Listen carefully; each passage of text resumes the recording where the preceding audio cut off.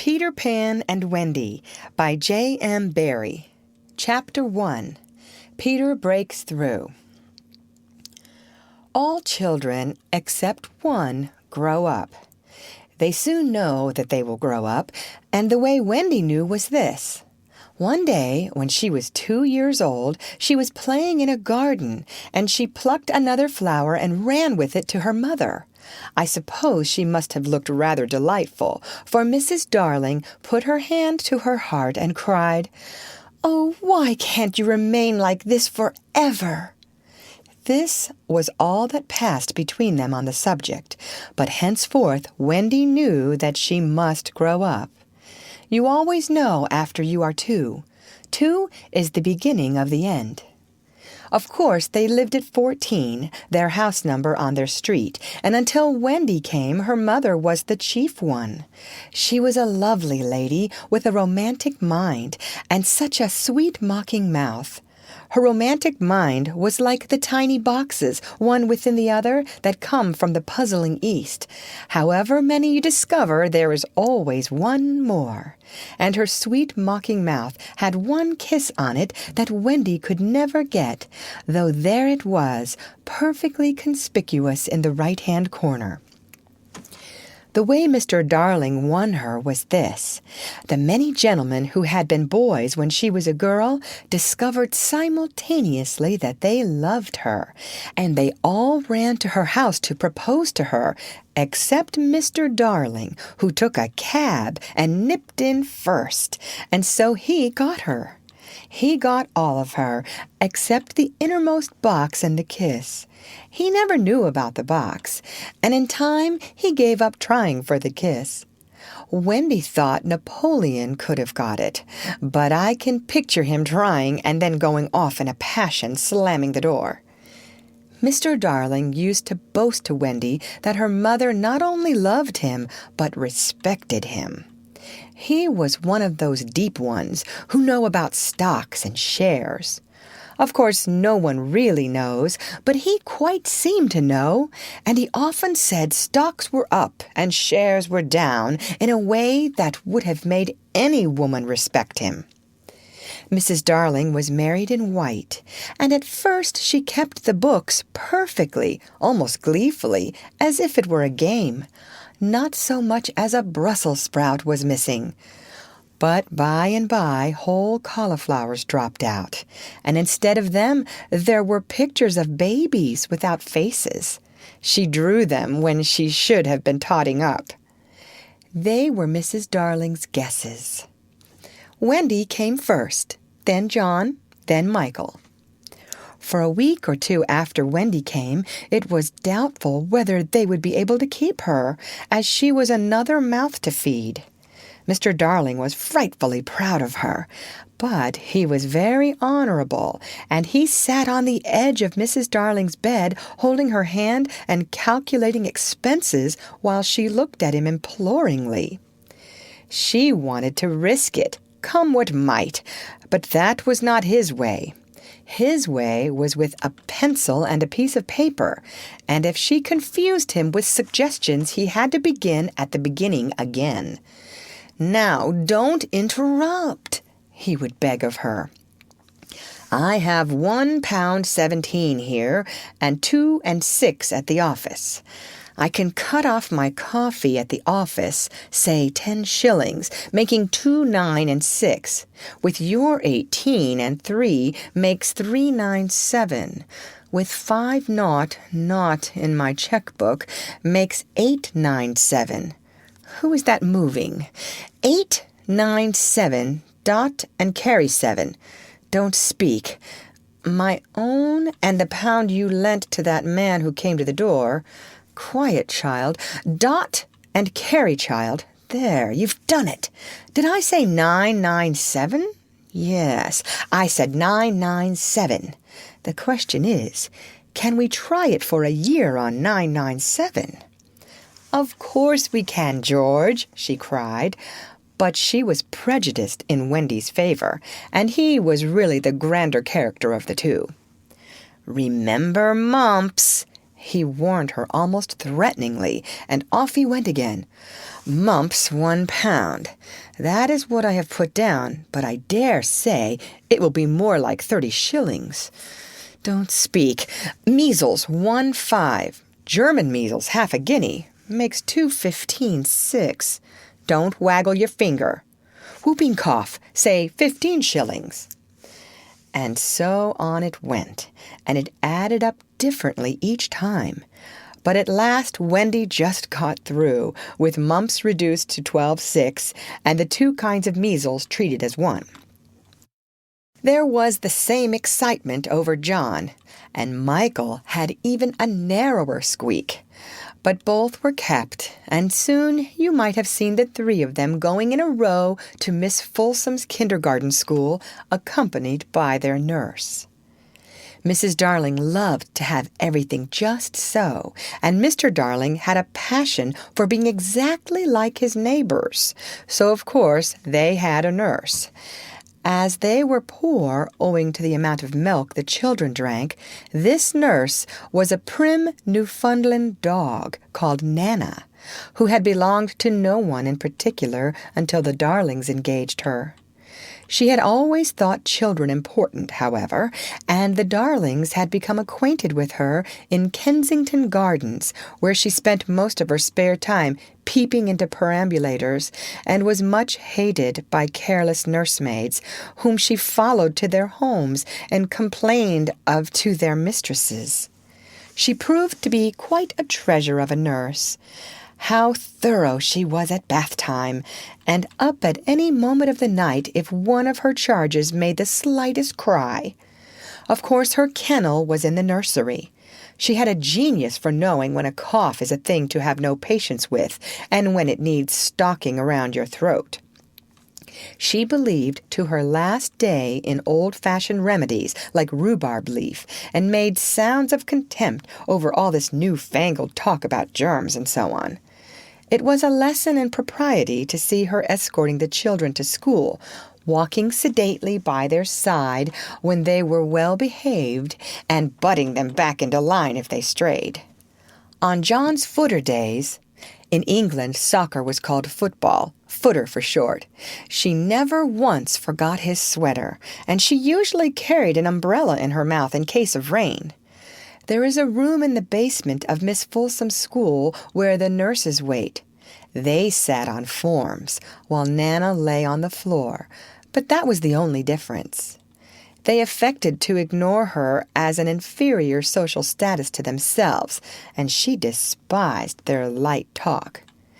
She resented visits to the nursery from Mrs. Darling's friends, but if they did come, she first whipped off Michael's pinafore and put him into the one with blue braiding, and smoothed out Wendy and made a dash at John's hair. No nursery could possibly have been conducted more correctly, and Mr. Darling knew it, yet he sometimes wondered uneasily whether the neighbors talked. He had his position in the city to consider. Nana also troubled him in another way. He had sometimes a feeling that she did not admire him. "I know she admires you tremendously, George," Mrs. Darling would assure him, and then she would sign to the children to be specially nice to Father. Lovely dances followed, in which the only other servant, Liza, was sometimes allowed to join. Such a midget she looked in her long skirt and maid's cap, though she had sworn when engaged that she would never see 10 again.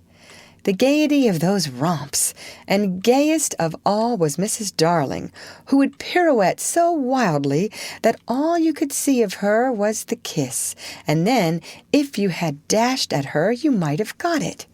There never was a simpler, happier family until the coming of Peter Pan. Mrs. Darling first heard of Peter when she was tidying up her children's minds. It is the nightly custom of every good mother, after her children are asleep, to rummage in their minds and put things straight for next morning, repacking into their proper places the many articles that have wandered during the day. If you could keep awake, but of course you can't, you would see your own mother doing this, and you would find it very interesting to watch her. It is quite like tidying up drawers. You would see her on her knees, I expect, lingering humorously over some of your contents, wondering where on earth you had picked this thing up, making discoveries sweet and not so sweet, pressing this to her cheek as if it were as nice as a kitten, and hurriedly stowing that out of sight. When you wake in the morning, the naughtiness and evil passions with which you went to bed have been folded up small and placed at the bottom of your mind, and on the top, beautifully aired, are spread out your prettier thoughts, ready for you to put on. I don't know whether you have ever seen a map of a person's mind.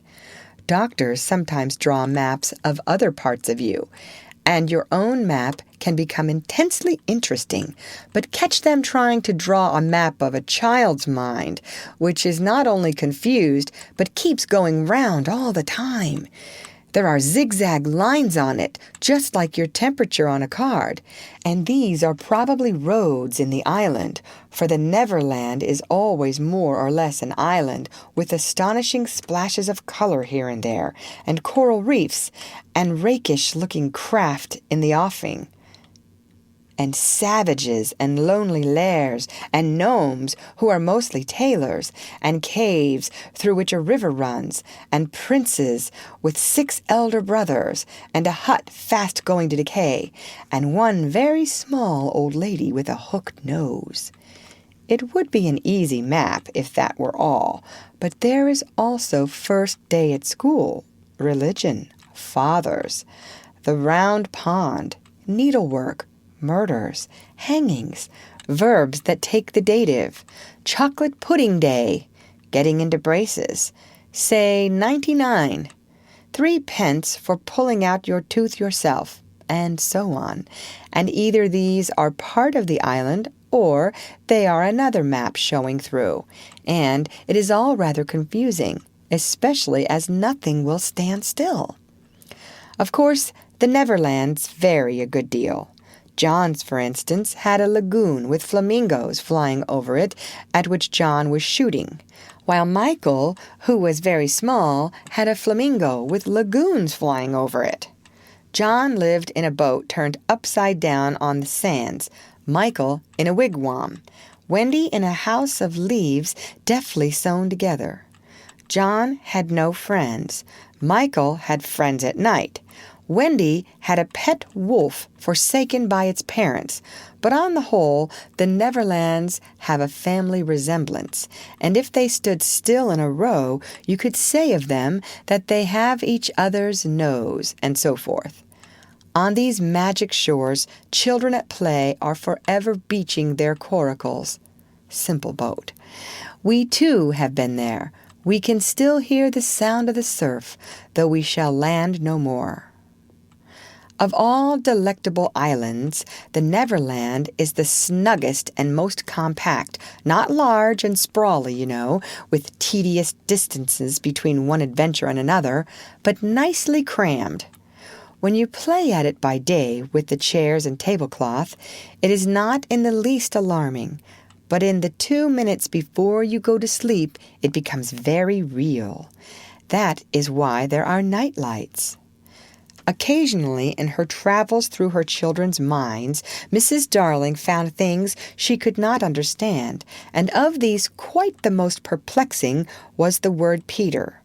She knew of no Peter, and yet he was here and there in John and Michael's minds, while Wendy's began to be scrawled all over with him. The name stood out in bolder letters than any of the other words, and as Mrs. Darling gazed, she felt that it had an oddly cocky appearance.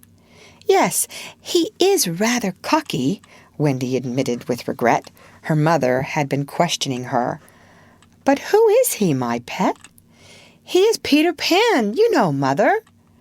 At first, Mrs. Darling did not know, but after thinking back into her childhood, she just remembered a Peter Pan who was said to live with the fairies.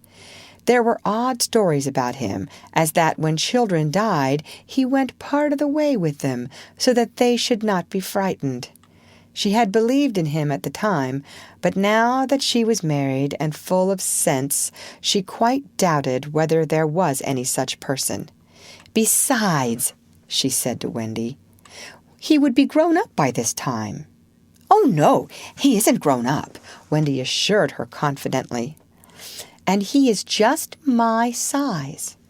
She meant that he was her size in both mind and body.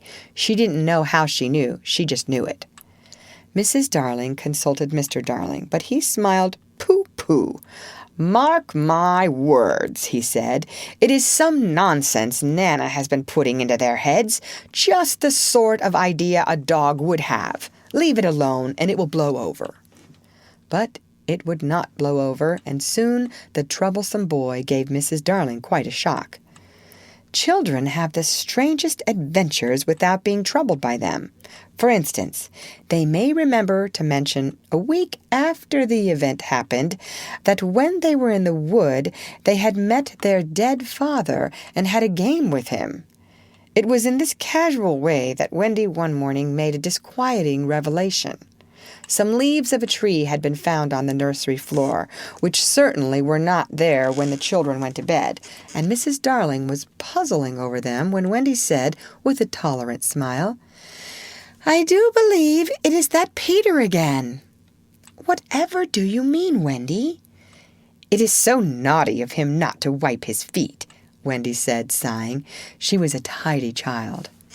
She explained in quite a matter-of-fact way that she thought Peter sometimes came to the nursery in the night and sat on the foot of her bed and played on his pipes to her. Unfortunately, she never woke, so she didn't know how she knew. She just knew. "What nonsense you talk, Precious. No one can get into the house without knocking." "I think he comes in by the window," she said. "My love, it is 3 floors up." "Were not the leaves at the foot of the window, Mother?" It was quite true. The leaves had been found very near the window. Mrs. Darling did not know what to think, for it all seemed so natural to Wendy that you could not dismiss it by saying she had been dreaming. "My child," the mother cried, "why did you not tell me of this before?" "I forgot," said Wendy lightly. She was in a hurry to get her breakfast. Oh, surely she must have been dreaming. But on the other hand, there were the leaves. Mrs. Darling examined them very carefully. They were skeleton leaves, but she was sure they did not come from any tree that grew in England. She crawled about the floor, peering at it with a candle for marks of a strange foot. She rattled the poker up the chimney and tapped the walls. She let down a tape from the window to the pavement, and it was a sheer drop of 30 feet, without so much as a spout to climb up by. Certainly Wendy had been dreaming. But Wendy had not been dreaming, as the very next night showed, the night on which the extraordinary adventures of these children may be said to have begun. On the night we speak of, all the children were once more in bed. It happened to be Nana's evening off, and Mrs. Darling had bathed them and sung to them till one by one they had let go her hand and slid away into the land of sleep. All were looking so safe and cozy that she smiled at her fears now and sat down tranquilly by the fire to sew. It was something for Michael, who on his birthday was getting into shirts.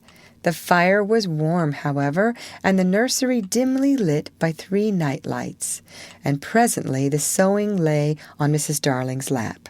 Then her head nodded, oh, so gracefully. She was asleep. Look at the 4 of them, Wendy and Michael over there, John here, and Mrs. Darling by the fire. There should have been a 4th nightlight. While she slept, she had a dream. She dreamt that the Neverland had come too near and that a strange boy had broken through from it. He did not alarm her, for she thought she had seen him before in the faces of many women who have no children. Perhaps he is to be found in the faces of some mothers also. But in her dream, she had rent the film that obscures the Neverland, and she saw Wendy and John and Michael peeping through the gap. The dream by itself would have been a trifle, but while she was dreaming, the window of the nursery blew open, and a boy did drop on the floor. He was accompanied by a strange light, no bigger than your fist, which darted about the room like a living thing, and I think it must have been this light that wakened Mrs. Darling. She started up with a cry and saw the boy, and somehow she knew at once that he was Peter Pan.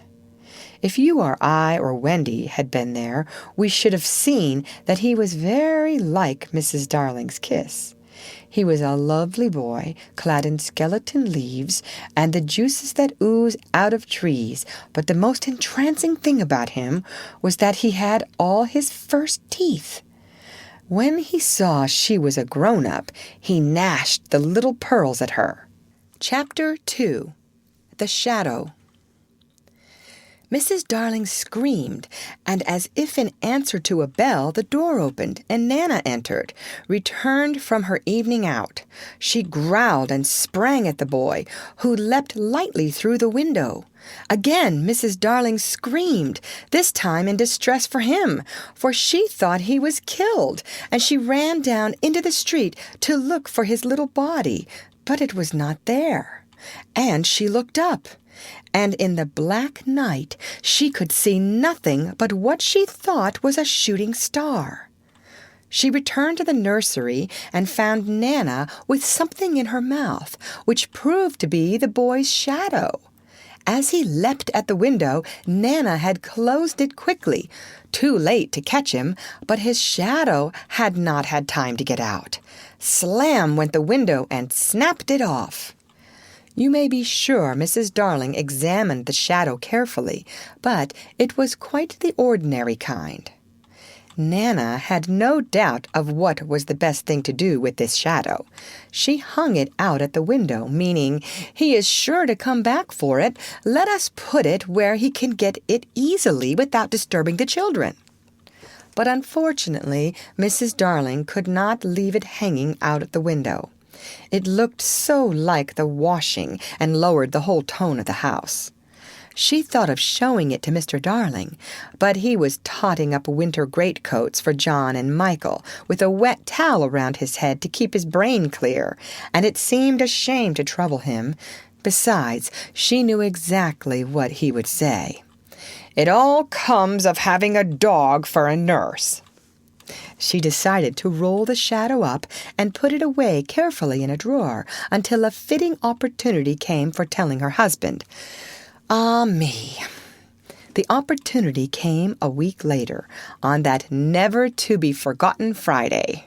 Of course, it was a Friday.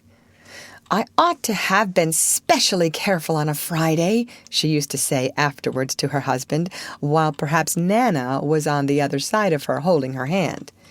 "No, no," Mr. Darling always said. "I am responsible for it all.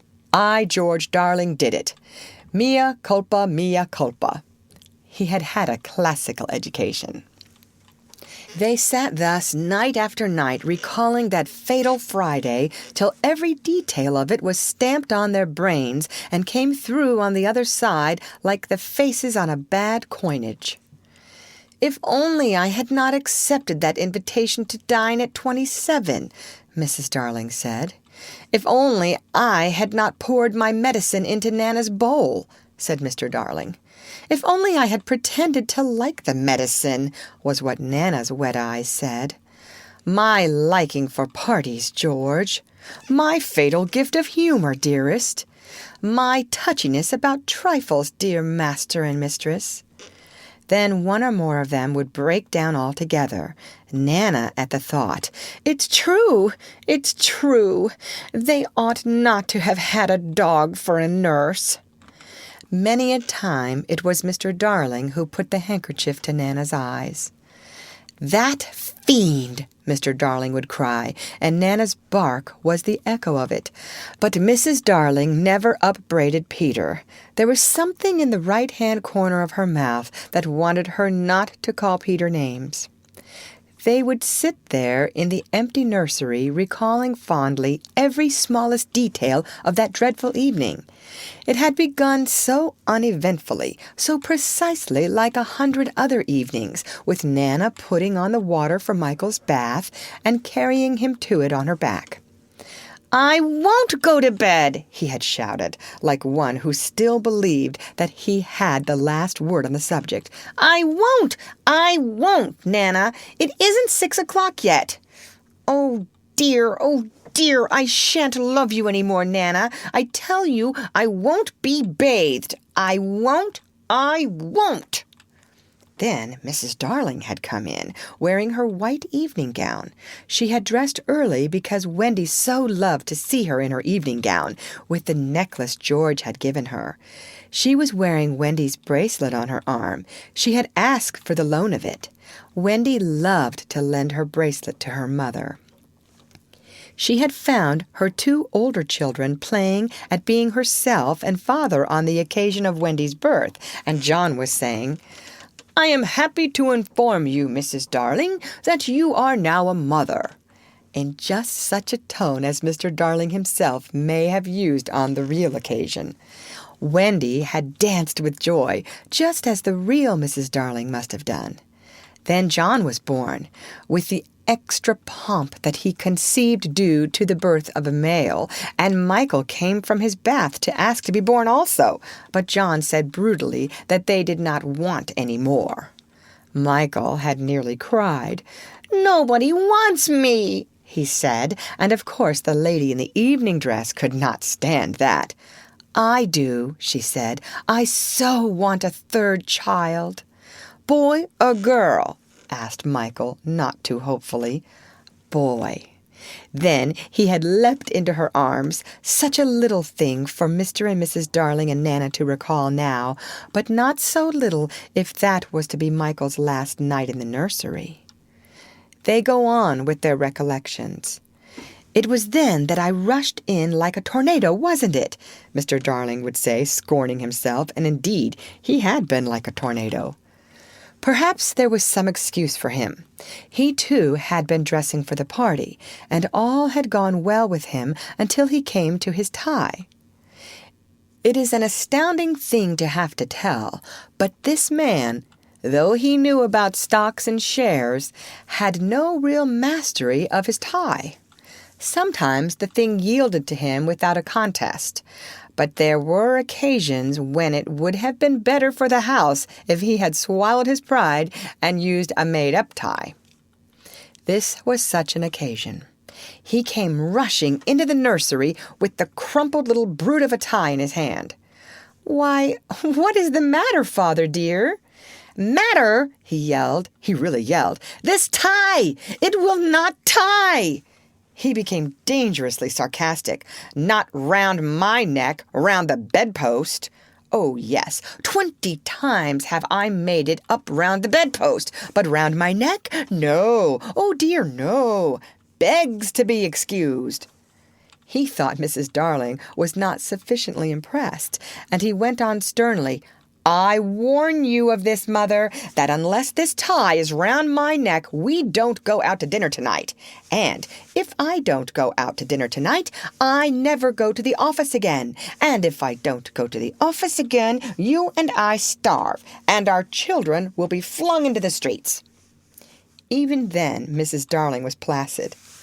"Let me try, dear," she said, and indeed that was what he had come to ask her to do, and with her nice cool hands she tied his tie for him, while the children stood around to see their fate decided. Some men would have resented her being able to do it so easily, but Mr. Darling had far too fine a nature for that. He thanked her carelessly, at once forgot his rage, and in another moment was dancing round the room with Michael on his back. "How wildly we romped," says Mrs. Darling now, recalling it. "Our last romp," Mr. Darling groaned. "Oh, George, do you remember Michael suddenly said to me, 'How did you get to know me, Mother?'" "I remember." They were rather sweet, don't you think, George? And they were ours, and now they are gone. The romp had ended with the appearance of Nana, and most unluckily Mr. Darling collided against her, covering his trousers with hairs. They were not only new trousers, but they were the first he had ever had with braid on them, and he had had to bite his lip to prevent the tears coming. Of course, Mrs. Darling brushed him, but he began to talk again about its being a mistake to have a dog for a nurse. "George, Nana is a treasure." "No doubt, but I have an uneasy feeling at times that she looks upon the children as puppies." "Oh, no, dear one. I feel sure she knows they have souls." "I wonder," Mr. Darling said thoughtfully, "I wonder." It was an opportunity, his wife felt, for telling him about the boy. At first he pooh-poohed the story, but he became thoughtful when she showed him the shadow. "It is nobody I know," he said, examining it carefully, "but it does look a scoundrel." "We were still discussing it, you remember?" says Mr. Darling, "when Nana came in with Michael's medicine. You will never carry the bottle in your mouth again, Nana, and it is all my fault." Strong man though he was, there was no doubt that he had behaved rather foolishly over the medicine. If he had a weakness, it was for thinking that all his life he had taken medicine boldly, and so now, when Michael dodged the spoon in Nana's mouth, he had said reprovingly, "Be a man, Michael." "Won't! Won't!" Michael cried naughtily.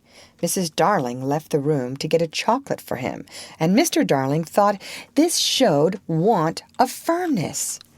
"Mother, don't pamper him," he called after her. "Michael, when I was your age, I took medicine without a murmur," I said. "Thank you, kind parents, for giving me bottles to make me well." He really thought this was true, and Wendy, who was now in her nightgown, believed it also, and she said, to encourage Michael, "That medicine you sometimes take, Father, is much nastier, isn't it?" "Ever so much nastier," Mr. Darling said bravely, "and I would take it now as an example to you, Michael, if I hadn't lost the bottle." He had not exactly lost it. He had climbed in the dead of night to the top of the wardrobe and hidden it there.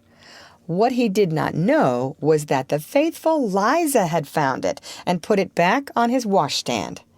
"I know where it is, Father," Wendy cried, always glad to be of service. "I'll bring it." And she was off before he could stop her. Immediately his spirits sank in the strangest way.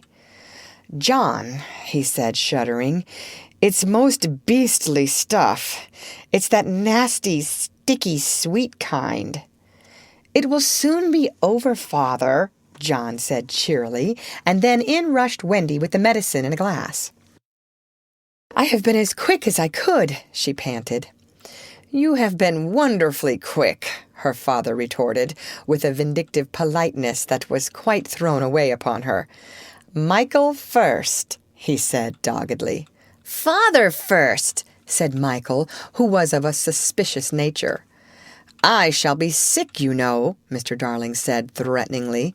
"Come on, Father," said John. "Hold your tongue, John," his father rapped out. Wendy was quite puzzled. "I thought you took it quite easily, Father." "That is not the point," he retorted. "The point is that there is more in my glass than in Michael's spoon." His proud heart was nearly bursting. "And it isn't fair. I would say it, though it were with my last breath. It isn't fair." "Father, I am waiting," said Michael coldly. "It's all very well to say you are waiting. So am I waiting." "Father's a cowardly custard." "So are you a cowardly custard." "I'm not frightened." "Neither am I frightened." "Well, then take it." "Well, then you take it." Wendy had a splendid idea. Why not both take it at the same time? "Certainly," said Mr. Darling. "Are you ready, Michael?" Wendy gave the words 1, 2, 3, and Michael took his medicine, but Mr. Darling slipped his behind his back. There was a yell of rage from Michael, and, "Oh, Father!" Wendy exclaimed. "What do you mean by 'oh, father'?" Mr. Darling demanded. "Stop that row, Michael. I meant to take mine, but I missed it." It was dreadful the way all the three were looking at him, just as if they did not admire him. "Look here, all of you," he said entreatingly as soon as Nana had gone into the bathroom. "I have just thought of a splendid joke. I shall pour my medicine into Nana's bowl, and she will drink it, thinking it is milk." It was the color of milk, but the children did not have their father's sense of humor, and they looked at him reproachfully as he poured the medicine into Nana's bowl. "What fun!" he said doubtfully, and they did not dare expose him when Mrs. Darling and Nana returned. "Nana, good dog," he said, patting her. "I have put a little milk into your bowl, Nana." Nana wagged her tail, ran to the medicine, and began lapping it. Then she gave Mr. Darling such a look. Not an angry look. She showed him the great red tear that makes us so sorry for noble dogs, and crept into her kennel. Mr. Darling was frightfully ashamed of himself, but he would not give in. In a horrid silence, Mrs. Darling smelt the bowl. "Oh, George," she said, "it's your medicine." "It was only a joke," he roared, while she comforted her boys and Wendy hugged Nana. "Much good," he said bitterly, "my wearing myself to the bone trying to be funny in this house." And still Wendy hugged Nana. "That's right," he shouted. "Coddle her. Nobody coddles me. Oh, dear, no. I am only the breadwinner. Why should I be coddled? Why? "George," Mrs. Darling entreated him, "not so loud. The servants will hear you." Somehow they had got into the way of calling Liza the servants. "Let them," he answered recklessly. "Bring in the whole world. But I refuse to allow that dog to lord it in my nursery for an hour longer." The children wept, and Nana ran to him beseechingly, but he waved her back. He felt he was a strong man again. "In vain! In vain!" he cried. "The proper place for you is the yard, and there you go to be tied up this instant." "George, George," Mrs. Darling whispered, "remember what I told you about that boy." Alas, he would not listen. He was determined to show who was master in that house, and when commands would not draw Nana from the kennel, he lured her out of it with honeyed words, and seizing her roughly, dragged her from the nursery. He was ashamed of himself, and yet he did it. It was all owing to his too affectionate nature, which craved for admiration. When he had tied her up in the backyard, the wretched father went and sat in the passage with his knuckles to his eyes. In the meantime, Mrs. Darling had put the children to bed in unwonted silence and lit their night lights. They could hear Nana barking, and John whimpered, "It is because he is chaining her up in the yard." But Wendy was wiser. "That is not Nana's unhappy bark," she said, little guessing what was about to happen. "That is her bark when she smells danger." "Danger? Are you sure, Wendy?" "Oh, yes." Mrs. Darling quivered and went to the window. It was securely fastened. She looked out, and the night was peppered with stars. They were crowding round the house, as if curious to see what was to take place there. But she did not notice this, nor that one or two of the smaller ones winked at her. Yet a nameless fear clutched at her heart and made her cry, "Oh, how I wish that I wasn't going to a party tonight." Even Michael, already half asleep, knew that she was perturbed, and he asked, "Can anything harm us, Mother, after the night lights are lit?" "Nothing, precious," she said. "They are the eyes a mother leaves behind her to guard her children." She went from bed to bed, singing enchantments over them, and little Michael flung his arms round her. "Mother," he cried, "I'm glad of you." They were the last words she was to hear from him for a long time. Number 27 was only a few yards distant, But there had been a slight fall of snow, and Father and Mother Darling picked their way over it deftly not to soil their shoes. They were already the only persons in the street, and all the stars were watching them. Stars are beautiful, but they may not take an active part in anything. They must just look on forever. It is a punishment put on them for something they did so long ago that no star now knows what it was. So the older ones have become glassy-eyed and seldom speak. Winking is the star language. But the little ones still wonder. They are not really friendly to Peter, who had a mischievous way of stealing up behind them and trying to blow them out. But they are so fond of fun that they were on his side tonight, and anxious to get the grown-ups out of the way. So as soon as the door of 27 closed on Mr. and Mrs. Darling, there was a commotion in the firmament, and the smallest of all the stars in the Milky Way screamed out, "Now, Peter!" Chapter 3. Come away, come away. For a moment after Mr. and Mrs. Darling left the house, the night lights by the beds of the 3 children continued to burn clearly. They were awfully nice little night lights, and one cannot help wishing that they could have kept awake to see Peter. But Wendy's light blinked and gave such a yawn that the other 2 yawned also, and before they could close their mouths, all the 3 went out. There was another light in the room now, 1,000 times brighter than the night lights. And in the time we have taken to say this, it had been in all the drawers in the nursery, looking for Peter's shadow, rummaged the wardrobe, and turned every pocket inside out. It was not really a light. It made this light by flashing about so quickly, but when it came to rest for a second, you saw it was a fairy, no longer than your hand, but still growing. It was a girl called Tinker Bell, exquisitely gowned in a skeleton leaf, cut low and square, through which her figure could be seen to the best advantage. She was slightly inclined to embonpoint, plump hourglass figure. A moment after the fairy's entrance, the window was blown open by the breathing of the little stars, and Peter dropped in. He had carried Tinker Bell part of the way, and his hand was still messy with the fairy dust.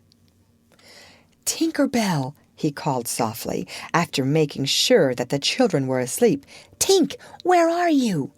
She was in a jug for the moment, and liking it extremely. She had never been in a jug before. "Oh, do come out of that jug and tell me. Do you know where they put my shadow?" The loveliest tinkle as of golden bells answered him. It is the fairy language. You ordinary children can never hear it, but if you were to hear it, you would know that you had heard it once before. Tink said that the shadow was in the big box. She meant the chest of drawers, and Peter jumped at the drawers, scattering their contents to the floor with both hands, as kings toss halfpence to the crowd. In a moment he had recovered his shadow, and in his delight he forgot that he had shut Tinker Bell up in the drawer. If he had thought at all, but I don't believe he ever thought, it was that he and his shadow, when brought near each other, would join like drops of water, and when they did not, he was appalled. He tried to stick it on with soap from the bathroom, but that also failed. A shudder passed through Peter, and he sat on the floor and cried. His sobs woke Wendy, and she sat up in bed. She was not alarmed to see a stranger crying on the nursery floor. She was only pleasantly interested. "Boy," she said courteously, "why are you crying?"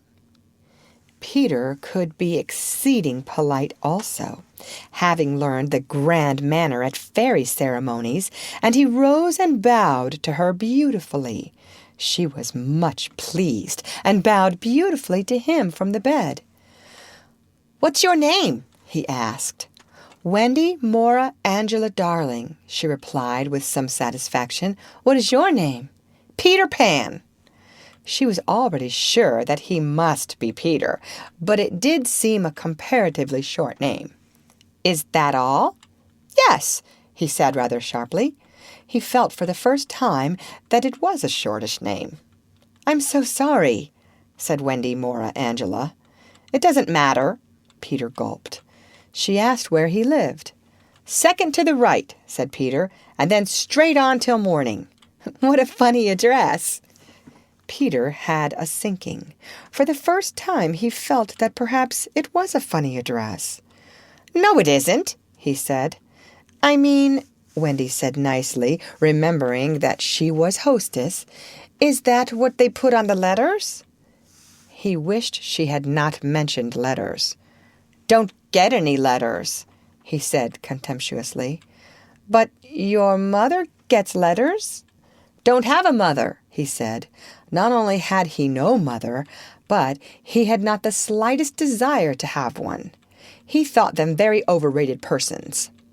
Wendy, however, felt at once that she was in the presence of a tragedy. "Oh, Peter, no wonder you were crying," she said, and got out of bed and ran to him. "I wasn't crying about mothers," he said rather indignantly. "I was crying because I can't get my shadow to stick on. Besides, I wasn't crying." "It has come off?" "Yes."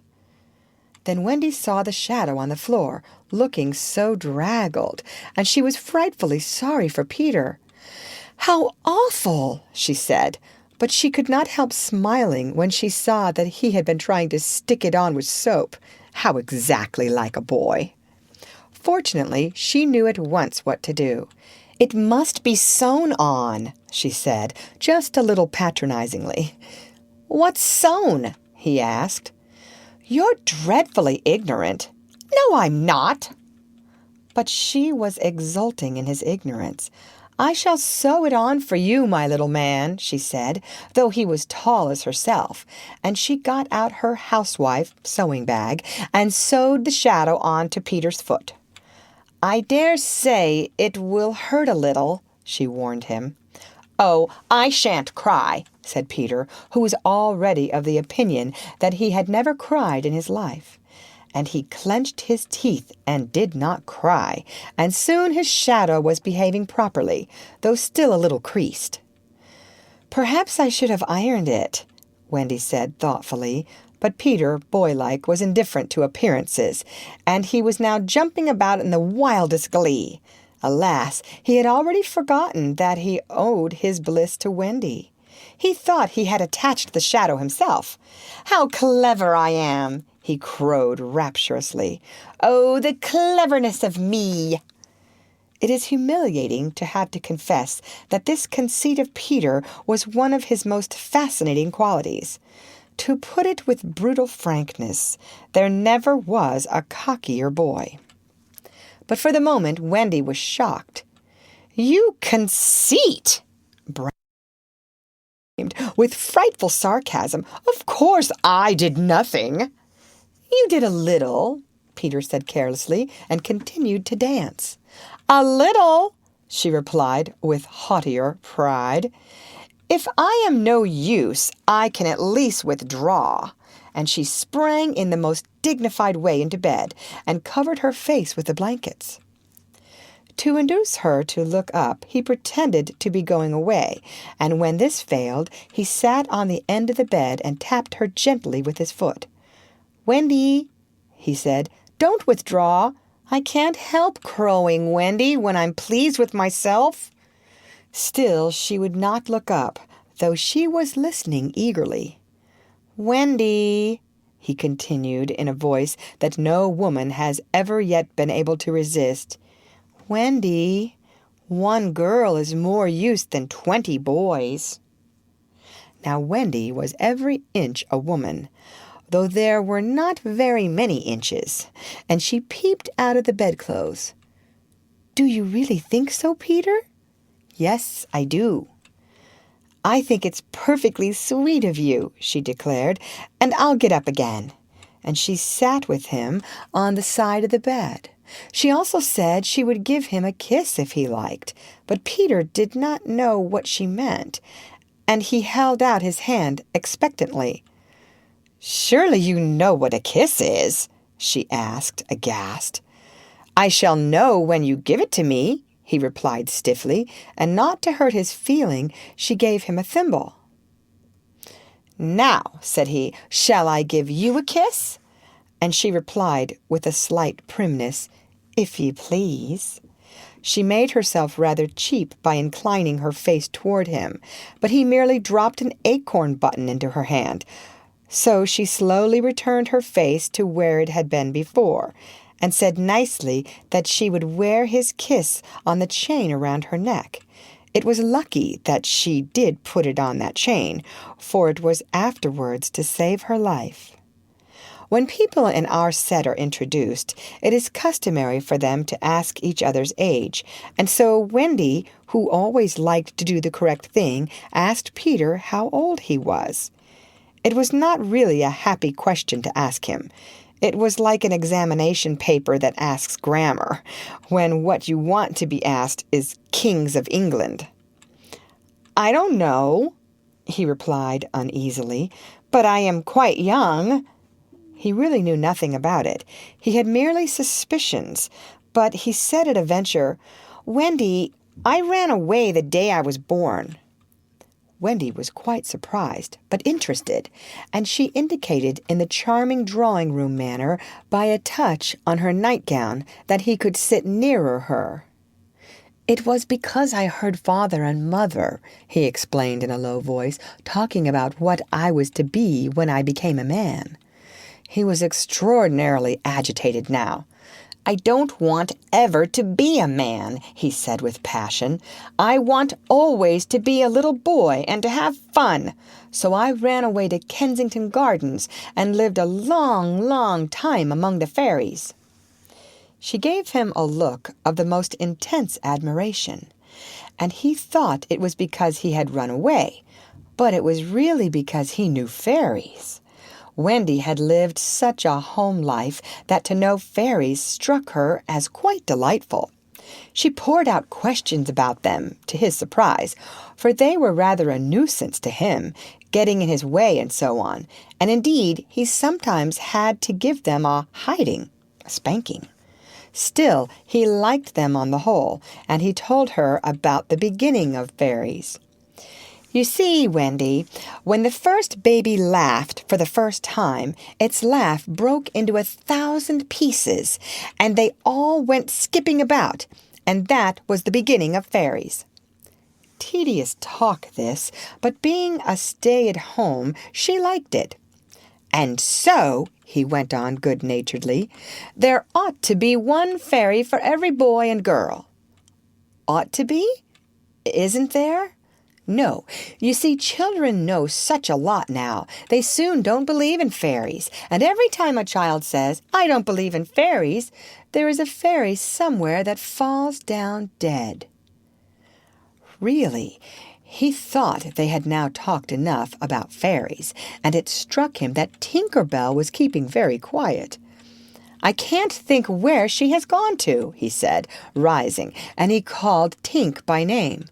Wendy's heart went flutter with a sudden thrill. "Peter!"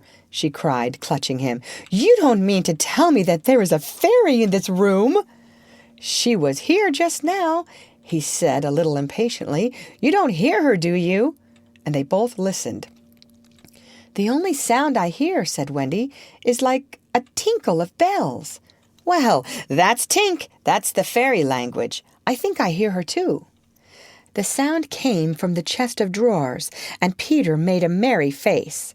No one could ever look quite so merry as Peter, and the loveliest of gurgles was his laugh. He had his first laugh still. "Wendy!" he whispered gleefully. "I do believe I shut her up in the drawer." He let poor Tink out of the drawer, and she flew about the nursery screaming with fury. "You shouldn't say such things," Peter retorted. "Of course, I'm very sorry, but how could I know you were in the drawer?" Wendy was not listening to him. "Oh, Peter," she cried, "if she would only stand still and let me see her." "They hardly ever stand still," he said. But for one moment Wendy saw the romantic figure come to rest on the cuckoo clock. "Oh, the lovely!" she cried, though Tink's face was still distorted with passion. "Tink," said Peter amiably, "this lady says she wishes you were her fairy." Tinker Bell answered insolently. "What does she say, Peter?" He had to translate. "She is not very polite. She says you are a great, huge, ugly girl, and that she is my fairy." He tried to argue with Tink. "You know you can't be my fairy, Tink, because I am a gentleman and you are a lady." To this, Tink replied in these words, "You silly ass," and disappeared into the bathroom. "She is quite a common fairy," Peter explained apologetically. "She is called Tinker Bell because she mends the pots and kettles. Tinker equals tin worker, similar to cinder plus L to get Cinderella." They were together in the armchair by this time, and Wendy plied him with more questions. "If you don't live in Kensington Gardens now—" "Sometimes I do still." "But where do you live mostly now?" "With the Lost Boys." "Who are they?" "They are the children who fall out of their perambulators when the nurse is looking the other way. If they are not claimed in 7 days, they are sent far away to the Neverland to defray expenses. I'm captain." "What fun it must be!" "Yes," said cunning Peter, "but we are rather lonely. You see, we have no female companionship." "Are none of the others girls?" "Oh, no. Girls, you know, are much too clever to fall out of their prams." This flattered Wendy immensely. "I think," she said, "it is perfectly lovely the way you talk about girls. John there just despises us." For reply, Peter rose and kicked John out of bed, blankets and all, one kick to Wendy. Rather forward for a first meeting, and she told him with spirit that he was not captain in her house. However, John continued to sleep so placidly on the floor that she allowed him to remain there. "And I know you meant to be kind," she said, relenting, "so you may give me a kiss." For the moment she had forgotten his ignorance about kisses. "I thought you would want it back," he said a little bitterly, and offered to return her the thimble. "Oh, dear," said the nice Wendy, "I don't mean a kiss. I mean a thimble." "What's that?" "It's like this." She kissed him. "Funny," said Peter gravely. "Now shall I give you a thimble?" "If you wish to," said Wendy, keeping her head erect this time. Peter thimbled her, and almost immediately she screeched. "What is it, Wendy?" "It was exactly as if someone were pulling my hair." That must have been Tink. I never knew her so naughty before.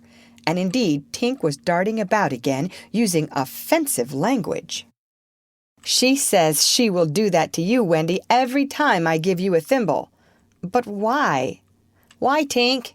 Again Tink replied, "You silly ass." Peter could not understand why, but Wendy understood, and she was just slightly disappointed when he admitted that he came to the nursery window not to see her, but to listen to stories. "You see, I don't know any stories. None of the Lost Boys knows any stories." "How perfectly awful," Wendy said. "Do you know," Peter asked, "why swallows build in the eaves of houses? It is to listen to the stories. Oh, Wendy, your mother was telling you such a lovely story." "Which story was it?" "About the prince who couldn't find the lady who wore the glass slipper." "Peter," said Wendy excitedly, "that was Cinderella, and he found her, and they lived happily ever after." Peter was so glad that he rose from the floor where they had been sitting and hurried to the window. "Where are you going?" she cried with misgiving. "To tell the other boys." "Don't go, Peter," she entreated. "I know such lots of stories." Those were her precise words, so there can be no denying that it was she who first tempted him. He came back, and there was a greedy look in his eyes now which ought to have alarmed her, but did not. "Oh, the stories I could tell to the boys!" she cried, and then Peter gripped her and began to draw her toward the window. "Let me go," she ordered him. "Wendy, do come with me and tell the other boys." Of course, she was very pleased to be asked, but she said, "Oh dear, I can't. Think of Mummy. Besides, I can't fly." "I'll teach you." "Oh, how lovely to fly." "I'll teach you how to jump on the wind's back, and then away we go." "Ooh!" she exclaimed rapturously. Wendy, when you are sleeping in your silly bed, you might be flying about with me saying funny things to the stars." "Oh!" "And Wendy, there are mermaids." "Mermaids? With tails?" "Such long tails." "Oh," cried Wendy, "to see a mermaid." He had become frightfully cunning. "Wendy," he said, "how we should all respect you." She was wriggling her body in distress. It was quite as if she were trying to remain on the nursery floor. But he had no pity for her. "Wendy," he said, the sly one, "you could tuck us in at night." "Oh!" "None of us has ever been tucked in at night." "Oh!" And her arms went out to him. "And you could darn our clothes and make pockets for us. None of us has any pockets." How could she resist? "Of course, it's awfully fascinating," she cried. "Peter, would you teach John and Michael to fly too?" "If you like," he said indifferently, and she ran to John and Michael and shook them. "Wake up!" she cried. "Peter Pan has come, and he is to teach us to fly." John rubbed his eyes. "Then I shall get up," he said. Of course, he was on the floor already. "Hallo," he said, "I'm up." Michael was up by this time also, looking as sharp as a knife with 6 blades and a saw, but Peter suddenly signed silence. Their faces assumed the awful craftiness of children listening for sounds from the grown-up world. All was as still as salt. Then everything was right. No, stop! Everything was wrong. Nana, who had been barking distressfully all the evening, was quiet now. It was her silence they had heard. "Out with the light! Hide! Quick!" cried John, taking command for the only time throughout the whole adventure. And thus, when Liza entered, holding Nana, the nursery seemed quite its old self, very dark, and you would have sworn you heard its 3 wicked inmates breathing angelically as they slept. They were really doing it artfully from behind the window curtains. Liza was in a bad temper, for she was mixing the Christmas puddings in the kitchen and had been drawn from them, with a raisin still on her cheek by Nana's absurd suspicions.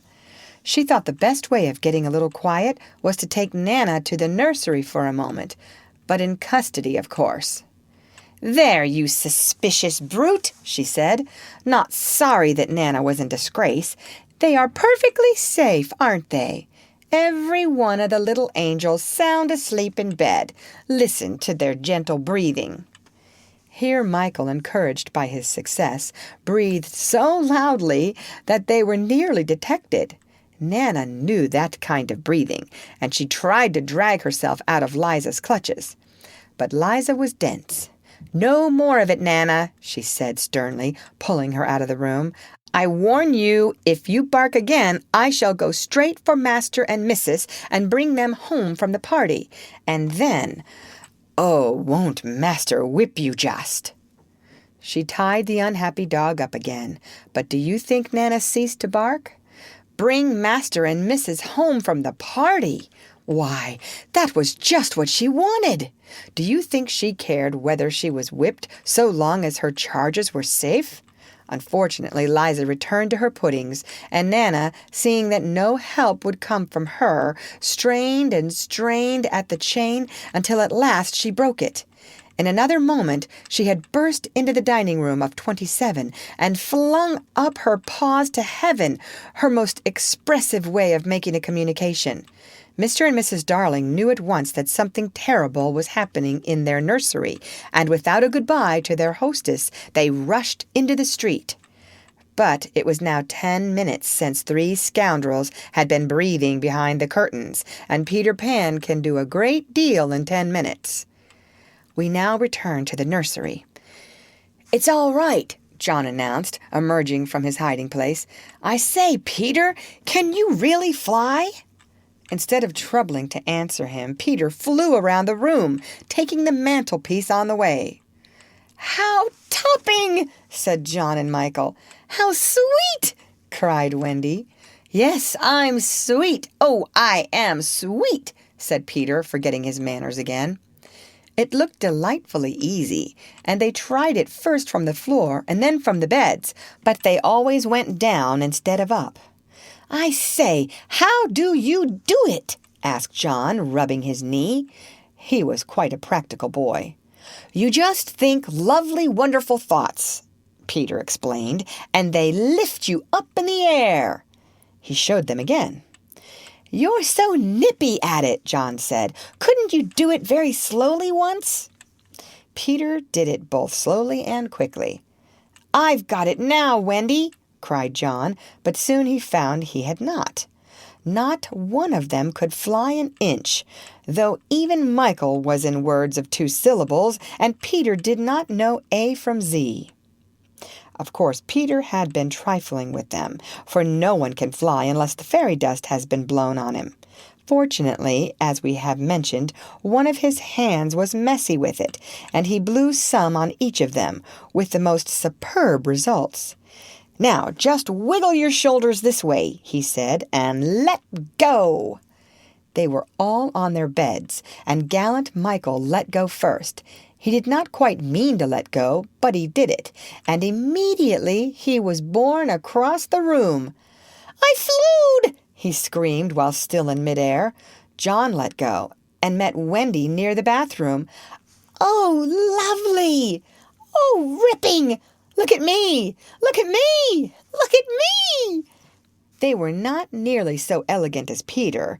They could not help kicking a little, but their heads were bobbing against the ceiling, and there is almost nothing so delicious as that.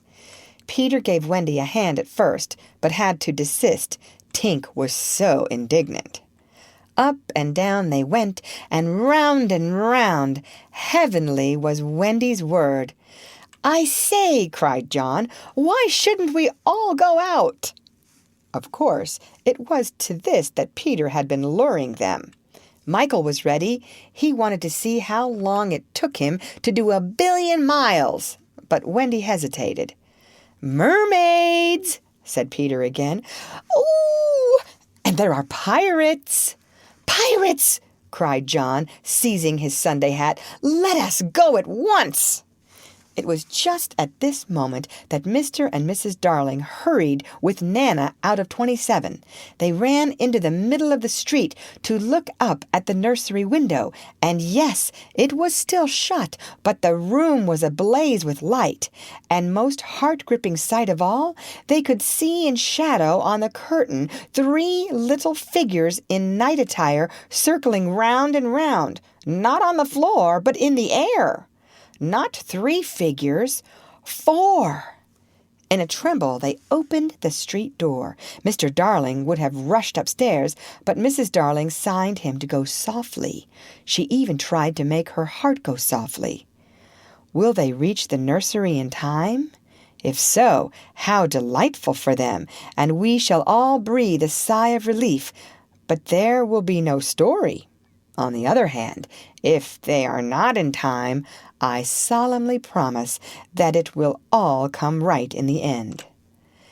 They would have reached the nursery in time had it not been that the little stars were watching them. Once again, the stars blew the window open, and that smallest star of all called out, "Cave, Peter!" Then Peter knew that there was not a moment to lose.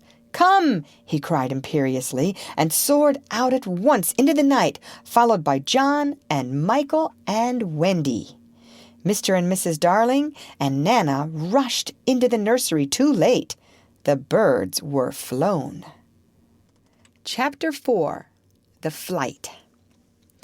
Second to the right and straight on till morning.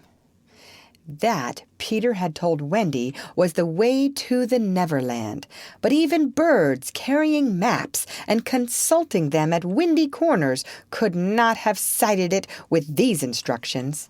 Peter, you see, just said anything that came into his head. At first his companions trusted him implicitly, and so great were the delights of flying that they wasted time circling round church spires or any other tall objects. John and Michael raced, Michael getting a start. They recalled with contempt that not so long ago they had thought themselves fine fellows for being able to fly round a room. Not long ago, but how long ago? They were flying over the sea before this thought began to disturb Wendy seriously.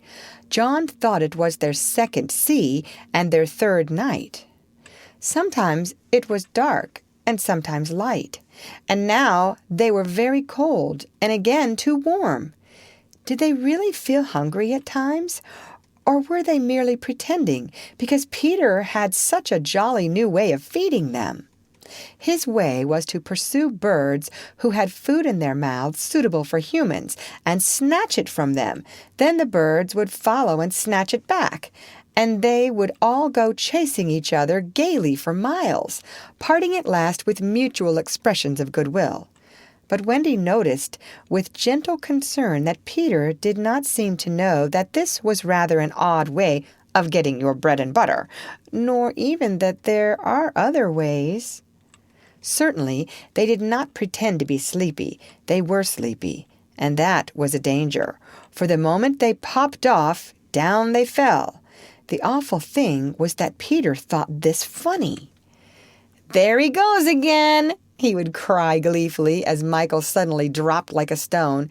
"Save him! Save him!" cried Wendy, looking with horror at the cruel sea far below. Eventually, Peter would dive through the air and catch Michael just before he could strike the sea, and it was lovely the way he did it. But he always waited till the last moment, and you felt it was his cleverness that interested him and not the saving of human life. Also, he was fond of variety, and the sport that engrossed him one moment would suddenly cease to engage him, so there was always the possibility that the next time you fell he would let you go. He could sleep in the air without falling by merely lying on his back and floating, but this was, partly at least, because he was so light that if you got behind him and blew, he went faster. "Do be more polite to him," Wendy whispered to John when they were playing Follow My Leader. "Then tell him to stop showing off," said John. When playing Follow My Leader, Peter would fly close to the water and touch each shark's tail in passing, just as in the street you may run your finger along an iron railing. They could not follow him in this with much success, so perhaps it was rather like showing off, especially as he kept looking behind to see how many tails they missed. "You must be nice to him," Wendy impressed on her brothers. "What could we do if he were to leave us?"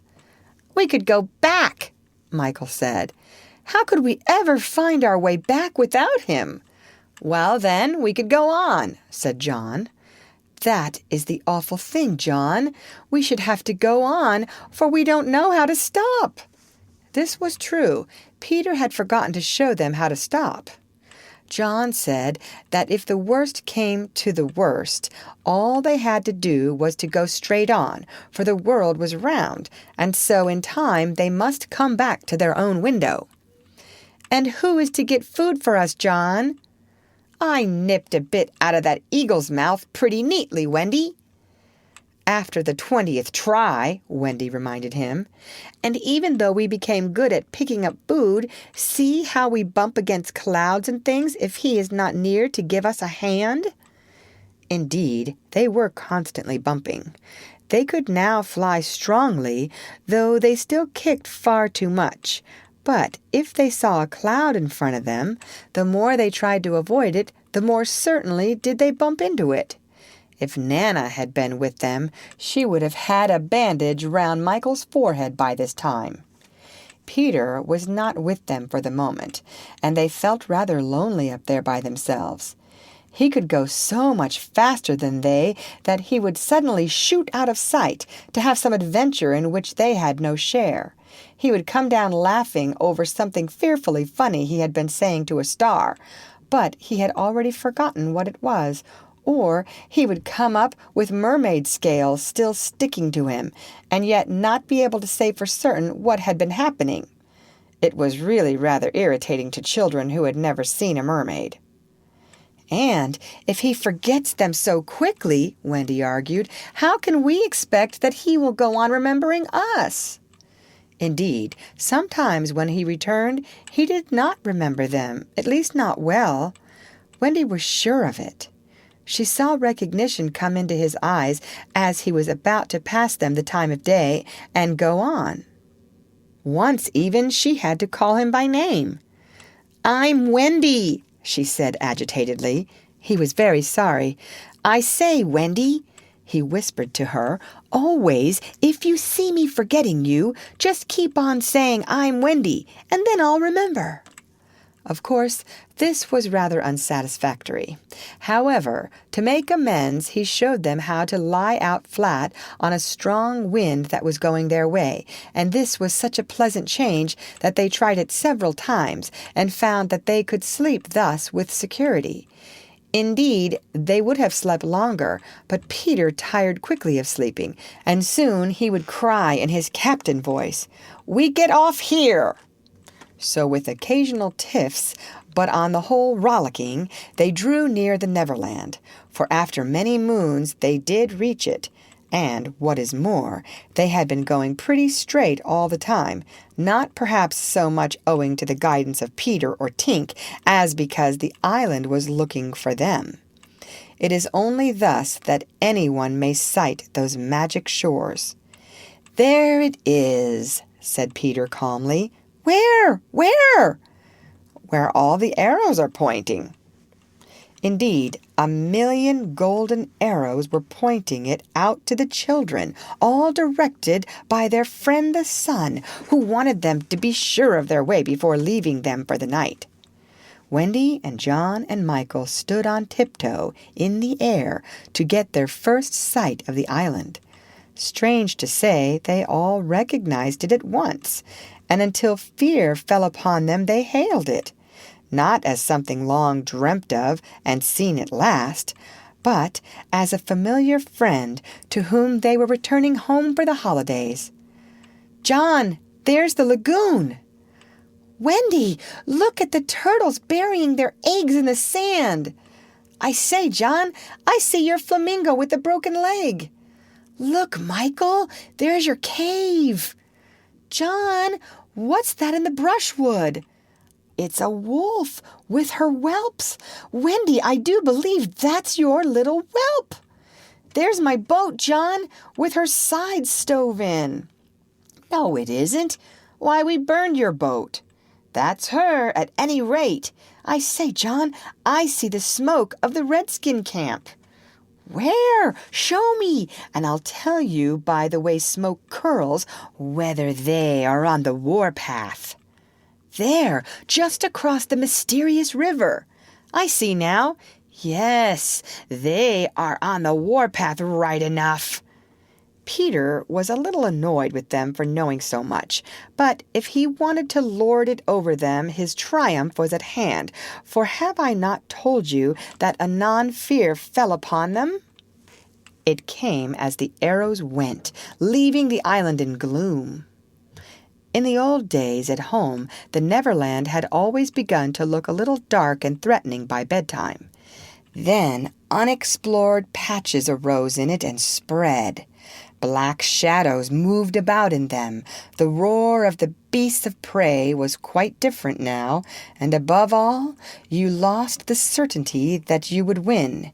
You were quite glad that the night lights were on.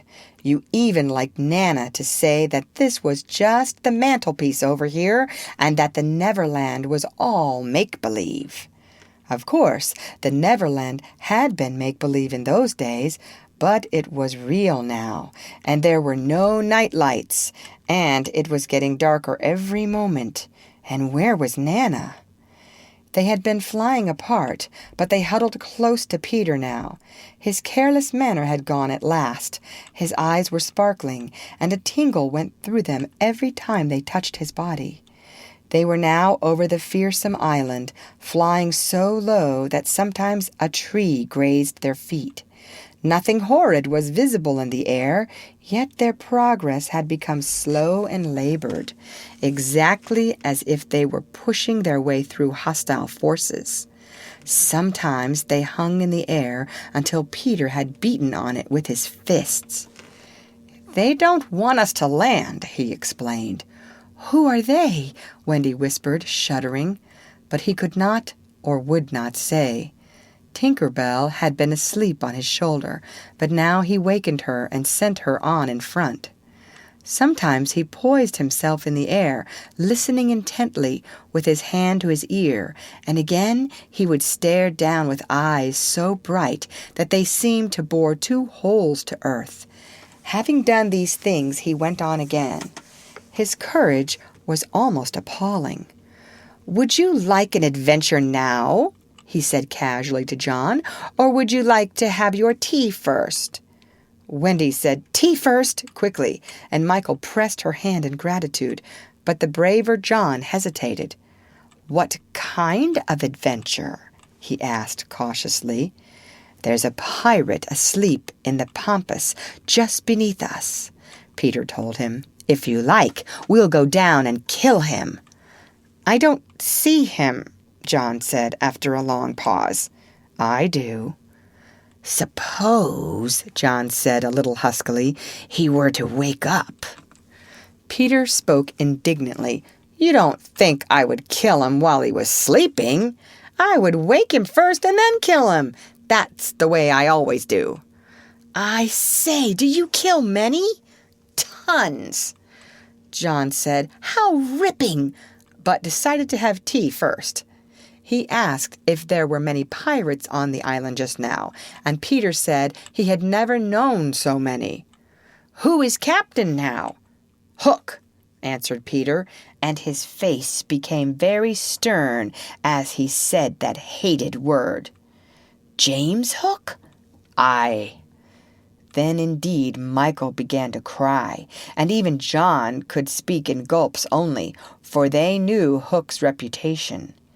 "He was Blackbeard's bosun," John whispered huskily. "He is the worst of them all. He is the only man of whom Barbecue was afraid."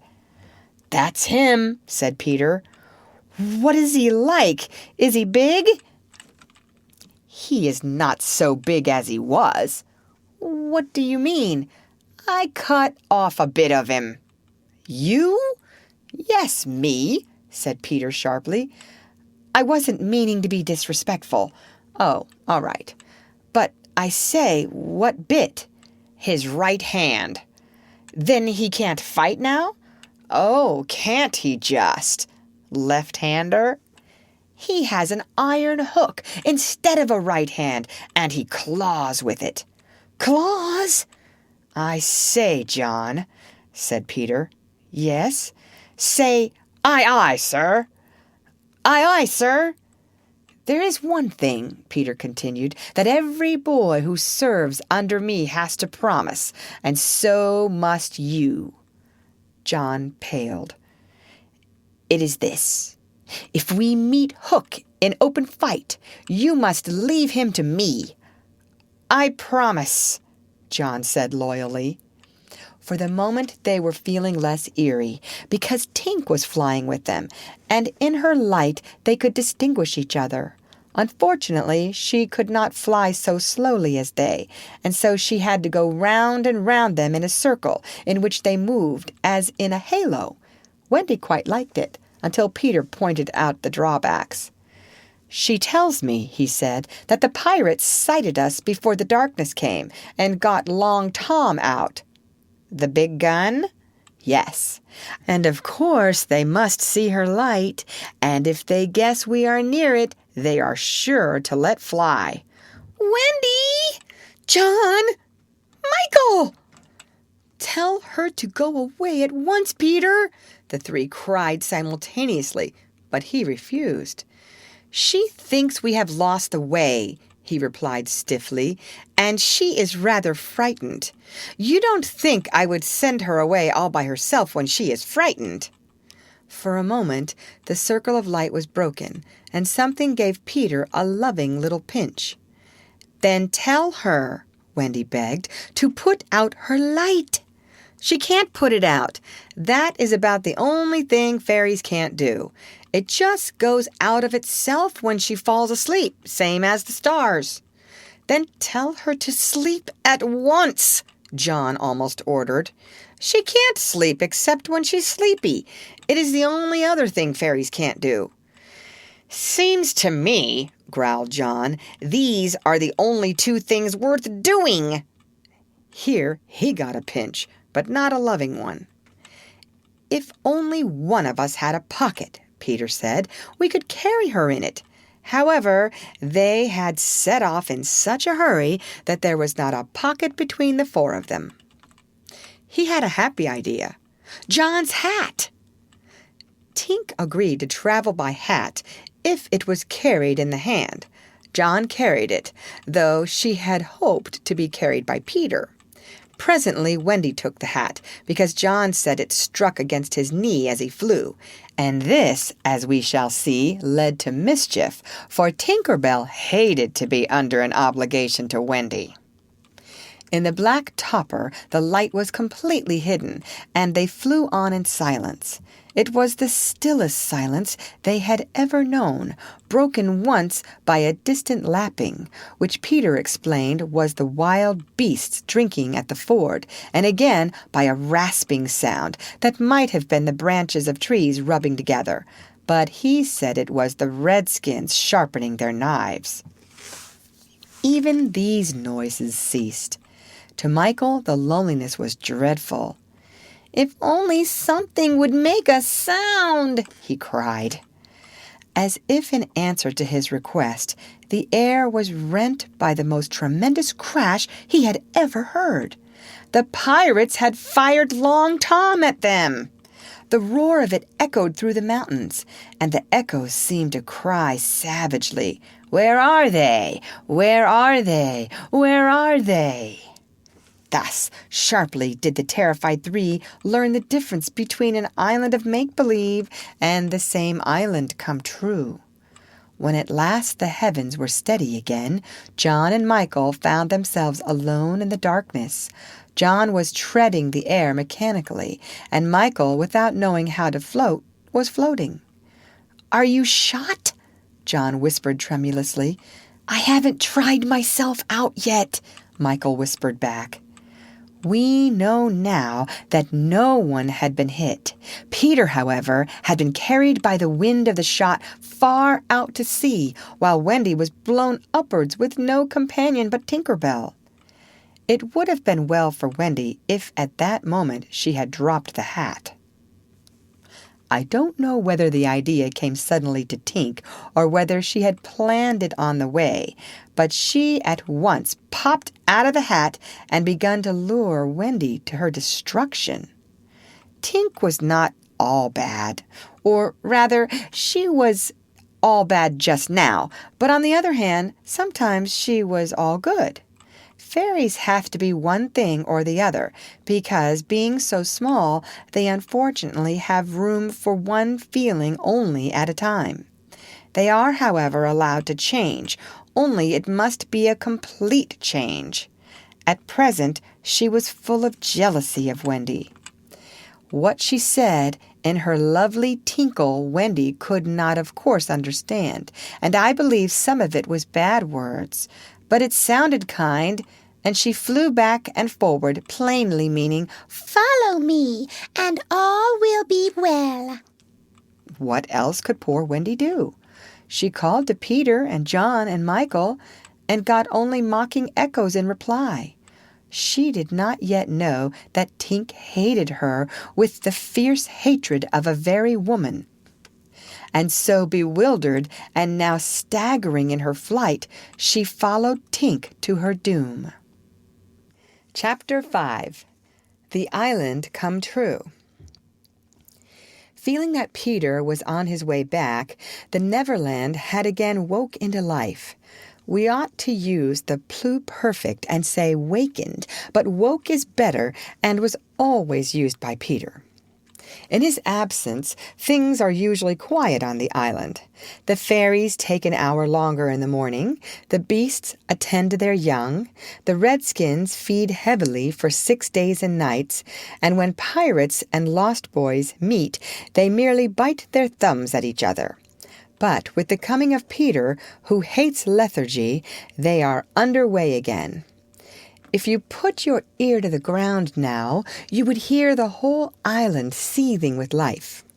On this evening, the chief forces of the island were disposed as follows.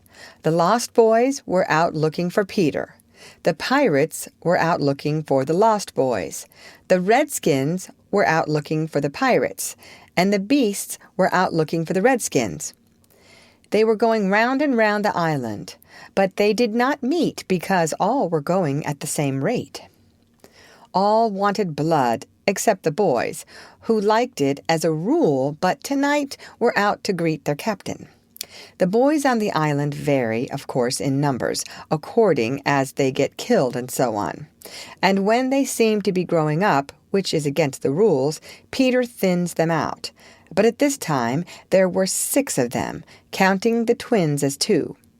Let us pretend to lie here among the sugarcane and watch them as they steal by in single file, each with his hand on his dagger. They are forbidden by Peter to look in the least like him, and they wear the skins of the bears slain by themselves, in which they are so round and furry that when they fall they roll. They have therefore become very sure-footed. The first to pass is Toodles, not the least brave, but the most unfortunate of all that gallant band. He had been in fewer adventures than any of them, because the big things constantly happened just when he had stepped round the corner. All would be quiet. He would take the opportunity of going off to gather a few sticks for firewood, and then, when he returned, the others would be sweeping up the blood. This ill luck had given a gentle melancholy to his countenance, but instead of souring his nature, had sweetened it, so that he was quite the humblest of the boys. Poor, kind Toodles, there is danger in the air for you tonight. Take care lest an adventure is now offered you, which, if accepted, will plunge you in deepest woe. Toodles, the fairy Tink, who is bent on mischief this night, is looking for a tool for doing her mischief, and she thinks you are the most easily tricked of the boys. 'Ware Tinker Bell. Would that he could hear us, but we are not really on the island, and he passes by, biting his knuckles. Next comes Nibs, the gay and debonair, followed by Slightly, who cuts whistles out of the trees and dances ecstatically to his own tunes. Slightly is the most conceited of the boys. He thinks he remembers the days before he was lost, with their manners and customs, and this has given his nose an offensive tilt. Curly is fourth. He is a pickle, a person who gets in pickles, predicaments. And so often has he had to deliver up his person when Peter said sternly, "Stand forth, the one who did this thing," that now, at the command, he stands forth automatically whether he has done it or not. Last come the twins, who cannot be described because we should be sure to be describing the wrong one. Peter never quite knew what twins were, and his band were not allowed to know anything he did not know, so these two were always vague about themselves, and did their best to give satisfaction by keeping close together in an apologetic sort of way. The boys vanish in the gloom, and after a pause, but not a long pause, for things go briskly on the island, come the pirates on their track. We hear them before they are seen, and it is always the same dreadful song. Avast belay, yo-ho, heave-to, a-pirating we go, and if we're parted by a shot, we're sure to meet below. A more villainous-looking lot never hung in a row on execution dock. Here, a little in advance, ever and again, with his head to the ground listening, his great arms bare, pieces of 8 in his ears as ornaments, is the handsome Italian Secco, who cut his name in letters of blood on the back of the governor of the prison at Gao. That gigantic black behind him has had many names since he dropped the one with which dusky mothers still terrify their children on the banks of the Guajomo. Here is Bill Jukes, every inch of him tattooed. The same Bill Jukes who got 6 dozen on the walrus from Flint before he would drop the bag of moidores, Portuguese gold pieces, and Cookson said to be Black Murphy's brother, but this was never proved.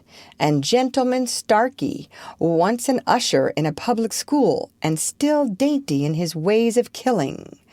And Skylights, Morgan's Skylights, and the Irish boatswain Smee, an oddly genial man who stabbed, so to speak, without offense, and was the only nonconformist in Hook's crew, and Noodler, whose hands were fixed on backwards, and Robert Mullins, and Alf Mason, and many another ruffian long known and feared on the Spanish Main. In the midst of them, the blackest and largest in that dark setting, reclined James Hook, or as he wrote himself, Jas. Hook, of whom it is said he was the only man that the sea cook feared. He lay at his ease in a rough chariot drawn and propelled by his men, and instead of a right hand he had the iron hook, with which ever and anon he encouraged them to increase their pace. As dogs this terrible man treated and addressed them, and as dogs they obeyed him. In person he was cadaverous, dead-looking, and black-avised, dark-faced, and his hair was dressed in long curls, which at a little distance looked like black candles, and gave a singularly threatening expression to his handsome countenance. His eyes were of the blue of the forget-me-not, and of a profound melancholy, save when he was plunging his hook into you, at which time 2 red spots appeared in them, and lit them up horribly. In manner, something of the grand seigneur still clung to him, so that he even ripped you up with an air, and I have been told that he was a raconteur, storyteller, of repute. He was never more sinister than when he was most polite, which is probably the truest test of breeding, and the elegance of his diction, even when he was swearing, no less than the distinction of his demeanor, showed him one of a different caste from his crew.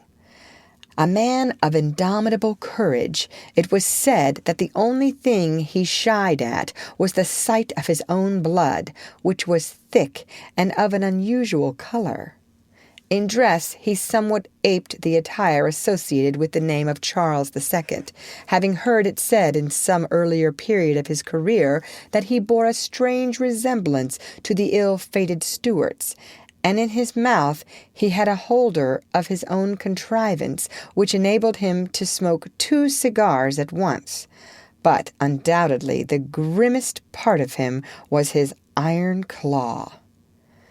Let us now kill a pirate, to show Hook's method. Skylights will do. As they pass, Skylights lurches clumsily against him, ruffling his lace collar. The hook shoots forth. There is a tearing sound and 1 screech. Then the body is kicked aside, and the pirates pass on. He has not even taken the cigars from his mouth. Such is the terrible man against whom Peter Pan is pitted. Which will win? On the trail of the pirates, stealing noiselessly down the warpath, which is not visible to inexperienced eyes, come the redskins, every one of them with his eyes peeled. They carry tomahawks and knives, and their naked bodies gleam with paint and oil.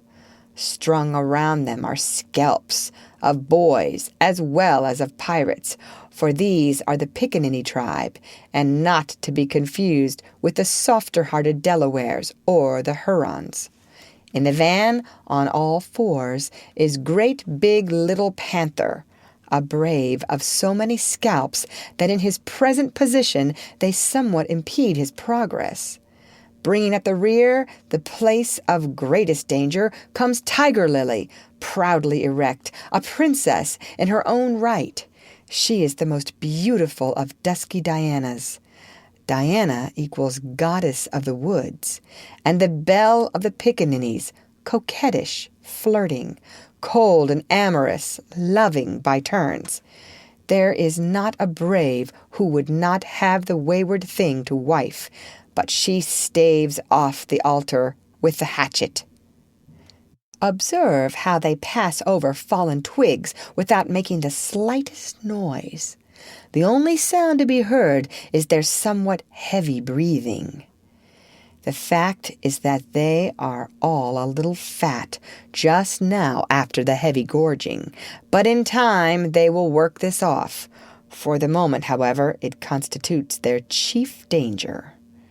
The redskins disappear as they have come like shadows, and soon their place is taken by the beasts, a great and motley procession, lions, tigers, bears, and the innumerable smaller savage things that flee from them, for every kind of beast, and more particularly all the man-eaters, live cheek by jowl on the favored island.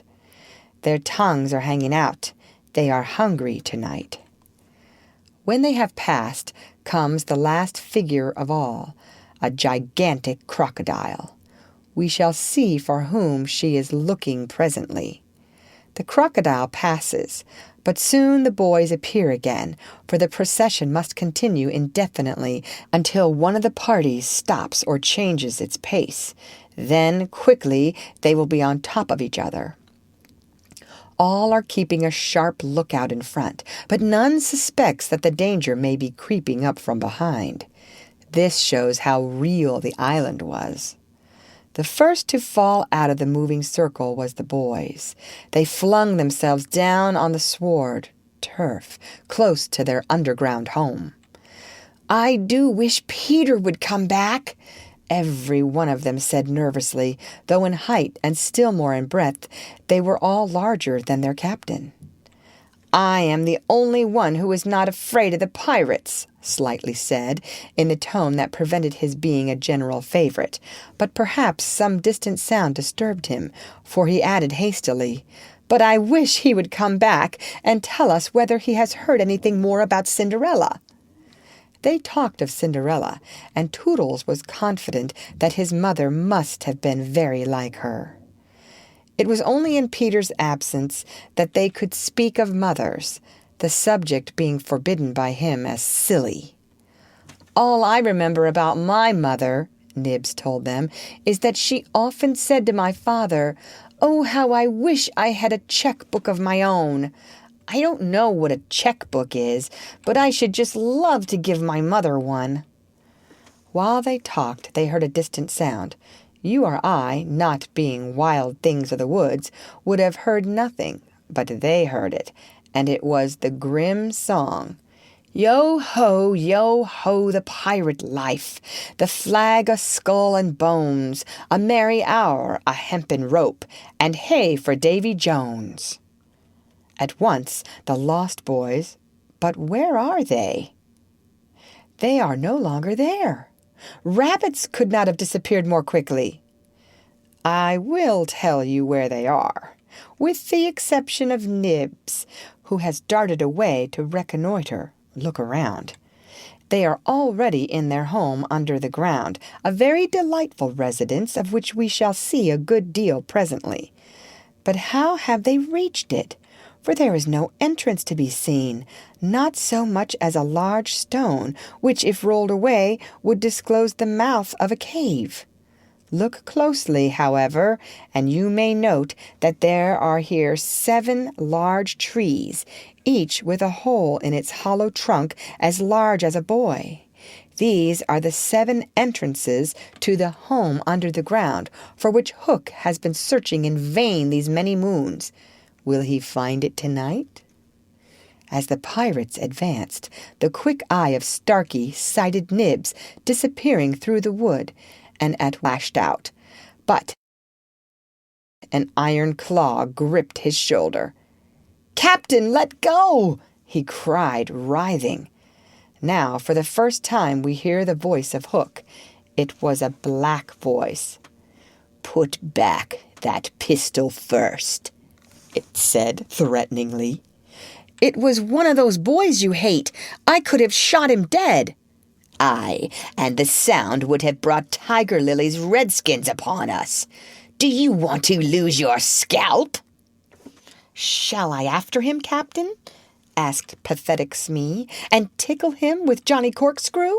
Smee had pleasant names for everything, and his cutlass was Johnny Corkscrew, because he wiggled it in the wound. One could mention many lovable traits in Smee. For instance, after killing, it was his spectacles he wiped instead of his weapon. "Johnny's a silent fellow," he reminded Hook. "Not now, Smee," Hook said darkly. "He is only one, and I want to mischief all the 7. Scatter and look for them." The pirates disappeared among the trees, and in a moment their captain and Smee were alone. Hook heaved a heavy sigh, and I know not why it was. Perhaps it was because of the soft beauty of the evening, but there came over him a desire to confide to his faithful boatswain the story of his life. He spoke long and earnestly, but what it was all about, Smee, who was rather stupid, did not know in the least. Anon, later, he caught the word Peter. "Most of all," Hook was saying passionately, "I want their captain, Peter Pan. 'Twas he cut off my arm." He brandished the hook threateningly. "I've waited long to shake his hand with this, or I'll tear him." "And yet," said Smee, "I have often heard you say that Hook was worth a score of hands for combing the hair and other homely uses." "Aye," the captain answered.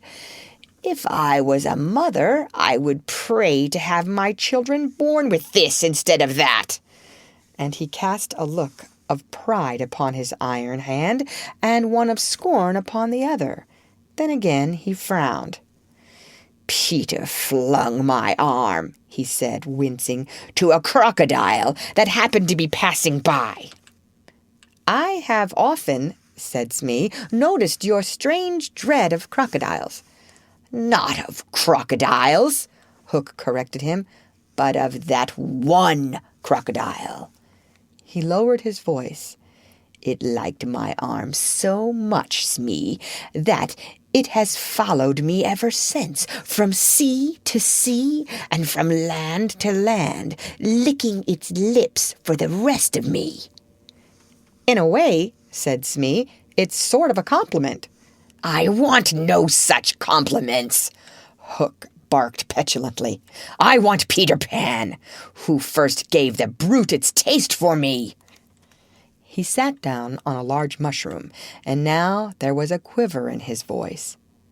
"Smee," he said huskily, "that crocodile would have had me before this, but by a lucky chance it swallowed a clock which goes tick-tick inside it, and so before it can reach me I hear the tick and bolt." He laughed, but in a hollow way. "Some day," said Smee, "the clock will run down, and then he'll get you."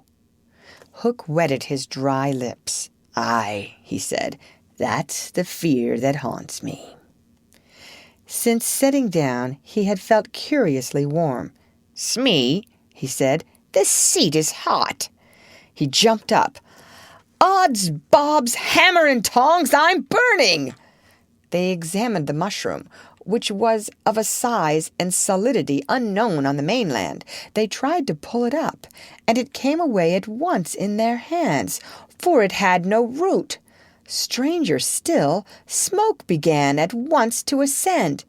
The pirates looked at each other. "A chimney!" they both exclaimed. They had indeed discovered the chimney of the home under the ground. It was the custom of the boys to stop it with a mushroom when enemies were in the neighborhood. Not only smoke came out of it, there came also children's voices, for so safe did the boys feel in their hiding place that they were gaily chattering. The pirates listened grimly, and then replaced the mushroom. They looked around them and noted the holes in the 7 trees. "Did you hear them say Peter Pan's from home?" Smee whispered, fidgeting with Johnny Corkscrew. Hook nodded. He stood for a long time lost in thought, and at last a curdling smile lit up his swarthy face. Smee had been waiting for it. "Unrip your plan, Captain," he cried eagerly. "To return to the ship," Hook replied slowly through his teeth, "and cook a large, rich cake of a jolly thickness with green sugar on it. There can be but one room below, for there is but one chimney. The silly moles had not the sense to see that they did not need a door piece. That shows they have no mother. We will leave the cake on the shore of the mermaids' lagoon. These boys are always swimming about there, playing with the mermaids. They will find the cake, and they will gobble it up, because, having no mother, they don't know how dangerous 'tis to eat rich, damp cake." He burst into laughter, not hollow laughter now, but honest laughter. "Ah, they will die!" Smee had listened with growing admiration. "It's the wickedest, prettiest policy ever I heard of," he cried, and in their exultation they danced and sang. "Avast belay when I appear, by fear they're overtook. Naught's left upon your bones when you have shaken claws with Hook." They began the verse, but they never finished it, for another sound broke in and stilled them. There was at first such a tiny sound that a leaf might have fallen on it and smothered it, but as it came nearer it was more distinct. Tick, tick, tick, tick. Hook stood shuddering, 1 foot in the air. "The crocodile!" he gasped, and bounded away, followed by his bo'sun. It was indeed the crocodile. It had passed the redskins, who were now on the trail of the other pirates. It oozed on after Hook. Once more the boys emerged into the open. But the dangers of the night were not yet over, for presently Nibs rushed breathless into their midst, pursued by a pack of wolves. The tongues of the pursuers were hanging out. The baying of them was horrible. "Save me! Save me!" cried Nibs, falling on the ground. "But what can we do? What can we do?" It was a high compliment to Peter that at that dire moment their thoughts turned to him. "What would Peter do?" they cried simultaneously.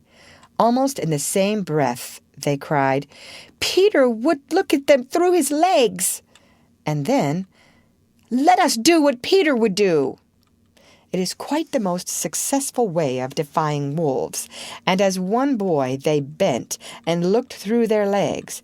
The next moment is the long one, but victory came quickly, for as the boys advanced upon them in the terrible attitude, the wolves dropped their tails and fled. Now Nibs rose from the ground, and the others thought that his staring eyes still saw the wolves, but it was not wolves he saw. "I have seen a wonderfuler thing," he cried, as they gathered round him eagerly. "A great white bird. It is flying this way." "What kind of a bird do you think?" "I don't know," Nib said, awestruck, "but it looks so weary, and as it flies, it moans, 'Poor Wendy!'" "Poor Wendy?" "I remember," said Slightly instantly. "There are birds called Wendies." "See, it comes!" cried Curly, pointing to Wendy in the heavens. Wendy was now almost overhead, and they could hear her plaintive cry, but more distinct came the shrill voice of Tinker Bell. The jealous fairy had now cast off all disguise of friendship and was darting at her victim from every direction, pinching savagely each time she touched. "Hello, Tink!" cried the wondering boys. Tink's reply rang out, "Peter wants you to shoot the Wendy." It was not in their nature to question when Peter ordered. "Let us do what Peter wishes!" cried the simple boys. "Quick, bows and arrows!" All but Toodles popped down their trees. He had a bow and arrow with him, and Tink noted it and rubbed her little hands. "Quick, Toodles, quick!" she screamed. "Peter will be so pleased." Toodles excitedly fitted the arrow to his bow. "Out of the way, Tink!" he shouted, and then he fired, and Wendy fluttered to the ground with an arrow in her breast. Chapter 6. The Little House. Foolish Toodles was standing like a conqueror over Wendy's body when the other boys sprang, armed, from their trees. "You are too late!" he cried proudly. "I have shot the Wendy. Peter will be so pleased with me." Overhead, Tinker Bell shouted, "Silly ass!" and darted into hiding. The others did not hear her. They had crowded round Wendy, and as they looked, a terrible silence fell upon the wood. If Wendy's heart had been beating, they would all have heard it. Slightly was the first to speak. "This is no bird," he said in a scared voice. "I think this must be a lady." "A lady?" said Toodles, and fell a-trembling. "And we have killed her," Nib said hoarsely. They all whipped off their caps. "Now I see," Curly said. "Peter was bringing her to us." He threw himself sorrowfully on the ground. "A lady to take care of us at last," said one of the twins, "and you have killed her." They were sorry for him, but sorrier for themselves, and when he took a step nearer them, they turned from him. Toodles' face was very white, but there was a dignity about him now that had never been there before. "I did it," he said, reflecting. "When ladies used to come to me in dreams, I said, 'Pretty mother, pretty mother.' But when at last she really came, I shot her." He moved slowly away. "Don't go," they called in pity. "I must," he answered, shaking. "I am so afraid of Peter." It was at this tragic moment that they heard a sound which made the heart of every one of them rise to his mouth. They heard Peter crow. "Peter!" they cried, for it was always thus that he signaled his return.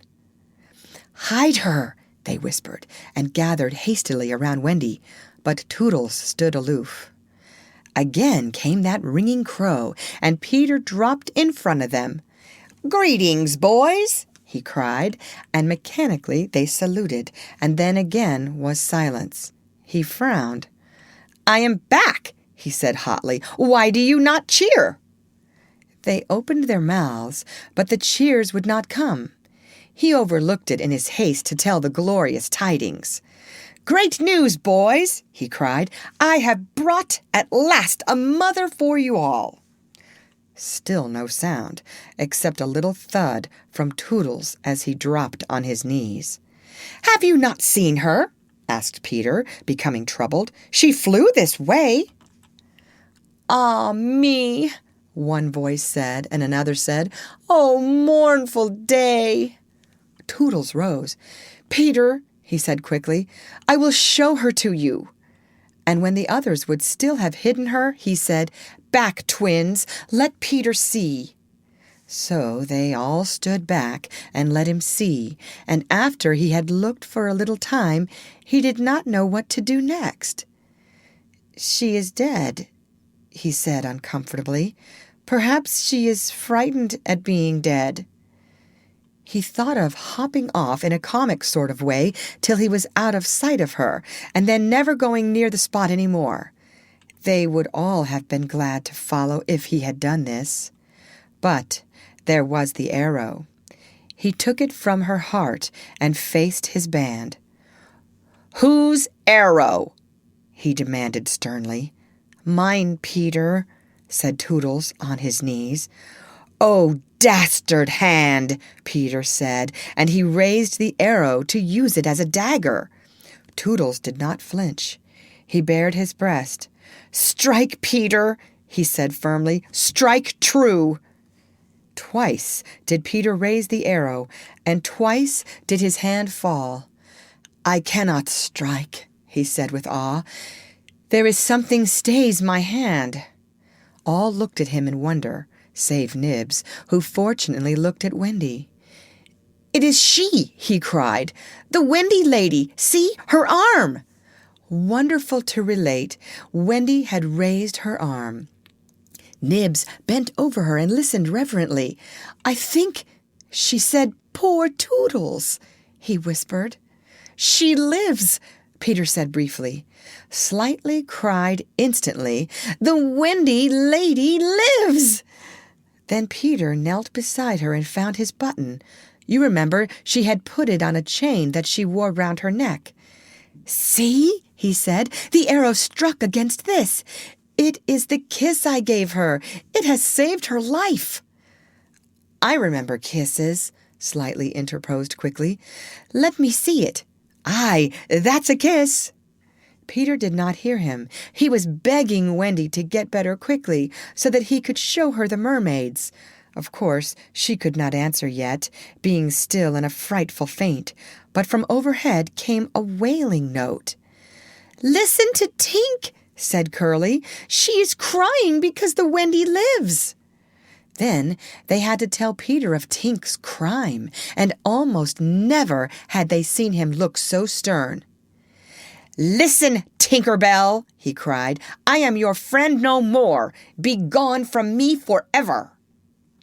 She flew onto his shoulder and pleaded, but he brushed her off.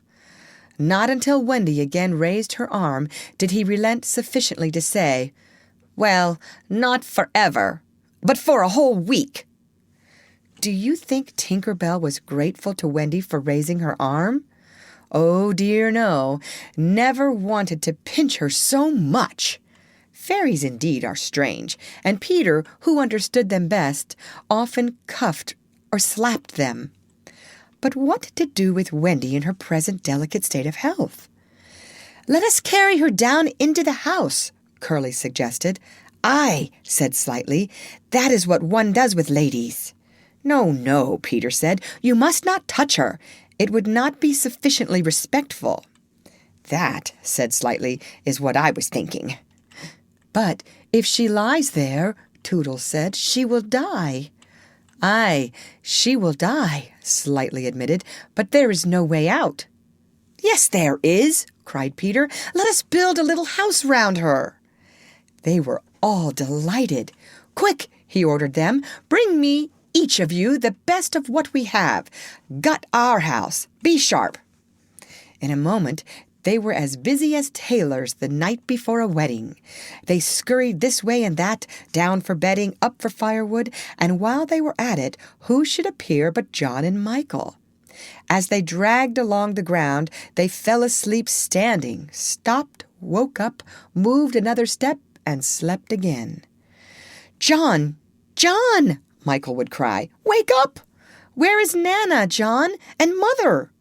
And then John would rub his eyes and mutter, "It is true, we did fly." You may be sure they were very relieved to find Peter. "Hello, Peter," they said. "Hello," replied Peter amicably, though he had quite forgotten them. He was very busy at the moment, measuring Wendy with his feet to see how large a house she would need. Of course, he meant to leave room for chairs and a table. John and Michael watched him. "Is Wendy asleep?" they asked. "Yes." "John," Michael proposed, "let us wake her and get her to make supper for us." But as he said it, some of the other boys rushed on carrying branches for the building of the house. "Look at them!" he cried. "Curly," said Peter, in his most captainy voice, "see that these boys help in the building of the house." "Aye, aye, sir." "Build a house?" exclaimed John. "For the Wendy," said Curly. "For Wendy?" John said aghast. "Why, she is only a girl." "That," explained Curly, "is why we are her servants." "You Wendy's servants?" "Yes," said Peter, "and you also. Away with them." The astounded brothers were dragged away to hack and hew and carry. "Chairs and a fender or fireplace first," Peter ordered. "Then we shall build a house round them." "Aye," said Slightly, "that is how a house is built. It all comes back to me." Peter thought of everything. "Slightly," he cried, "fetch a doctor." "Aye, aye," said Slightly at once, and disappeared scratching his head. But he knew Peter must be obeyed, and he returned in a moment, wearing John's hat and looking solemn. "Please, sir," said Peter, going to him, "are you a doctor?" The difference between him and the other boys at such a time was that they knew it was make-believe, while to him make-believe and true were exactly the same thing.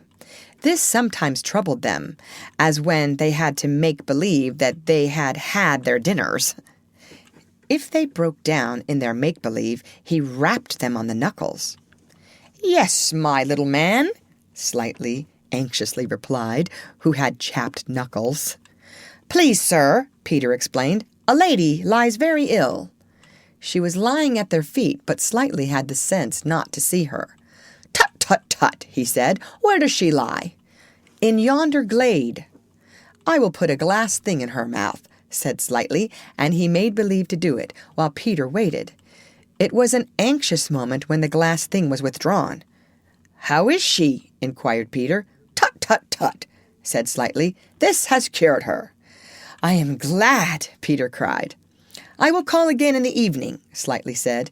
"Give her beef tea out of a cup with a spout to it." But after he had returned the hat to John, he blew big breaths, which was his habit on escaping from a difficulty. In the meantime, the wood had been alive with the sound of axes. Almost everything needed for a cozy dwelling already lay at Wendy's feet. "If only we knew," said one, "the kind of house she likes best." "Peter," shouted another, "she is moving in her sleep."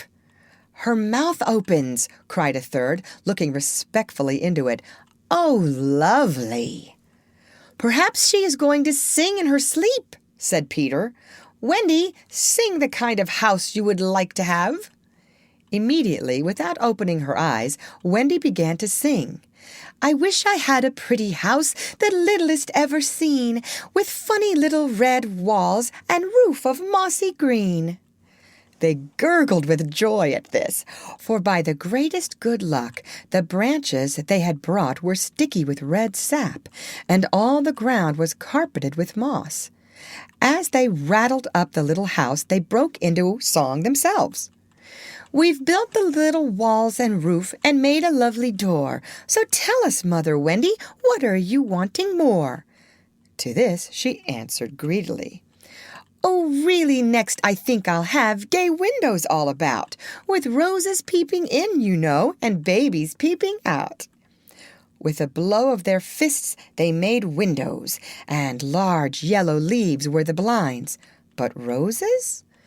"Roses!" cried Peter sternly. Quickly they made believe to grow the loveliest roses up the walls.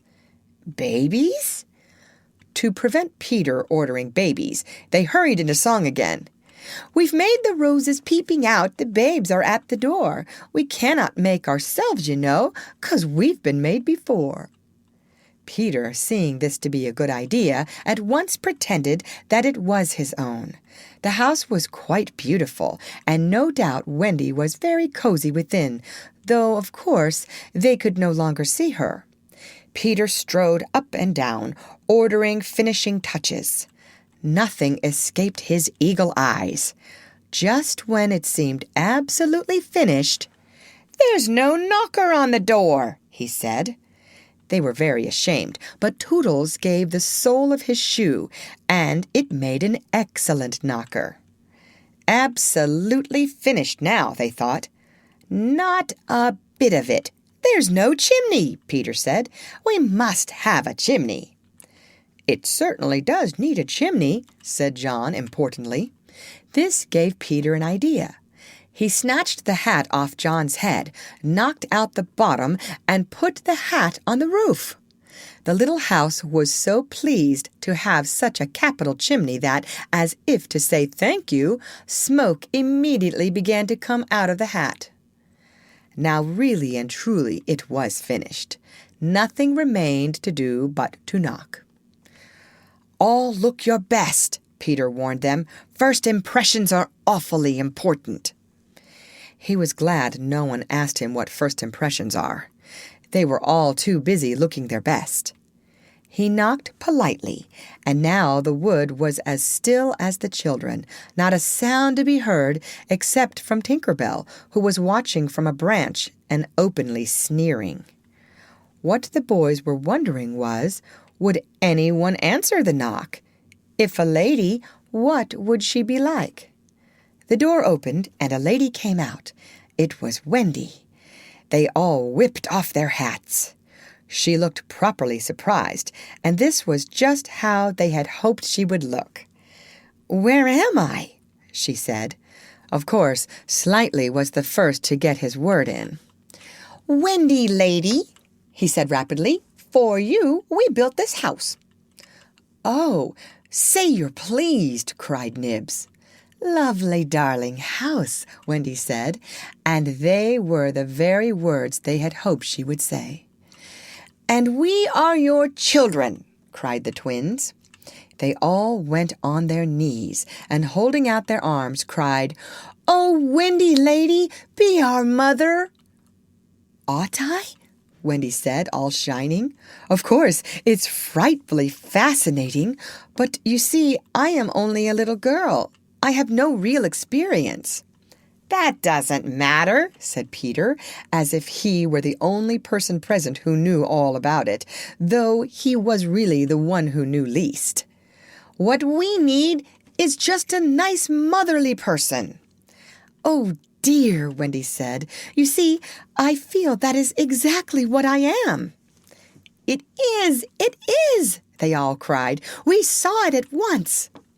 "Very well," she said. "I will do my best. Come inside at once, you naughty children. I am sure your feet are damp. And before I put you to bed, I have just time to finish the story of Cinderella." In they went. I don't know how there was room for them, but you can squeeze very tight in the Neverland.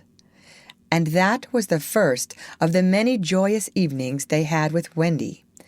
By and by she tucked them up in the great bed in the home under the trees, but she herself slept that night in the little house, and Peter kept watch outside with drawn sword, for the pirates could be heard carousing far away, and the wolves were on the prowl. The little house looked so cozy and safe in the darkness, with a bright light showing through its blinds, and the chimney smoking beautifully, and Peter standing on guard. After a time he fell asleep, and some unsteady fairies had to climb over him on their way home from an orgy.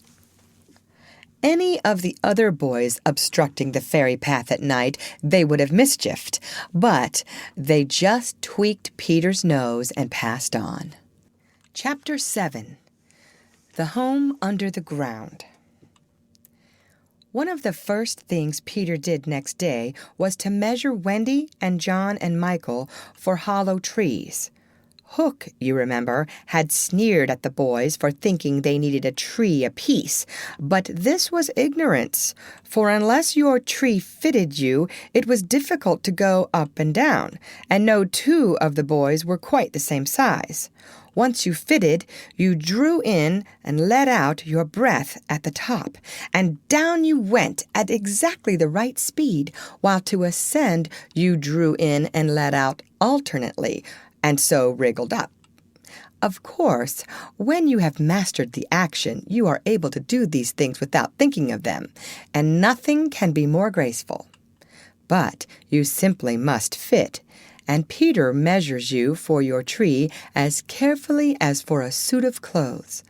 The only difference being that the clothes are made to fit you, while you have to be made to fit the tree. Usually, it is done quite easily, as by your wearing too many garments or too few. But if you are bumpy in awkward places, or the only available tree is an odd shape, Peter does some things to you, and after that you fit. Once you fit, great care must be taken to go on fitting, and this, as Wendy was to discover to her delight, keeps a whole family in perfect condition. Wendy and Michael fitted their trees at the first try, but John had to be altered a little. After a few days' practice, they could go up and down as gaily as buckets in a well. And how ardently they grew to love their home under the ground, especially Wendy. It consisted of one large room, as all houses should do, with a floor in which you could dig for worms if you wanted to go fishing. And in this floor grew stout mushrooms of a charming color, which were used as stools. A never tree tried hard to grow in the center of the room, but every morning they sawed the trunk through, level with the floor. By tea time, it was always about 2 feet high, and then they put a door on top of it, the whole thus becoming a table. As soon as they cleared away, they sawed off the trunk again, and thus there was more room to play. There was an enormous fireplace which was in almost any part of the room where you cared to light it, and across this Wendy stretched strings made of fiber from which she suspended her washing.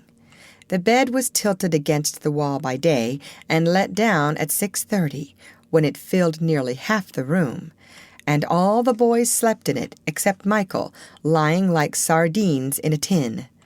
There was a strict rule against turning round until one gave the signal, when all turned at once. Michael should have used it also, but Wendy would have desired a baby, and he was the littlest, and you know what women are, and the short and long of it is that he was hung up in a basket.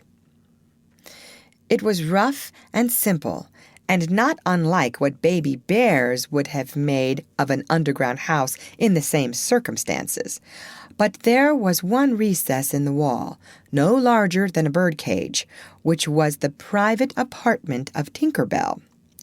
It could be shut off from the rest of the house by a tiny curtain, which Tink, who was most fastidious, particular, always kept drawn when dressing or undressing. No woman, however large, could have had a more exquisite boudoir or dressing-room and bedchamber combined.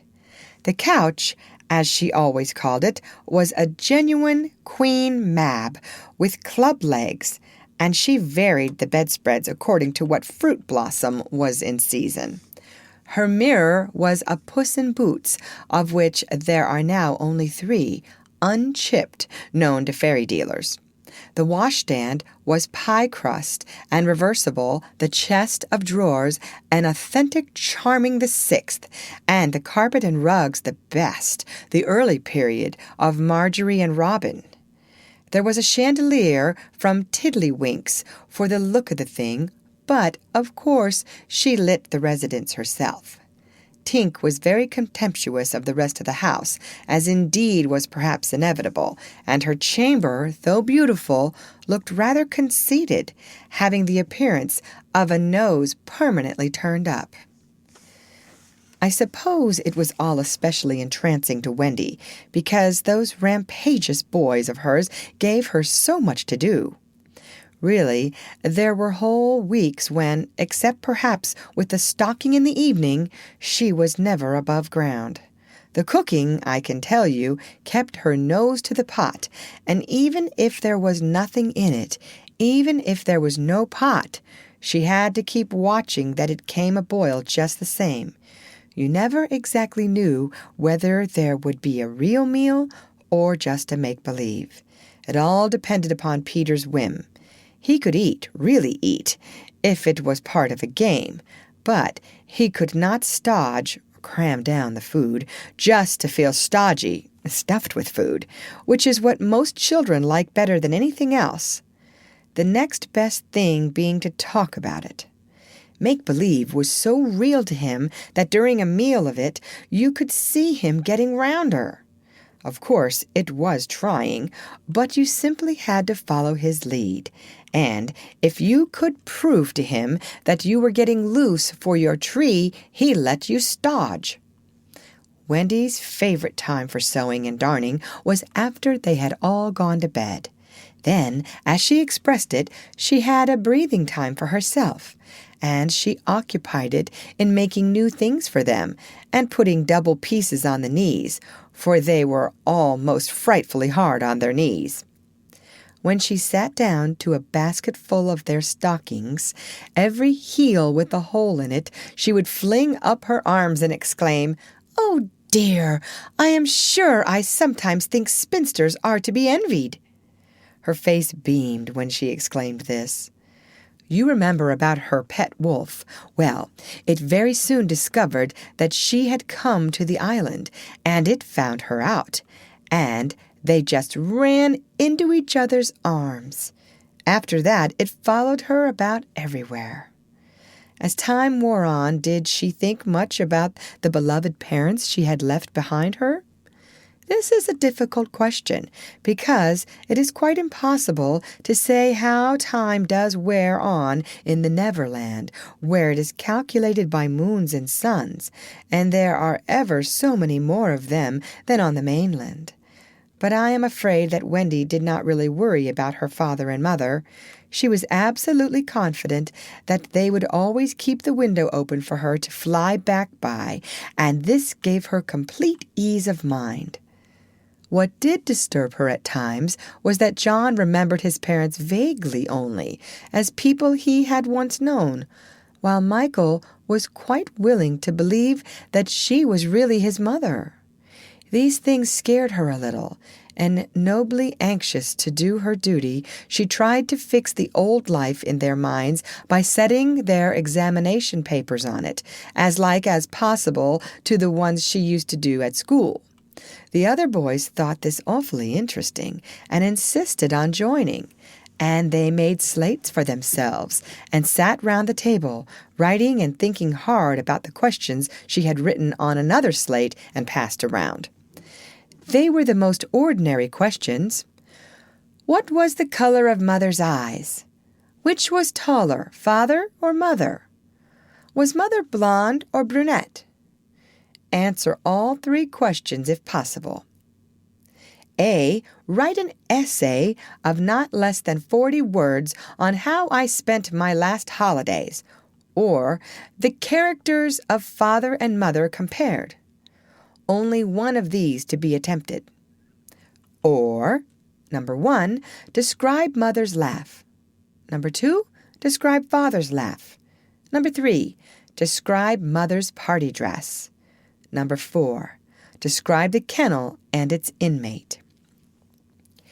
They were just everyday questions like these, and when you could not answer them, you were told to make a cross, and it was really dreadful what a number of crosses even John made.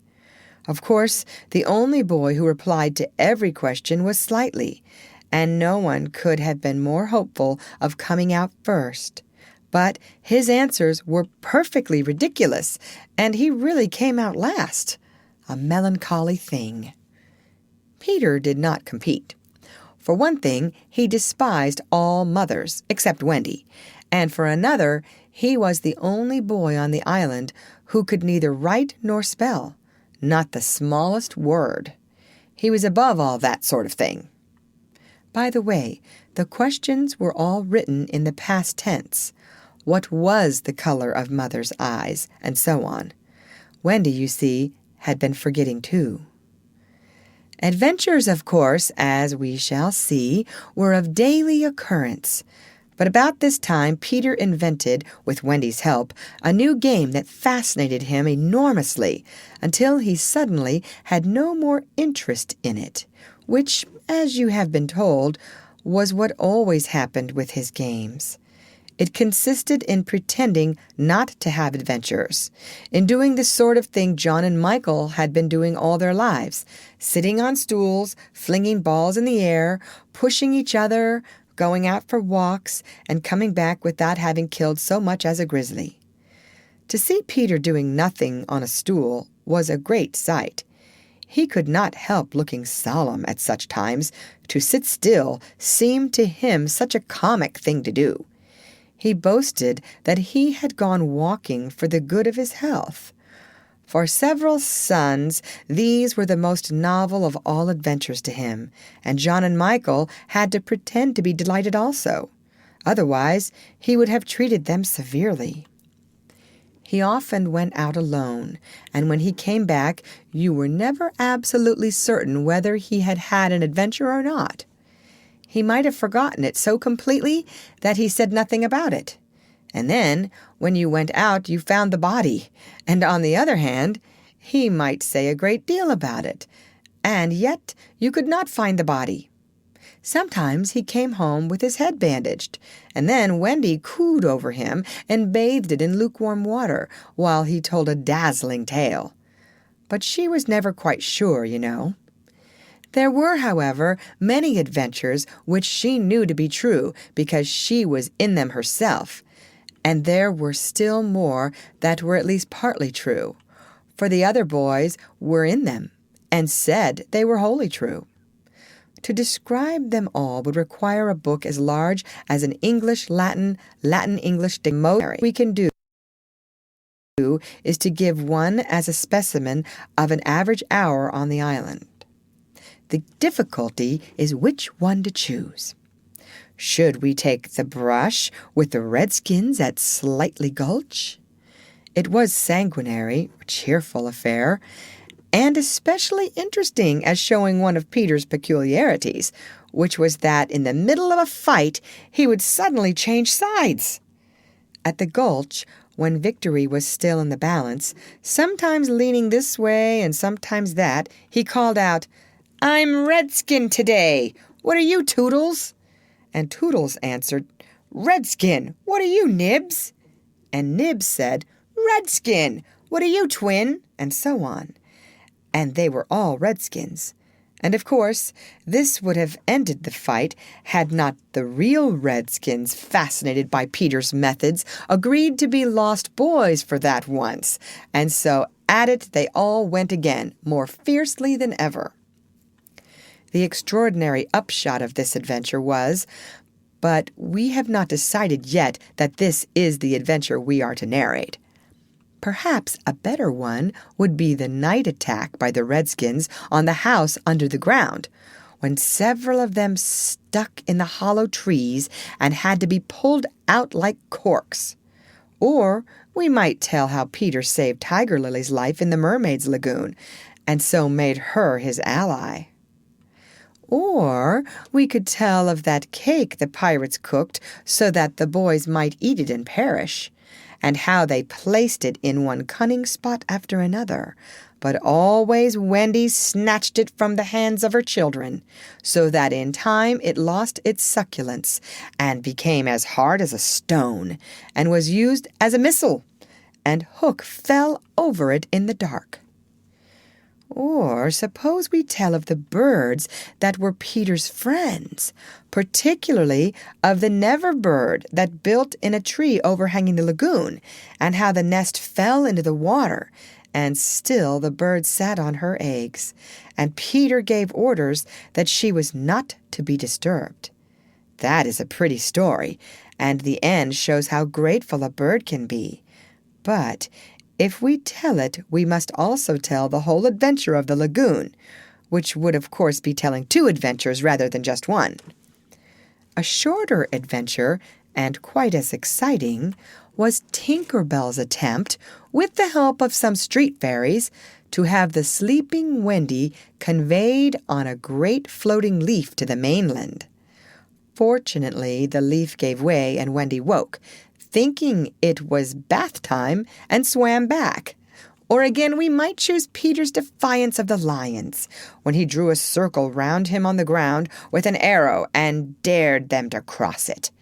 And though he waited for hours, with the other boys and Wendy looking on breathlessly from trees, not one of them dared to accept his challenge. Which of these adventures shall we choose? The best way will be to toss for it. I have tossed, and the lagoon has won. This almost makes one wish that the gulch or the cake or Tink's leaf had won. Of course, I could do it again, and make it best out of 3. However, perhaps fairest to stick to the lagoon. Chapter 8. The Mermaid's Lagoon. If you shut your eyes and are a lucky one, you may see at times a shapeless pool of lovely pale colors suspended in the darkness. Then, if you squeeze your eyes tighter, the pool begins to take shape, and the colors become so vivid that with another squeeze they must go on fire. But just before they go on fire, you see the lagoon. This is the nearest you ever get to it on the mainland. Just one heavenly moment. If there could be 2 moments, you might see the surf and hear the mermaids singing. The children often spent long summer days on this lagoon, swimming or floating most of the time, playing the mermaid games in the water, and so forth. You must not think from this that the mermaids were on friendly terms with them. On the contrary, it was among Wendy's lasting regrets that all the time she was on the island she never had a civil word from one of them. When she stole softly to the edge of the lagoon, she might see them by the score, especially on Marooner's Rock, where they loved to bask, combing out their hair in a lazy way that quite irritated her. Or she might even swim, on tiptoe as it were, to within a yard of them. But then they saw her and dived, probably splashing her with their tails, not by accident but intentionally. They treated all the boys in the same way, except, of course, Peter, who chatted with them on Marooner's Rock by the hour and sat on their tails when they got cheeky. He gave Wendy one of their combs. The most haunting time at which to see them is at the turn of the moon, when they utter strange wailing cries. But the lagoon is dangerous for mortals then, and until the evening of which we have now to tell, Wendy had never seen the lagoon by moonlight, less from fear, for of course Peter would have accompanied her, than because she had strict rules about everyone being in bed by 7. She was often at the lagoon, however, on sunny days after rain, when the mermaids come up in extraordinary numbers to play with their bubbles. The bubbles of many colors made in rainbow water they treat as balls, hitting them gaily from one to another with their tails, and trying to keep them in the rainbow till they burst. The goals are at each end of the rainbow, and the keepers only are allowed to use their hands. Sometimes a dozen of these games will be going on in the lagoon at a time, and it is quite a pretty sight. But the moment the children tried to join in, they had to play by themselves, for the mermaids immediately disappeared. Nevertheless, we have proof that they secretly watched the interlopers, and were not above taking an idea from them, for John introduced a new way of hitting the bubble, with the head instead of the hand, and the mermaids adopted it. This is the one mark that John has left on the Neverland. It must also have been rather pretty to see the children resting on a rock for half an hour after their midday meal. Wendy insisted on their doing this, and it had to be a real rest, even though the meal was make-believe. So they lay there in the sun, and their bodies glistened in it, while she sat beside them and looked important. It was one such day, and they were all on Marooner's Rock.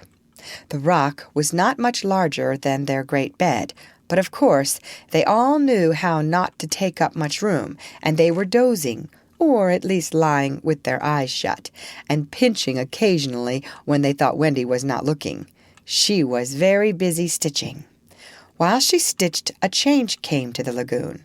Little shivers ran over it, and the sun went away, and shadows stole across the water, turning it cold.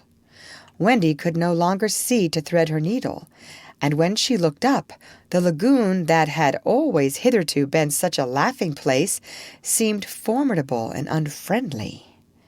It was not, she knew, that night had come, but something as dark as night had come. No, worse than that.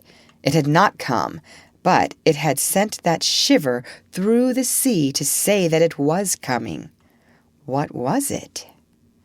There crowded upon her all the stories she had been told of Marooner's Rock, so called because evil captains put sailors on it and leave them there to drown. They drown when the tide rises, for then it is submerged. Of course, she should have roused the children at once, not merely because of the unknown that was stalking toward them, but because it was no longer good for them to sleep on a rock grown chilly. But she was a young mother, and she did not know this. She thought you simply must stick to your rule about half an hour after the midday meal. So, though fear was upon her, and she longed to hear male voices, she would not waken them. Even when she heard the sound of muffled oars, though her heart was in her mouth, she did not waken them. She stood over them to let them have their sleep out. Was it not brave of Wendy? It was well for those boys, then, that there was one among them who could sniff danger even in his sleep. Peter sprang erect, as wide awake at once as a dog, and with one warning cry he roused the others. He stood motionless, one hand to his ear. "Pirates!" he cried. The others came closer to him. A strange smile was playing about his face, and Wendy saw it and shuddered. While that smile was on his face, no one dared address him. All they could do was to stand ready to obey. The order came sharp and incisive. "Dive!" There was a gleam of legs, and instantly the lagoon seemed deserted. Marooner's Rock stood alone in the forbidding waters, as if it were itself marooned. The boat drew nearer. It was the pirate dinghy, with 3 figures in her, Smee and Starkey, and the third a captive, no other than Tiger Lily. Her hands and ankles were tied, and she knew what was to be her fate. She was to be left on the rock to perish, an end to one of her race more terrible than death by fire or torture. For it is not written in the book of the tribe that there is no path through water to the happy hunting ground. Yet her face was impassive. She was the daughter of a chief. She must die as a chief's daughter. It is enough. They had caught her boarding the pirate ship with a knife in her mouth. No watch was kept on the ship, it being Hook's boast that the wind of his name guarded the ship for a mile around. Now her fate would help to guard it also. One more whale would go the round in that wind by night. In the gloom that they brought with them, the 2 pirates did not see the rock till they crashed into it. "Luff, you lubber!" cried an Irish voice that was Smee's. "Here's the rock. Now then, what we have to do is to hoist the redskin onto it and leave her here to drown." It was the work of one brutal moment to land the beautiful girl on the rock. She was too proud to offer a vain resistance. Quite near the rock, but out of sight, 2 heads were bobbing up and down, Peter's and Wendy's. Wendy was crying, for it was the first tragedy she had seen. Peter had seen many tragedies, but he had forgotten them all. He was less sorry than Wendy for Tiger Lily. It was 2 against 1 that angered him, and he meant to save her. An easy way would have been to wait until the pirates had gone, but he was never one to choose the easy way. There was almost nothing he could not do, and he now imitated the voice of Hook. "Ahoy there, you lubbers!" he called. It was a marvelous imitation. "The captain!" said the pirates, staring at each other in surprise. "He must be swimming out to us," Starkey said, when they had looked for him in vain. "We are putting the redskin on the rock," Smee called out. "Set her free," came the astonishing answer. "Free?" "Yes, cut her bonds and let her go." "But, Captain—" "At once, d'ye hear?" cried Peter, "or I'll plunge my hook in you." "This is queer," Smee gasped. "Better do what the captain orders," said Starkey nervously. "Aye, aye," Smee said, and he cut Tiger Lily's cords. At once, like an eel, she slid between Starkey's legs into the water. Of course, Wendy was very elated over Peter's cleverness, but she knew that he would be elated also and very likely crow and thus betray himself, so at once her hand went out to cover his mouth. But it was stayed even in the act, for "Boat ahoy!" rang over the lagoon in Hook's voice, and this time it was not Peter who had spoken. Peter may have been about to crow, but his face puckered in a whistle of surprise instead. "Boat ahoy!" again came the voice. Now Wendy understood. The real Hook was also in the water. He was swimming to the boat, and as his men showed a light to guide him, he had soon reached them. In the light of the lantern, Wendy saw his hook grip the boat's side. She saw his evil, swarthy face as he rose dripping from the water, and quaking, she would have liked to swim away, but Peter would not budge. He was tingling with life and also top-heavy with conceit. "Am I not a wonder? Oh, I am a wonder," he whispered to her, and though she thought so also, she was really glad for the sake of his reputation that no one heard him except herself. He signed to her to listen. The 2 pirates were very curious to know what had brought their captain to them, but he sat with his head on his hook in a position of profound melancholy. "Captain, is all well?" they asked timidly, but he answered with a hollow moan. "He sighs," said Smee. "He sighs again," said Starkey. "And yet a 3rd time he sighs," said Smee. Then at last he spoke passionately. "The game's up," he cried. "Those boys have found a mother." Affrighted though she was, Wendy swelled with pride. "Oh, evil day!" cried Starkey. "What's a mother?" asked the ignorant Smee. Wendy was so shocked that she exclaimed, "He doesn't know!" And always after this she felt that if you could have a pet pirate, Smee would be her one. Peter pulled her beneath the water, for Hook had started up, crying, "What was that?" "I heard nothing," said Starkey, raising the lantern over the waters, and as the pirates looked, they saw a strange sight. It was the nest I have told you of, floating on the lagoon, and the Never-bird was sitting on it. "See," said Hook in answer to Smee's question, "that is a mother. What a lesson! The nest must have fallen into the water, but would the mother desert her eggs? No." There was a break in his voice, as if for a moment he recalled innocent days when... But he brushed away this weakness with his hook. Smee, much impressed, gazed at the bird as the nest was borne past. But the more suspicious Starkey said, "If she is a mother, perhaps she is hanging about here to help Peter." Hook winced. "Aye," he said, That is the fear that haunts me." He was roused from this dejection by Smee's eager voice. "Captain," said Smee, "could we not kidnap these boys' mother and make her our mother?" "It is a princely scheme," cried Hook, and at once it took practical shape in his great brain. "We will seize the children and carry them to the boat. The boys we will make walk the plank, and Wendy shall be our mother." Again, Wendy forgot herself. Never! She cried and bobbed. "What was that?" But they could see nothing. They thought it must have been a leaf in the wind. "Do you agree, my bullies?" asked Hook. "There is my hand on it," they both said, "and there is my hook. Swear." They all swore.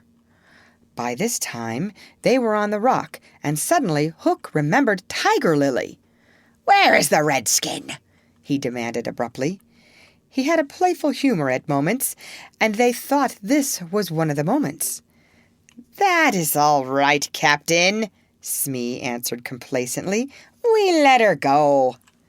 "Let her go!" cried Hook. "'Twas your own orders," the boatswain faltered. "You called over the water to us to let her go," said Starkey. "Brimstone and gall!" thundered Hook. "What cousining, cheating thing is going on here?" His face had gone black with rage, but he saw that they believed their words, and he was startled. "Lads," he said, shaking a little, "I gave no such order." "It is passing queer," Smee said, and they all fidgeted uncomfortably. Hook raised his voice, but there was a quiver in it. "Spirit that haunts this dark lagoon tonight," he cried, "dost hear me?"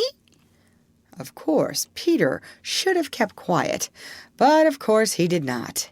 He immediately answered in Hook's voice. "Odds bobs, hammer and tongs, I hear you."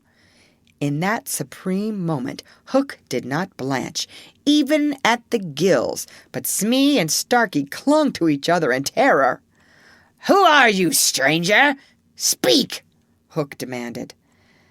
"I am James Hook," replied the voice, "captain of the Jolly Roger." "You are not! You are not!" Hook cried hoarsely. "Brimstone and gall," the voice retorted. "Say that again, and I'll cast anchor in you." Hook tried a more ingratiating manner. "If you are Hook," he said almost humbly, "come tell me, who am I?" "A codfish," replied the voice. "Only a codfish." "A codfish?" Hook echoed blankly, and it was then, but not till then, that his proud spirit broke. He saw his men draw back from him. "Have we been captained all this time by a codfish?" they muttered. "It is lowering to our pride." They were his dogs snapping at him, but tragic figure though he had become, he scarcely heeded them. Against such fearful evidence, it was not their belief in him that he needed, it was his own. He felt his ego slipping from him. "Don't desert me, bully," he whispered hoarsely to it. In his dark nature there was a touch of the feminine, as in all the great pirates, and it sometimes gave him intuitions. Suddenly he tried the guessing game. "Hook," he called, "have you another voice?" Now Peter could never resist a game, and he answered blithely in his own voice, "I have." "And another name?" "Aye, aye." "Vegetable?" asked Hook. "No." "Mineral?" "Nope." "Animal?" "Yes." "Man?" "Nope." This answer rang out scornfully. "Boy?" "Yes." "Ordinary boy?" "No." "Wonderful boy?" To Wendy's pain, the answer that rang out this time was "Yes." "Are you in England?" "No." are you here?" Yes! Hook was completely puzzled. "You ask him some questions," he said to the others, wiping his damp brow. Smee reflected. "I can't think of a thing," he said regretfully. Can't guess, crowed Peter. "Do you give it up?" Of course, in his pride, he was carrying the game too far, and the miscreants, or villains, saw their chance. Yes, they answered eagerly. "Well then," he cried, "I am Peter Pan." Pan! In a moment, Hook was himself again, and Smee and Starkey were his faithful henchmen. "Now we have him!" Hook shouted. "Into the water, Smee! Starkey, mind the boat! Take him dead or alive!" He leaped as he spoke, and simultaneously came the gay voice of Peter. "Are you ready, boys?" "Aye, aye," from various parts of the lagoon. "Then lam into the pirates!" The fight was short and sharp. First to draw blood was John, who gallantly climbed into the boat and held Starkey. There was fierce struggle, in which the cutlass was torn from the pirate's grasp. He wriggled overboard, and John leapt after him. The dinghy drifted away. Here and there a head bobbed up in the water, and there was a flash of steel, followed by a cry or a whoop. In the confusion, some struck at their own side. The corkscrew of Smee got Toodles in the fourth rib, but he was himself nicked, in turn by Curly. Farther from the rock, Starkey was pressing slightly and the twins hard. Where all this time was Peter? He was seeking bigger game. The others were all brave boys, and they must not be blamed for backing from the pirate captain. His iron claw made a circle of dead water round him, from which they fled like affrighted fishes. But there was one who did not fear him. There was one prepared to enter that circle. Strangely, it was not in the water that they met. Hook rose to the rock to breathe, and at the same moment Peter scaled it on the opposite side. The rock was slippery as a ball, and they had to crawl rather than climb. Neither knew that the other was coming. Each feeling for a grip met the other's arm. In surprise, they raised their heads. Their faces were almost touching, so they met. Some of the greatest heroes have confessed that just before they fell to or began combat, they had a sinking feeling in the stomach. Had it been so with Peter at that moment, I would admit it. After all, he was the only man that the sea cook had feared. But Peter had no sinking. He had one feeling only, gladness, and he gnashed his pretty teeth with joy. Quick as thought, he snatched a knife from Hook's belt and was about to drive it home when he saw that he was higher up the rock than his foe. It would not have been fighting fair. He gave the pirate a hand to help him up. It was then that Hook bit him.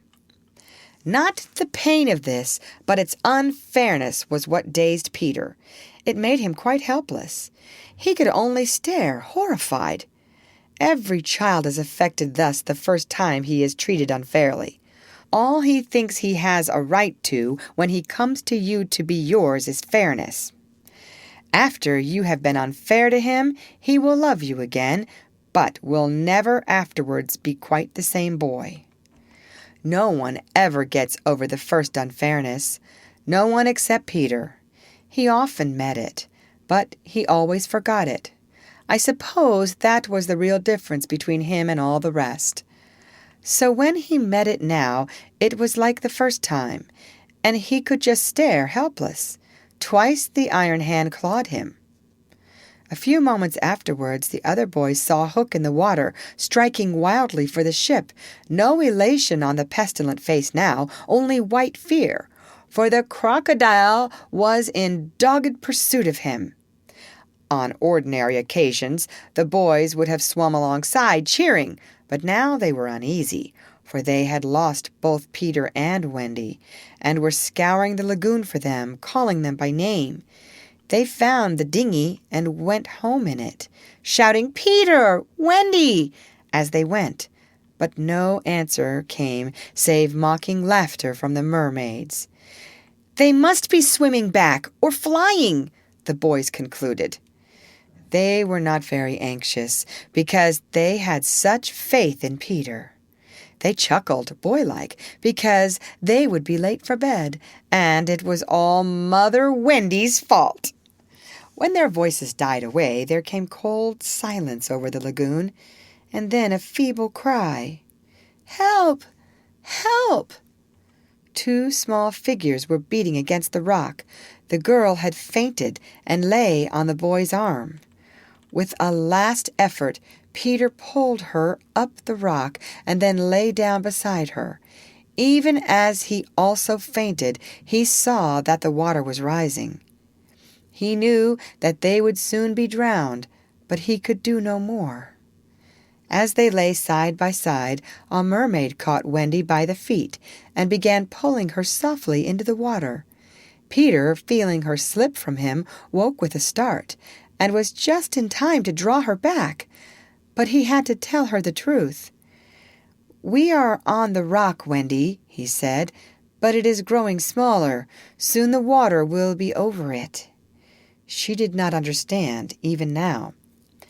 "We must go," she said, almost brightly. "Yes," he answered faintly. "Shall we swim or fly, Peter?" He had to tell her. "Do you think you could swim or fly as far as the island, Wendy, without my help?" She had to admit that she was too tired. He moaned. "What is it?" she asked, anxious about him at once. "I can't help you, Wendy. Hook wounded me. I can neither fly nor swim." "Do you mean we shall both be drowned? Look how the water is rising." They put their hands over their eyes to shut out the sight. They thought they would soon be no more.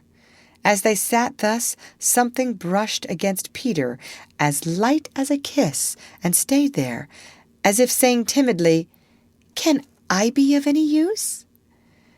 It was the tail of a kite, which Michael had made some days before. It had torn itself out of his hand and floated away.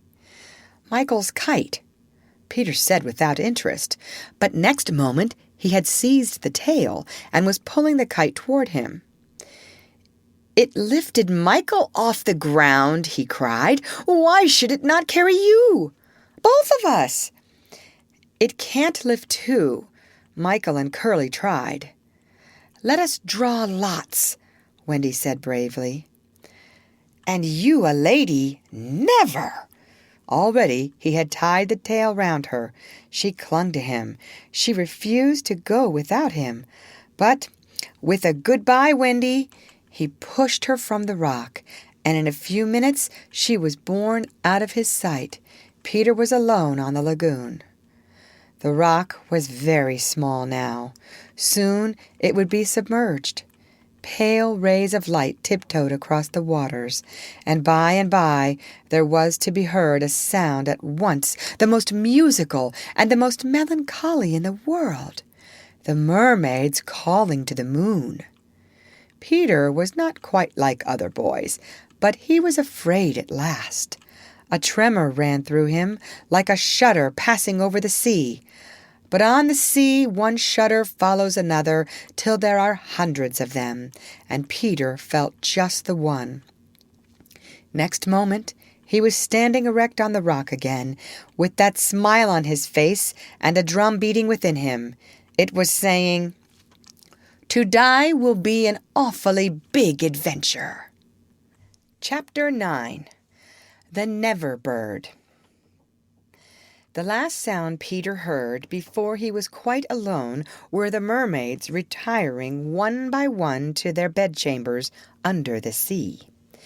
He was too far away to hear their doors shut, but every door in the coral caves where they live rings a tiny bell when it opens or closes, as in all the nicest houses on the mainland, and he heard the bells. Steadily the waters rose till they were nibbling at his feet, and to pass the time until they made their final gulp, he watched the only thing on the lagoon. He thought it was a piece of floating paper, perhaps part of the kite, and wondered idly how long it would take to drift ashore. Presently he noticed as an odd thing that it was undoubtedly out upon the lagoon with some definite purpose, for it was fighting the tide and sometimes winning, and when it won, Peter, always sympathetic to the weaker side, could not help clapping. It was such a gallant piece of paper. It was not really a piece of paper. It was the Never Bird, making desperate efforts to reach Peter on the nest. By working her wings in a way she had learned since the nest fell into the water, she was able to some extent to guide her strange craft, but by the time Peter recognized her, she was very exhausted. She had come to save him, to give him her nest, though there were eggs in it. I rather wonder at the bird, for though he had been nice to her, he had also sometimes tormented her. I can suppose only that, like Mrs. Darling and the rest of them, she was melted because he had all his first teeth. She called out to him what she had come for, and he called out to her what she was doing there. But of course neither of them understood the other's language. In fanciful stories people can talk to the birds freely, and I wish for the moment I could pretend that this were such a story, and say that Peter replied intelligently to the Never Bird. But truth is best, and I want to tell you only what really happened. Well, not only could they not understand each other, but they forgot their manners. "I want you to get into the nest," the bird called, speaking as slowly and distinctly as possible, "and then you can drift ashore. But I am too tired to bring it any nearer, so you must try to swim to it." "What are you quacking about?" Peter answered. "Why don't you let the nest drift as usual?" "I want you," the bird said, and repeated it all over. Then Peter tried slow and distinct. "What are you quacking about?" And so on. The Never Bird became irritated. They have very short tempers. "You dunder-headed little jay," she screamed. "Why don't you do as I tell you?" Peter felt that she was calling him names, and at a venture he retorted hotly, "So are you!" Then, rather curiously, they both snapped out the same remark, "Shut up! Shut up!" Nevertheless, the bird was determined to save him if she could, and by one last mighty effort she propelled the nest against the rock. Then up she flew, deserting her eggs, so as to make her meaning clear. Then at last he understood, and clutched the nest, and waved his thanks to the bird as she fluttered overhead. It was not to receive his thanks, however, that she hung there in the sky. It was not even to watch him get into the nest. It was to see what he did with her eggs. There were 2 large white eggs, and Peter lifted them up and reflected. The bird covered her face with her wings so as not to see the last of them, but she could not help peeping between the feathers. I forget whether I have told you that there was a stave on the rock, driven into it by some buccaneers of long ago to mark the site of buried treasure. The children had discovered the glittering hoard, and when, in a mischievous mood, used to fling showers of moidores, diamonds, pearls, and pieces of 8 to the gulls, who pounced upon them for food and then flew away, raging at the scurvy trick that had been played upon them. The stave was still there, and on it Starkey had hung his hat, a deep tarpaulin, watertight, with a broad brim. Peter put the eggs into this hat and set it on the lagoon. It floated beautifully. The Never Bird saw at once what he was up to, and screamed her admiration of him. And alas, Peter crowed his agreement with her. Then he got into the nest, reared the stave in it as a mast, and hung up his shirt for a sail. At the same moment the bird fluttered down upon the hat and once more sat snugly on her eggs. She drifted in one direction, and he was borne off in another, both cheering. Of course, when Peter landed, he beached his bark, small ship, actually the Never Bird's nest, in this particular case in point, in a place where the bird would easily find it. But the hat was such a great success that she abandoned the nest. It drifted about till it went to pieces, and often Starkey came to the shore of the lagoon, and with many bitter feelings watched the bird sitting on his hat. As we shall not see her again, it may be worth mentioning here that all Never Birds now build in that shape of nest, with a broad brim on which the youngsters take an airing. Great were the rejoicings when Peter reached the home under the ground almost as soon as Wendy, who had been carried hither and thither by the kite. Every boy had adventures to tell, but perhaps the biggest adventure of all was that they were several hours late for bed. This so inflated them that they did various dodgy things to get staying up still longer, such as demanding bandages. But Wendy, though glorying in having them all home again safe and sound, was scandalized by the lateness of the hour and cried, "To bed! To bed!" in a voice that had to be obeyed. Next day, however, she was awfully tender and gave out bandages to everyone, and they played till bedtime at limping about and carrying their arms in slings. Chapter 10. The Happy Home. One important result of the brush with the pirates on the lagoon was that it made the redskins their friends. Peter had saved Tiger Lily from a dreadful fate, and now there was nothing she and her braves would not do for him. All night they sat above, keeping watch over the home under the ground, and awaiting the big attack by the pirates, which obviously could not be much longer delayed. Even by day they hung about, smoking the pipe of peace and looking almost as if they wanted titbits to eat. They called Peter the Great White Father, prostrating themselves, lying down, before him, and he liked this tremendously, so that it was not really good for him. "The Great White Father," he would say to them in a very lordly manner, as they grovelled at his feet, "is glad to see the Pickaninny warriors protecting his wigwam from the pirates."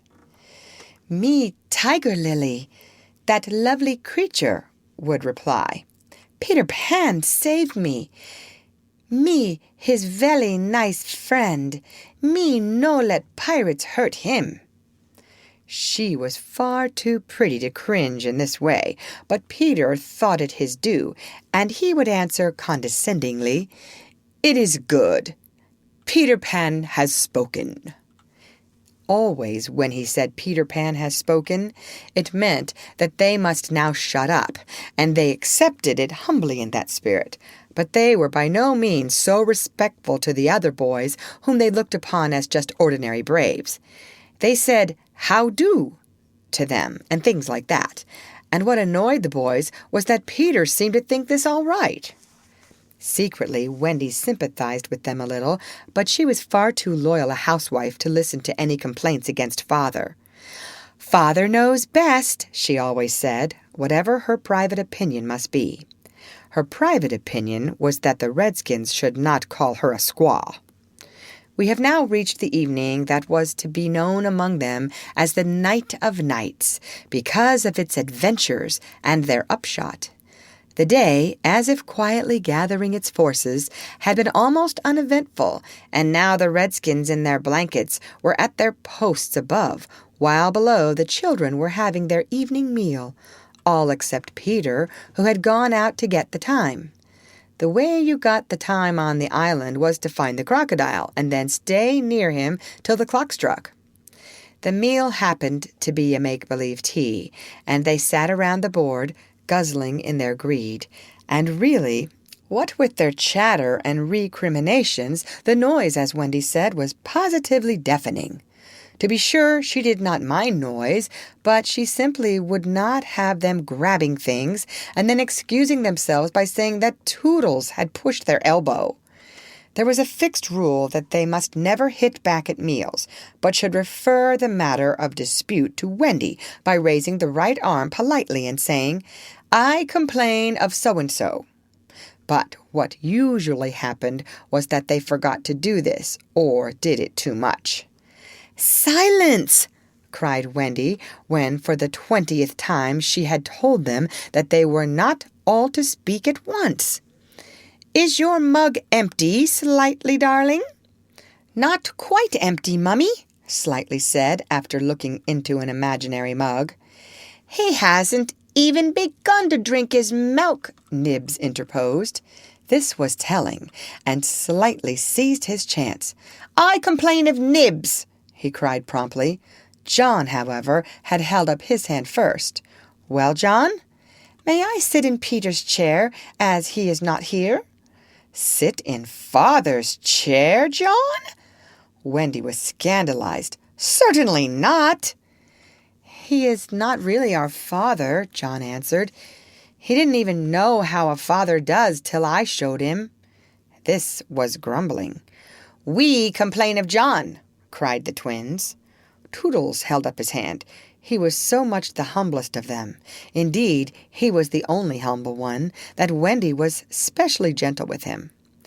"I don't suppose," Toodles said diffidently, bashfully or timidly, "that I could be father." "No, Toodles." Once Toodles began, which was not very often, he had a silly way of going on. "As I can't be father," he said heavily, "I don't suppose, Michael, you would let me be baby?" "No, I won't," Michael rapped out. He was already in his basket.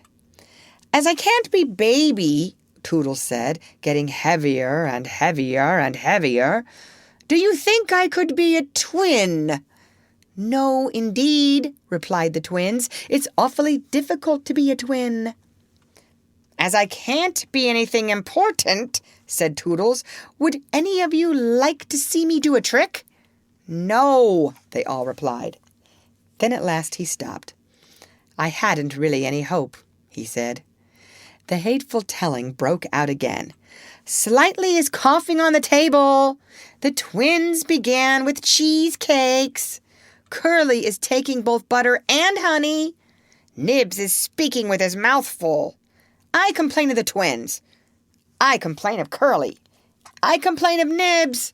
Oh, dear, cried Wendy. "I'm sure I sometimes think that spinsters are to be envied."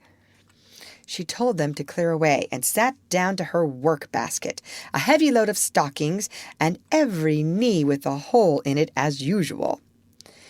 "Wendy," remonstrated or scolded Michael, "I'm too big for a cradle." "I must have somebody in a cradle," she said almost tartly, "and you are the littlest. A cradle is such a nice, homely thing to have about a house." While she sewed, they played around her, such a group of happy faces and dancing limbs lit up by that romantic fire. It had become a very familiar scene, this in the home under the ground, but we are looking on it for the last time. There was a step above, and Wendy, you may be sure, was the first to recognize it. "Children, I hear your father's step. He likes you to meet him at the door." Above, the redskins crouched before Peter. "Watch well, braves, I have spoken." And then, so as often before, the gay children dragged him from his tree, and so often before, but never again. He had brought nuts for the boys, as well as the correct time for Wendy. "Peter, you just spoil them, you know," Wendy simpered, an exaggerated smile. "Ah, old lady," said Peter, hanging up his gun.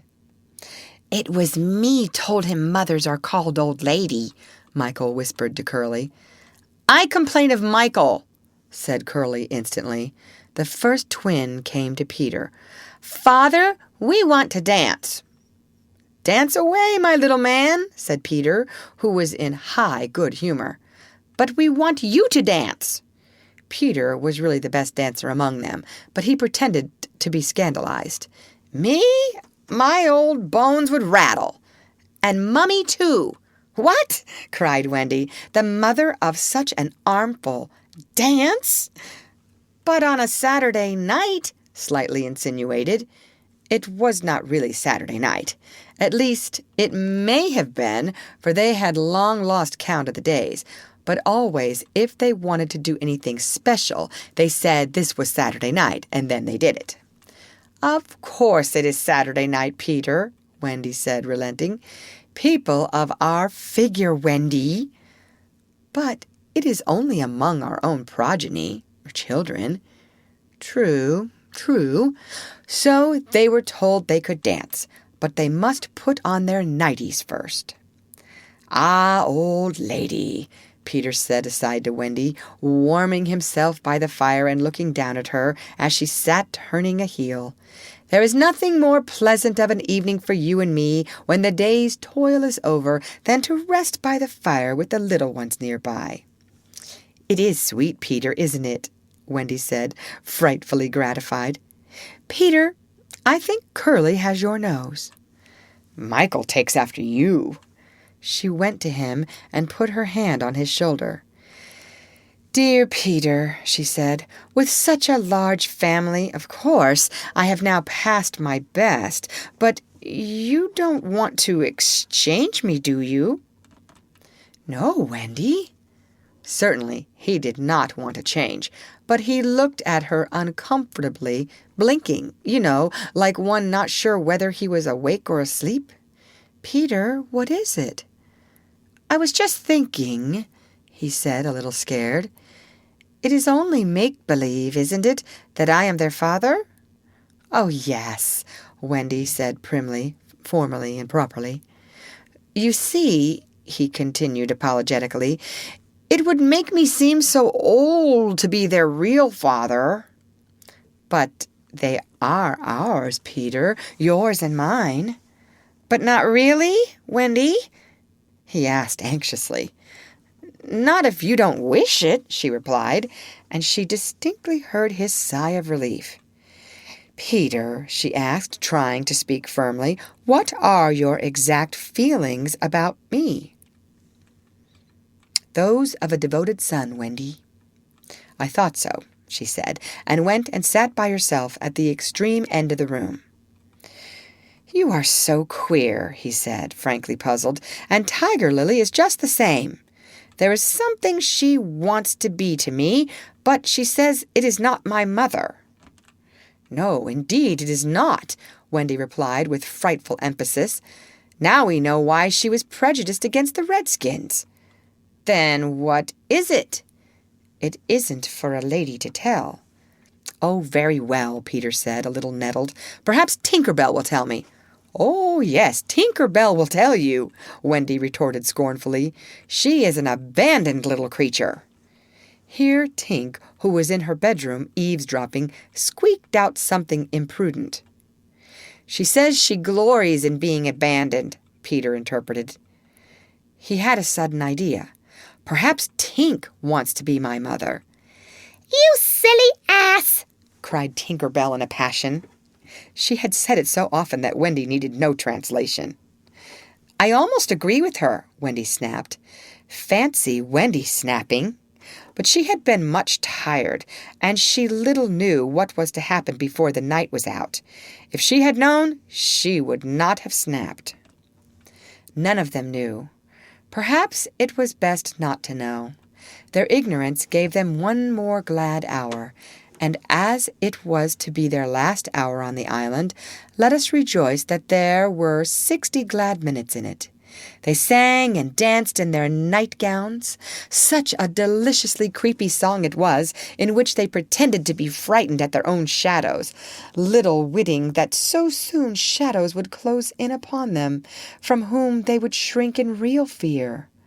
So uproariously gay was the dance, and how they buffeted each other on the bed and out of it.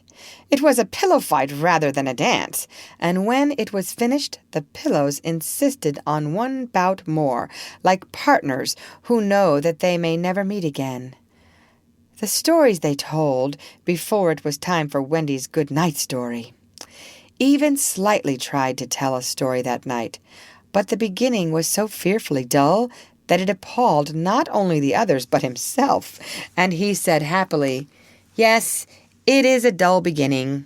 I say, let us pretend that it is the end." And then, at last, they all got into bed for Wendy's story, the story they loved best, the story Peter hated. Usually, when she began to tell this story, he left the room or put his hands over his ears, and possibly, if he had done either of those things this time, they might all still be on the island. But tonight he remained on his stool, and we shall see what happened. Chapter 11. Wendy's Story.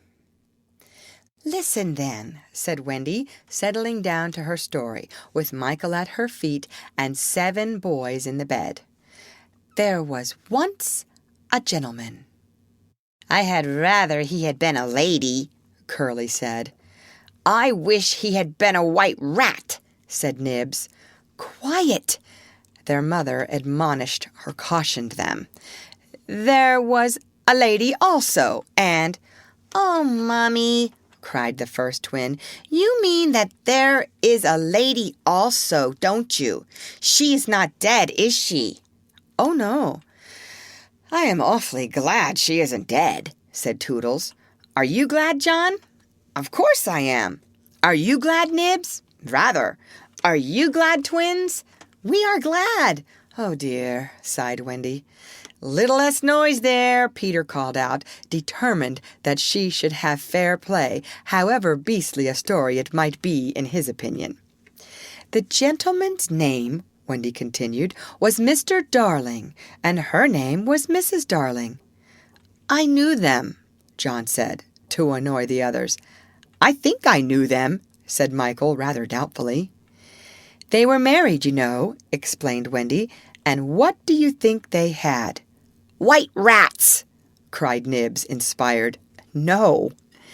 "It's awfully puzzling," said Toodles, who knew the story by heart. "Quiet, Toodles. They had 3 descendants." "What is descendants?" "Well, you are one, twin." "Did you hear that, John? I am a descendant." "Descendants are only children," said John. "Oh, dear," sighed Wendy. "Now these 3 children had a faithful nurse called Nana, but Mr. Darling was angry with her and chained her up in the yard, and so all the children flew away." "It's an awfully good story," said Nibs. "They flew away," Wendy continued, "to the Neverland, where the lost children are." "I just thought they did," Curly broke in excitedly. "I don't know how it is, but I just thought they did." "Oh, Wendy," cried Toodles, "was one of the lost children called Toodles?" "Yes, he was." "I am in a story, hurrah! I am in a story, Nibs." "Hush. Now I want you to consider the feelings of the unhappy parents with all their children flown away." "Oh," they all moaned, though they were not really considering the feelings of the unhappy parents one jot. "Think of the empty beds." "Oh." "It's awfully sad," the first twin said cheerfully. "I don't see how it can have a happy ending," said the second twin. "Do you, Nibs?" "I'm frightfully anxious." "If you knew how great is a mother's love," Wendy told them triumphantly, "you would have no fear." She had now come to the part that Peter hated. "I do like a mother's love," said Toodles, hitting Nibs with a pillow. "Do you like a mother's love, Nibs?" "I do just," said Nibs, hitting back. "You see," Wendy said complacently, "our heroine knew that the mother would always leave the window open for her children to fly back by, so they stayed away for years and had a lovely time." "Did they ever go back?" "Let us now," said Wendy, bracing herself up for her finest effort, "take a peep into the future." And they all gave themselves the twist that makes peeps into the future easier. Years have rolled by, and who is this elegant lady of uncertain age alighting at London Station? Oh, Wendy, who is she? Cried Nibs, every bit as excited as if he didn't know.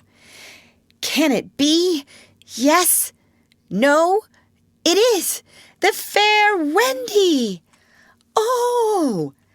And who are the two noble portly figures accompanying her, now grown to man's estate? Can they be John and Michael? They are. Oh! See, dear brothers, says Wendy, pointing upwards, there is the window still standing open. Ah, now we are rewarded for our sublime faith in a mother's love. So up they flew to their mummy and daddy, and pen cannot describe the happy scene over which we draw a veil. That was the story, and they were as pleased with it as the fair narrator herself. Everything just as it should be, you see. Off we skip like the most heartless things in the world, which is what children are, but so attractive, and we have an entirely selfish time, and then, when we have need of special attention, we nobly return for it, confident that we shall be rewarded instead of smacked. So great indeed was their faith in a mother's love that they felt they could afford to be callous for a bit longer. But there was one there who knew better, and when Wendy finished, he uttered a hollow groan. "What is it, Peter?" she cried, running to him, thinking he was ill. She felt him solicitously, lower down than his chest. "Where is it, Peter?" "It isn't that kind of pain," Peter replied darkly. "Then what kind is it?" "Wendy, you are wrong about mothers." They all gathered round him in a fright. So alarming was his agitation, and with a fine candor he told them what he had hitherto concealed. "Long ago," he said, "I thought, like you, that my mother would always keep the window open for me, so I stayed away for moons and moons and moons, and then flew back. But the window was barred, for mother had forgotten all about me, and there was another little boy sleeping in my bed." I am not sure that this was true, but Peter thought it was true, and it scared them. "Are you sure mothers are like that?" "Yes." So this was the truth about mothers. The toads! Still, it is best to be careful, and no one knows so quickly as a child when he should give in. "Wendy, let us go home," cried John and Michael together. "Yes," she said, clutching them. "Not tonight?" asked the lost boys, bewildered. They knew in what they called their hearts that one can get on quite well without a mother, and that it is only the mothers who think you can't. "At once," Wendy replied resolutely, for the horrible thought had come to her. Perhaps mother is in half mourning by this time. This dread made her forgetful of what must be Peter's feelings, and she said to him rather sharply, "Peter, will you make the necessary arrangements?"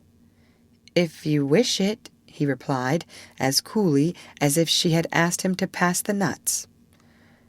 Not so much as a sorry to lose you between them. If she did not mind the parting, he was going to show her, was Peter, that neither did he.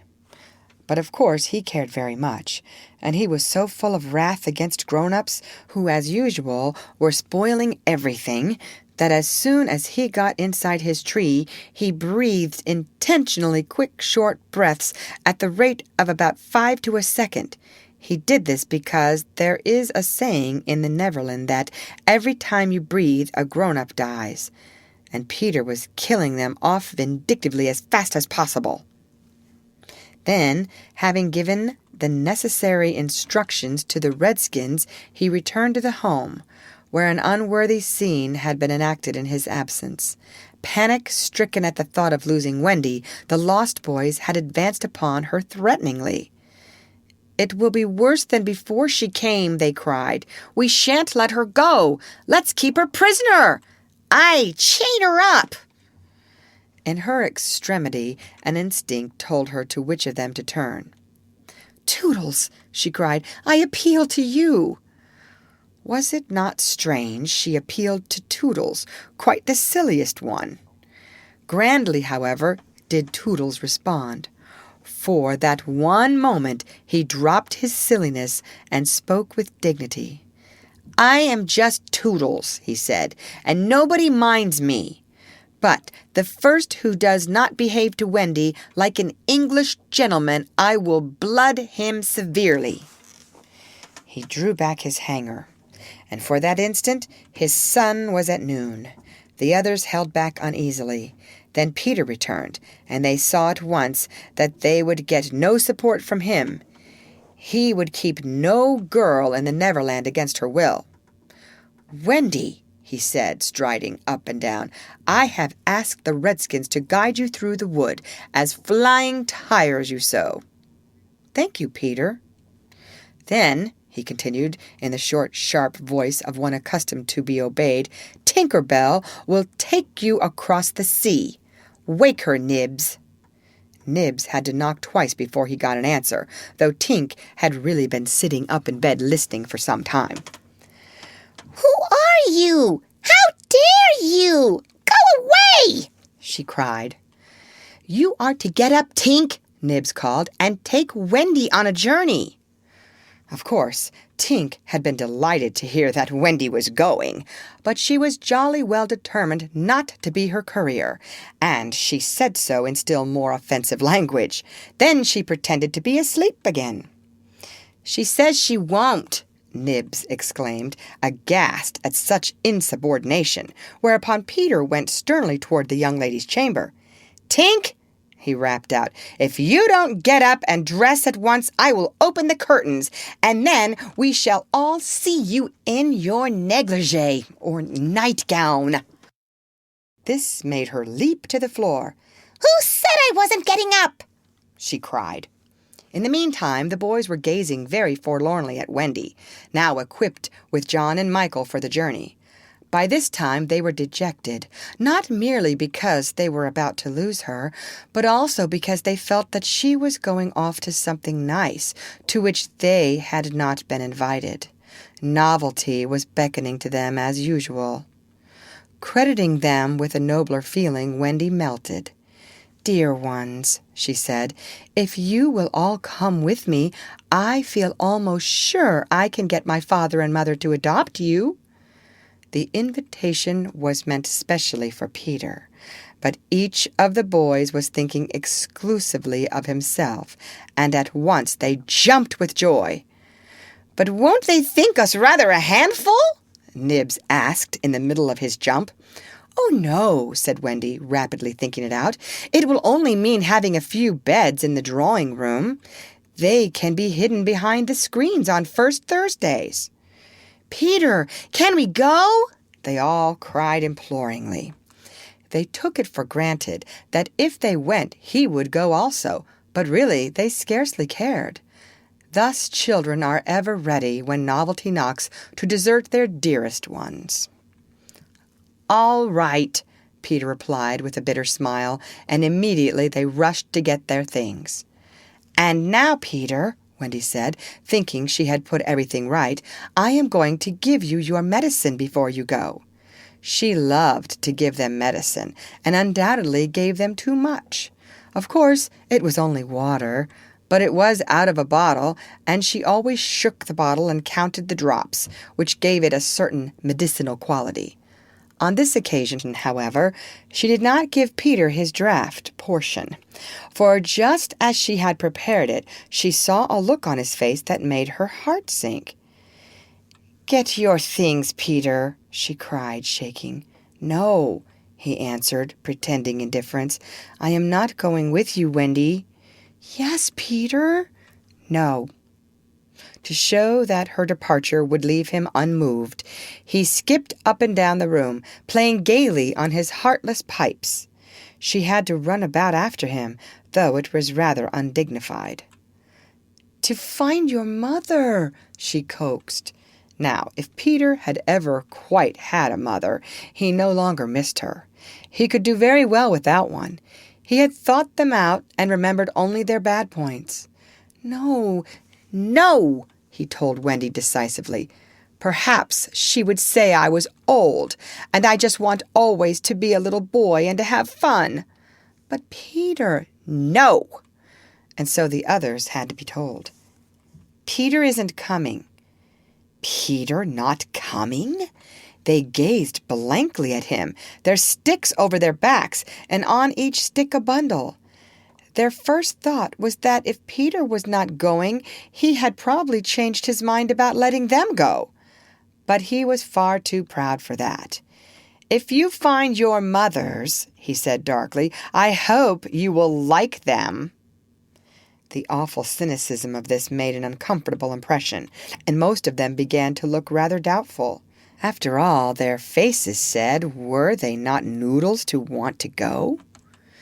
"Now then," cried Peter, "no fuss, no blubbering. Goodbye, Wendy." And he held out his hand cheerily, quite as if they must really go now, for he had something important to do. She had to take his hand, and there was no indication that he would prefer a thimble. "You will remember about changing your flannels, Peter," she said, lingering over him. She was always so particular about their flannels. "Yes." "And you will take your medicine." "Yes." That seemed to be everything, and an awkward pause followed. Peter, however, was not the kind that breaks down before other people. "Are you ready, Tinker Bell?" he called out. Aye, aye. "Then lead the way." Tink darted up the nearest tree, but no one followed her, for it was at this moment that the pirates made their dreadful attack upon the redskins. Above, where all had been so still, the air was rent with shrieks and the clash of steel. Below, there was dead silence. Mouths opened and remained open. Wendy fell on her knees, but her arms were extended toward Peter. All arms were extended to him, as if suddenly blown in his direction. They were beseeching him mutely not to desert them. As for Peter, he seized his sword, the same he thought he had slain Barbecue with, and the lust of battle was in his eye. Chapter 12. The children are carried off. The pirate attack had been a complete surprise, a sure proof that the unscrupulous Hook had conducted improperly, for to surprise redskins fairly is beyond the wit of the white man. By all the unwritten laws of savage warfare, it is always the redskin who attacks, and with the wiliness of his race, he does it just before the dawn, at which time he knows the courage of the whites to be at its lowest ebb. The white men have in the meantime made a rude stockade on the summit of yonder undulating ground, at the foot of which a stream runs, for it is destruction to be too far from water. There they await the onslaught, the inexperienced ones clutching their revolvers and treading on twigs, but the old hands sleeping tranquilly until just before the dawn. Through the long black night the savage scouts wriggle snake-like among the grass without stirring a blade. The brushwood closes behind them as silently as sand into which a mole has dived. Not a sound is to be heard, save when they give vent to a wonderful imitation of the lonely call of the coyote. The cry is answered by other braves, and some of them do it even better than the coyotes, who are not very good at it. So the chill hours wear on, and the long suspense is horribly trying to the paleface who has to live through it for the first time. But to the trained hand, those ghastly calls and still ghastlier silences are but an imitation of how the night is marching. That this was the usual procedure was so well known to Hook that in disregarding it he cannot be excused on the plea of ignorance. The pickaninnies, on their part, trusted implicitly to his honor, and their whole action of the night stands out in marked contrast to his. They left nothing undone that was consistent with the reputation of their tribe. With that alertness of the senses which is at once the marvel and despair of civilized peoples, they knew that the pirates were on the island from the moment one of them trod on a dry stick, and in an incredibly short space of time the coyote cries began. Every foot of ground between the spot where Hook had landed his forces and the home under the tree was stealthily examined by braves wearing their moccasins with the heels in front. They found only one hillock with a stream at its base, so that Hook had no choice. Here he must establish himself and wait for just before the dawn. Everything being thus mapped out with almost diabolical cunning, the main body of the redskins folded their blankets around them, and, in the phlegmatic manner that is to them, the pearl of manhood squatted above the children's home, awaiting the cold moment when they should deal pale death. Here, dreaming, though wide awake, of the exquisite tortures to which they were to put him at break of day, those confiding savages were found by the treacherous Hook. From the accounts afterwards supplied by such of the scouts as escaped the carnage, he does not seem even to have paused at the rising ground, though it is certain that in that gray light he must have seen it. No thought of waiting to be attacked appears from first to last to have visited his subtle mind. He would not even hold off till the night was nearly spent. On he pounded with no policy but to fall to or get into combat. What could the bewildered scouts do, masters as they were of every warlike artifice save this one, but trot helplessly after him, exposing themselves fatally to view while they gave pathetic utterance to the coyote cry? Around the brave Tiger Lily were a dozen of her stoutest warriors, and they suddenly saw the perfidious pirates bearing down upon them. Fell from their eyes then the film through which they had looked at victory. No more would they torture at the stake. For them the happy hunting grounds was now. They knew it, but as their father's sons they acquitted themselves.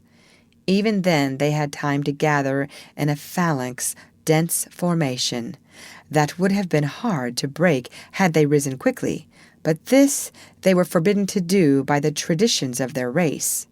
It is written that the noble savage must never express surprise in the presence of the white. Thus, terrible as the sudden appearance of the pirates must have been to them, they remained stationary for a moment, not a muscle moving, as if the foe had come by invitation. Then indeed, the tradition gallantly upheld, they seized their weapons, and the air was torn with the war cry. But it was now too late. It is no part of ours to describe what was a massacre rather than a fight. Thus perished many of the flower of the Pickaninny tribe.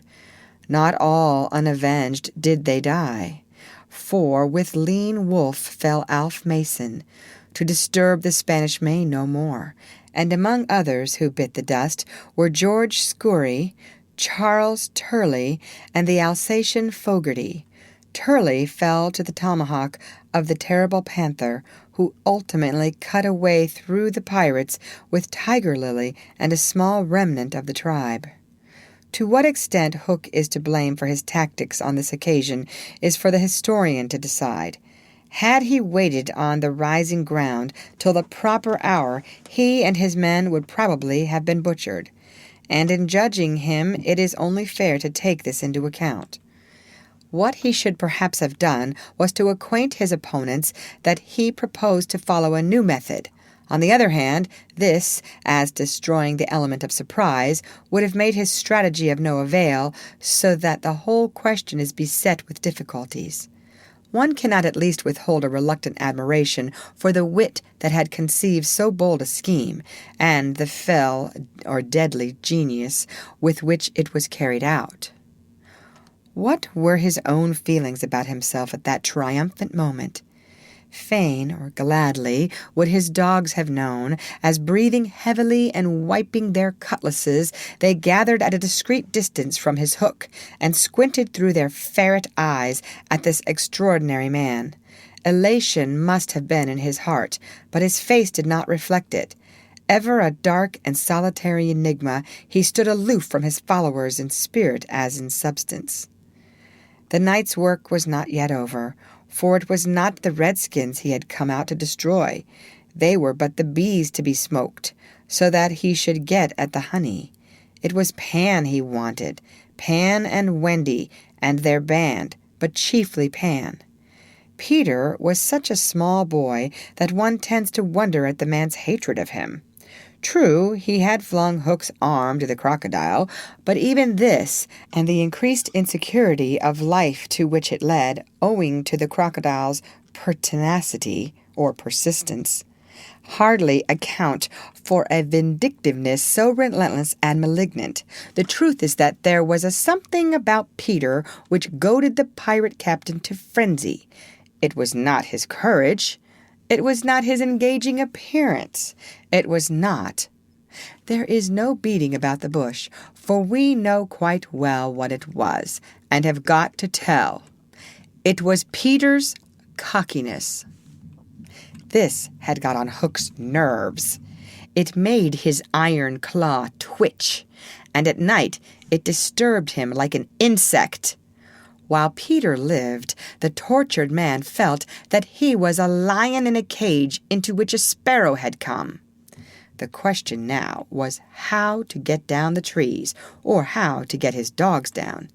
He ran his greedy eyes over them, searching for the thinnest ones.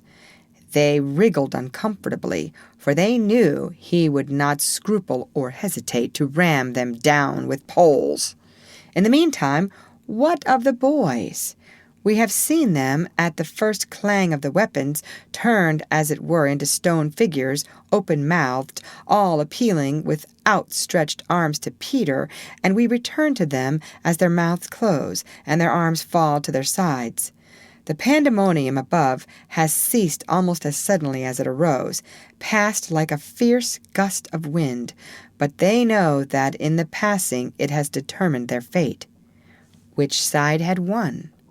The pirates, listening avidly at the mouths of the trees, heard the question put by every boy, and alas, they also heard Peter's answer. "If the redskins have won," he said, "they will beat the tom-tom. It is always their sign of victory." Now Smee had found the tom-tom, and was at that moment sitting on it. "You will never hear the tom-tom again," he muttered, but inaudibly, of course, for strict silence had been urged. To his amazement, Hook signed him to beat the tom-tom, and slowly there came to Smee an understanding of the dreadful wickedness of the order. Never, probably, had this simple man admired Hook so much. Twice Smee beat upon the instrument, and then stopped to listen gleefully. "The tom-tom!" the miscreants heard Peter cry. "An Indian victory!" The doomed children answered with a cheer that was music to the black hearts above, and almost immediately they repeated their goodbyes to Peter. This puzzled the pirates, but all their other feelings were swallowed by a base delight that the enemy were about to come up the trees. They smirked at each other and rubbed their hands. Rapidly and silently, Hook gave his orders, one man to each tree, and the others to arrange themselves in a line 2 yards apart. Chapter 13.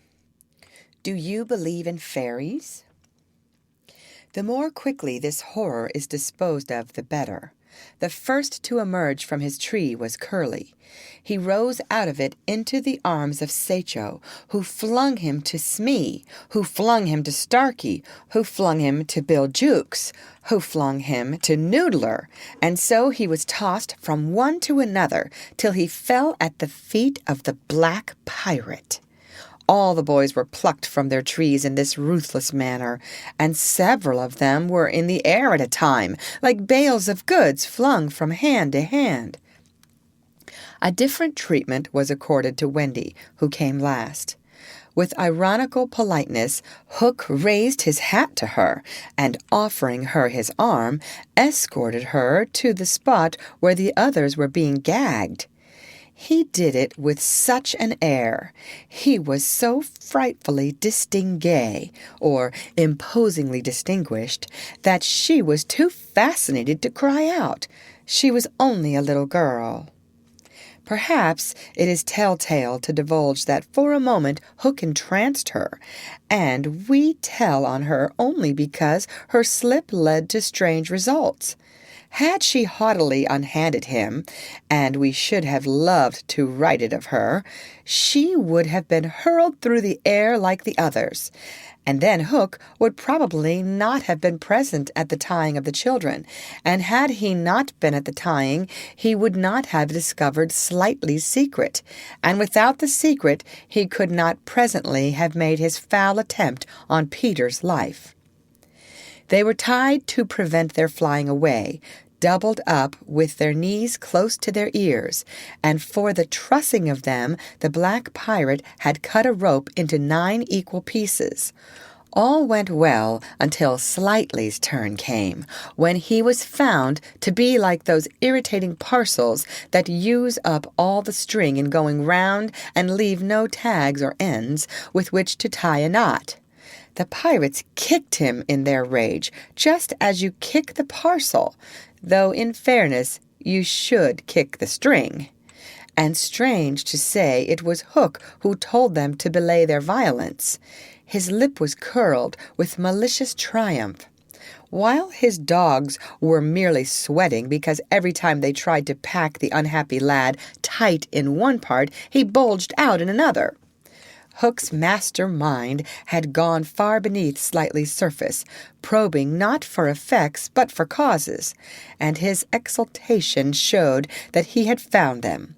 Slightly, white to the gills, knew that Hook had surprised or discovered his secret, which was this, that no boy so blown out could use a tree wherein an average man need stick.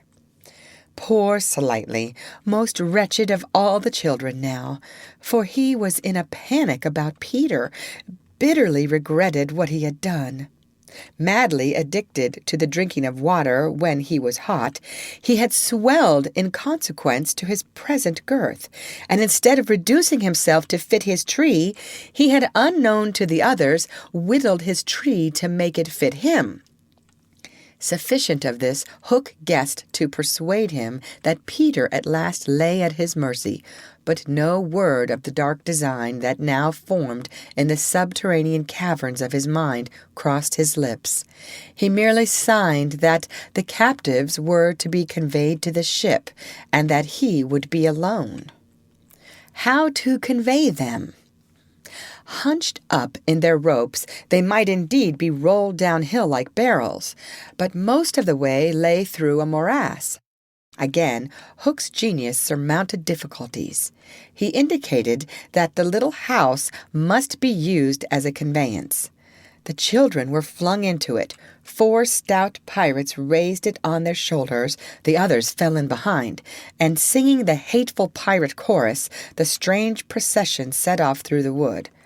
I don't know whether any of the children were crying. If so, the singing drowned the sound.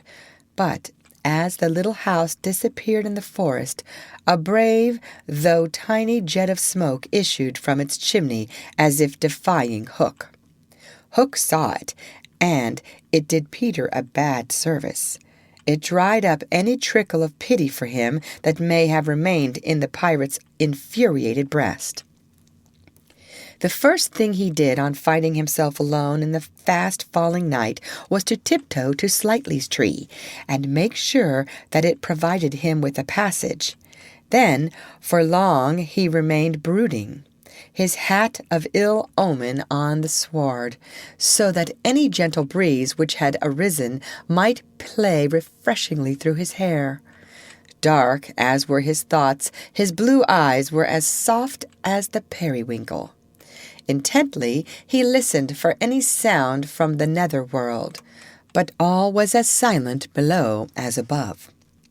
The house under the ground seemed to be but one more empty tenement in the void. Was that boy asleep, or did he stand waiting at the foot of Slightly's tree with his dagger in his hand? There was no way of knowing, save by going down. Hook let his cloak slip softly to the ground, and then, biting his lips till a lewd blood stood on them, he stepped into the tree. He was a brave man, but for a moment he had to stop there and wipe his brow, which was dripping like a candle. Then, silently, he let himself go into the unknown. He arrived unmolested at the foot of the shaft, and stood still again, biting at his breath, which had almost left him. As his eyes became accustomed to the dim light, various objects in the home under the trees took shape. But the only one on which his greedy gaze rested, long sought for and found at last, was the great bed. On the bed lay Peter, fast asleep. Unaware of the tragedy being enacted above, Peter had continued, for a little time after the children left, to play gaily on his pipes, no doubt rather a forlorn attempt to prove to himself that he did not care. Then he decided not to take his medicine, so as to grieve Wendy. Then he lay down on the bed outside the coverlet, to vex her still more, for she had always tucked them inside it, because you never know that you may not grow chilly at the turn of the night. Then he nearly cried, but it struck him how indignant she would be if he laughed instead. So he laughed a haughty laugh and fell asleep in the middle of it. Sometimes, though not often, he had dreams, and they were more painful than the dreams of other boys. For hours he could not be separated from these dreams, though he wailed piteously in them. They had to do, I think, with the riddle of his existence. At such times it had been Wendy's custom to take him out of bed and sit with him on her lap, soothing him in dear ways of her own invention, and when he grew calmer, to put him back to bed before he quite woke up, so that he should not know of the indignity to which she had subjected him. But on this occasion he had fallen at once into a dreamless sleep. One arm dropped over the edge of the bed, one leg was arched, and the unfinished part of his laugh was stranded on his mouth, which was open, showing the little pearls. Thus defenseless Hook found him. He stood silent at the foot of the tree, looking across the chamber at his enemy. Did no feeling of compassion disturb his somber breast? The man was not wholly evil. He loved flowers, I have been told, and sweet music. He was himself no mean performer on the harpsichord, and, let it be frankly admitted, the idyllic nature of the scene stirred him profoundly. Mastered by his better self, he would have returned reluctantly up the tree, but for one thing.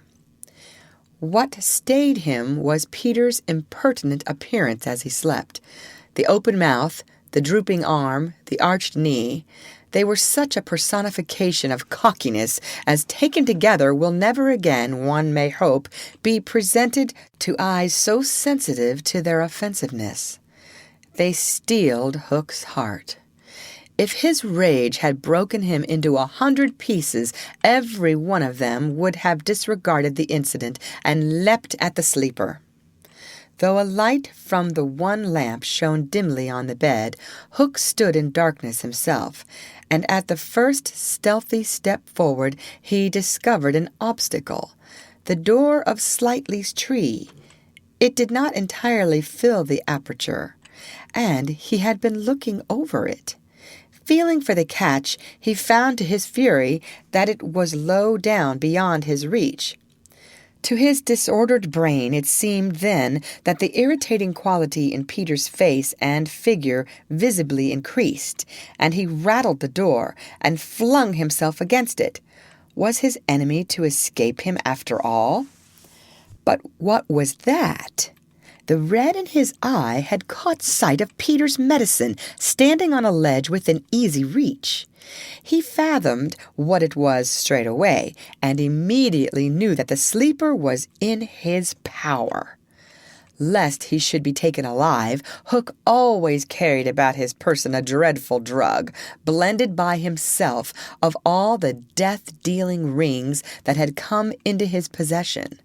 These he had boiled down into a yellow liquid, quite unknown to science, which was probably the most virulent poison in existence. 5 drops of this he now added to Peter's cup. His hand shook, but it was in exultation rather than in shame. As he did it, he avoided glancing at the sleeper, but not lest pity should unnerve him, merely to avoid spilling. Then one long gloating look he cast upon his victim, and turning, wormed his way with difficulty up the tree. As he emerged at the top, he looked the very spirit of evil breaking from its hole. Donning his hat at its most rakish angle, he wound his cloak around him, holding one end in front as if to conceal his person from the night, of which it was the blackest part, and muttering strangely to himself, stole away through the trees. Peter slept on. The light guttered, or burned to edges, and went out, leaving the tenement in darkness. But still he slept. It must have been not less than 10 o'clock by the crocodile when he suddenly sat up in his bed, wakened by he knew not what. It was a soft, cautious tapping on the door of his tree. Soft and cautious, but in that stillness it was sinister. Peter felt for his dagger till his hand gripped it. Then he spoke. Who is that? For long there was no answer. Then again the knock. "Who are you?" No answer. He was thrilled, and he loved being thrilled. In 2 strides he reached the door. Unlike Slightly's door, it filled the aperture or opening so that he could not see beyond it, nor could the one knocking see him. "I won't open unless you speak," Peter cried. Then at last the visitor spoke, in a lovely bell-like voice. Let me in, Peter. It was Tink, and quickly he unbarred to her. She flew in excitedly, her face flushed and her dress stained with mud. "What is it?" "Oh, you could never guess," she cried, and offered him 3 guesses. "Out with it!" he shouted, and in one ungrammatical sentence, as long as the ribbons that conjurers or magicians pull from their mouths, she told of the capture of Wendy and the boys. Peter's heart bobbed up and down as he listened. Wendy bound, and on the pirate ship, she who loved everything to be just so. "I'll rescue her!" he cried, leaping at his weapons. As he leapt, he thought of something he could do to please her. He could take his medicine. His hand closed on the fatal draught. "No!" shrieked Tinker Bell, who had heard Hook mutter about his deed as he sped through the forest. "Why not?" "It is poisoned." "Poisoned? Who could have poisoned it?" "Hook!" "Don't be silly. How could Hook have got down here?" Alas, Tinker Bell could not explain this, for even she did not know the dark secret of Slightly's tree. Nevertheless, Hook's words had left no room for doubt. The cup was poisoned. "Besides," said Peter, quite believing himself, "I never fell asleep." He raised the cup. No time for words now, time for deeds. And with one of her lightning movements, Tink got between his lips and the draught and drained it to the dregs. "Why, Tink, how dare you drink my medicine?" But she did not answer. Already she was reeling in the air. "What is the matter with you?" cried Peter, suddenly afraid. It was poisoned, Peter, she told him softly. and now I am going to be dead. "Oh, Tink, did you drink it to save me?" Yes, "But why, Tink?" Her wings would scarcely carry her now, but in reply she alighted on his shoulder and gave his nose a loving bite. She whispered in his ear, you silly ass. and then, tottering to her chamber, lay down on the bed. His head almost filled the fourth wall of her little room as he knelt near her in distress.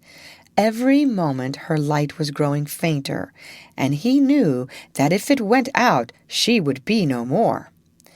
She liked his tears so much that she put out her beautiful finger and let them run over it. Her voice was so low that at first he could not make out what she said.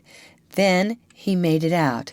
She was saying that she thought she could get well again if children believed in fairies. Peter flung out his arms. There were no children there, and it was night time. But he addressed all who might be dreaming of the Neverland, and who were therefore nearer to him than you think. Boys and girls in their nighties, and naked papooses in their baskets hung from trees. "Do you believe?" he cried. Tink sat up in bed almost briskly to listen to her fate. She fancied she heard answers in the affirmative, and then again she wasn't sure. What do you think? She asked Peter. "If you believe," he shouted to them, "clap your hands. Don't let Tink die." Many clapped. Some didn't. A few beasts hissed. The clapping stopped suddenly, as if countless mothers had rushed to their nurseries to see what on earth was happening. But already Tink was saved. First, her voice grew strong. Then she popped out of bed. Then she was flashing through the room more merry and impudent than ever. She never thought of thanking those who believed, but she would have liked to get at the ones who had hissed. "And now to rescue Wendy!" The moon was riding in a cloudy heaven when Peter rose from his tree, begirt or belted with weapons and wearing little else, to set out upon his perilous quest. It was not such a night as he would have chosen. He had hoped to fly, keeping not far from the ground, so that nothing unwanted should escape his eyes. But in that fitful light, to have flown low would have meant trailing his shadow through the trees, thus disturbing birds, and acquainting a watchful foe that he was astir. He regretted now that he had given the birds of the island such strange names that they are very wild and difficult of approach. There was no other course but to press forward in redskin fashion, at which happily he was an adept expert. But in what direction? For he could not be sure that the children had been taken to a ship. A light fall of snow had obliterated all footmarks, and a deathly silence pervaded the island, as if for a space nature stood still in horror of the recent carnage. He had taught the children something of the forest lore that he had himself learned from Tiger Lily and Tinker Bell, and knew that in their dire hour they were not likely to forget it. Slightly, if he had an opportunity, would blaze or cut a mark in the trees. For instance, Curly would drop seeds, and Wendy would leave her handkerchief at some important place. The morning was needed to search for such guidance, and he could not wait. The upper world had called him, but would give no help. The crocodile passed him, but not another living thing, not a sound, not a movement, and yet he knew well that sudden death might be at the next tree or stalking him from behind. He swore this terrible oath, "Hook or me this time." Now he crawled forward like a snake, and again erect, he darted across a space on which the moonlight played, one finger on his lip and his dagger at the ready. He was frightfully happy. Chapter 14. The Pirate Ship. One green light squinting over Kidd's Creek, which is near the mouth of the Pirate River, marked where the brig, the Jolly Roger, lay low in the water, a rakish-looking or speedy-looking craft, foul to the hull, every beam in her detestable, like ground strewn with mangled feathers. She was the cannibal of the seas, and scarce needed that watchful eye, for she floated immune in the horror of her name. She was wrapped in the blanket of night, through which no sound from her could have reached the shore. There was little sound, and none agreeable, save the whir of the ship's sewing machine at which Smee sat, ever industrious and obliging, the essence of the commonplace, pathetic Smee. I know not why he was so infinitely pathetic, unless it were because he was so pathetically unaware of it. But even strong men had to turn hastily from looking at him, and more than once on summer evenings he had touched the fount of Hook's tears and made it flow. Of this, as of almost everything else, Smee was quite unconscious. A few of the pirates leant over the bulwarks, drinking in the miasma or putrid mist of the night. Others sprawled by barrels over games of dice and cards, and the exhausted four who had carried the little house lay prone on the deck, where even in their sleep they rolled skilfully to this side or that out of Hook's reach, lest he should claw them mechanically in passing. Hook trod the deck in thought. O man unfathomable! It was his hour of triumph. Peter had been removed forever from his path, and all the other boys were in the brig, about to walk the plank. It was his grimmest deed since the days when he had brought barbecue to heel, and knowing as we do how vain a tabernacle is man, could we be surprised had he now paced the deck unsteadily, bellied out by the winds of his success? But there was no elation in his gait, which kept pace with the action of his somber mind. Hook was profoundly dejected. He was often thus when communing with himself on board ship in the quietude of the night. It was because he was so terribly alone. This inscrutable man never felt more alone than when surrounded by his dogs. They were socially inferior to him. Hook was not his true name. To reveal who he really was would even at this date set the country in a blaze. But as those who read between the lines must already have guessed, he had been at a famous public school, and its traditions still clung to him like garments, with which indeed they are largely concerned. Thus it was offensive to him even now to board a ship in the same dress in which he grappled or attacked her, and he still adhered in his walk to the school's distinguished slouch. But above all he retained the passion for good form. Good form, however much he may have degenerated, he still knew that this is all that really matters. From far within him he heard a creaking as of rusty portals, and through them came a stern tap, tap, tap, like hammering in the night when one cannot sleep. "Have you been good form today?" was their eternal question. "Fame, fame, that glittering bauble, it is mine," he cried. "Is it quite good form to be distinguished at anything?" the tap-tap from his school replied. "I am the only man whom barbecue feared," he urged, and Flint feared barbecue. Barbecue? Flint? What house? Came the cutting retort. Most disquieting reflection of all, was it not bad form to think about good form?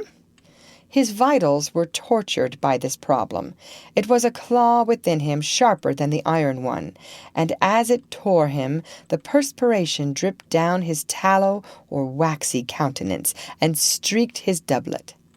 Oft-times he drew his sleeve across his face, but there was no damming that trickle. Ah, envy not Hook. There came to him a presentiment of his early dissolution or death. It was as if Peter's terrible oath had boarded the ship. Hook felt a gloomy desire to make his dying speech, lest presently there should be no time for it. "Better for Hook," he cried, if he had had less ambition. It was in his darkest hours only that he referred to himself in the third person. "No little children to love me." Strange that he should think of this, which had never troubled him before. Perhaps the sewing machine brought it to his mind. For long he muttered to himself, staring at Smee, who was hemming placidly under the conviction that all children feared him. Feared him? Feared Smee? There was not a child on board the brig that night who did not already love him. He had said horrid things to them and hit them with the palm of his hand because he could not hit with his fist, but they had only clung to him the more. Michael had tried on his spectacles. To tell poor Smee that they thought him lovable, Hook itched to do it, but it seemed too brutal. Instead, he resolved this mystery in his mind. Why do they find Smee lovable? He pursued the problem like the sleuth-hound that he was. If Smee was lovable, what was it that made him so? A terrible answer suddenly presented itself. Good form?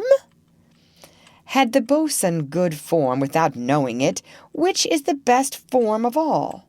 He remembered that you have to prove you don't know you have it before you are eligible for POP, an elite social club at Eton. With a cry of rage, he raised his iron hand over Smee's head, but he did not tear. What arrested him was this reflection. To claw a man because he is good form, what would that be?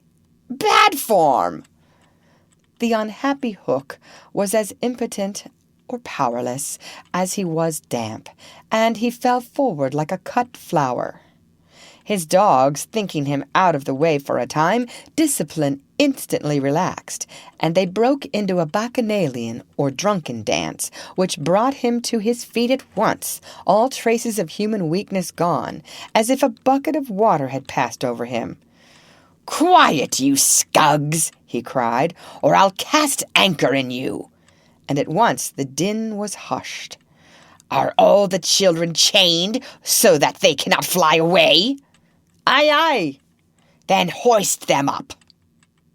The wretched prisoners were dragged from the hold, all except Wendy, and ranged in line in front of him. For a time he seemed unconscious of their presence. He lolled at his ease, humming, not unmelodiously, snatches of a rude song, and fingering a pack of cards. Ever and anon the light from his cigar gave a touch of color to his face. "Now then, bullies," he said briskly, 6 of you walk the plank tonight, but I have room for 2 cabin boys. Which of you is it to be?" "Don't irritate him unnecessarily," had been Wendy's instructions in the hold, so Toodles stepped forward politely. Toodles hated the idea of signing under such a man, but an instinct told him that it would be prudent to lay the responsibility on an absent person, and though a somewhat silly boy, he knew that mothers alone are always willing to be the buffer. All children know this about mothers, and despise them for it, but make constant use of it. So Toodles explained prudently, You see, sir, I don't think my mother would like me to be a pirate. Would your mother like you to be a pirate, Slightly?" He winked at Slightly, who said mournfully, "I don't think so," as if he wished things had been otherwise. "Would your mother like you to be a pirate, Twin?" "I don't think so," said the first twin, as clever as the others. "Nibs would—" "Stow this gab!" roared Hook, and the spokesmen were dragged back. "You, boy," he said, addressing John. "you look as if you had a little pluck in you. Didst never want to be a pirate, my hearty?" Now John had sometimes experienced this hankering at maths prep, and he was struck by Hook's picking him out. "I once thought of calling myself Red-Handed Jack," he said diffidently. "And a good name, too. We'll call you that here, bully, if you join." "What do you think, Michael?" asked John. "What would you call me if I join?" Michael demanded. "Blackbeard Joe." Michael was naturally impressed. "What do you think, John?" He wanted John to decide, and John wanted him to decide. "Shall we still be respectful subjects of the king?" John inquired. Through Hook's teeth came the answer. "You would have to swear, 'Down with the king.'"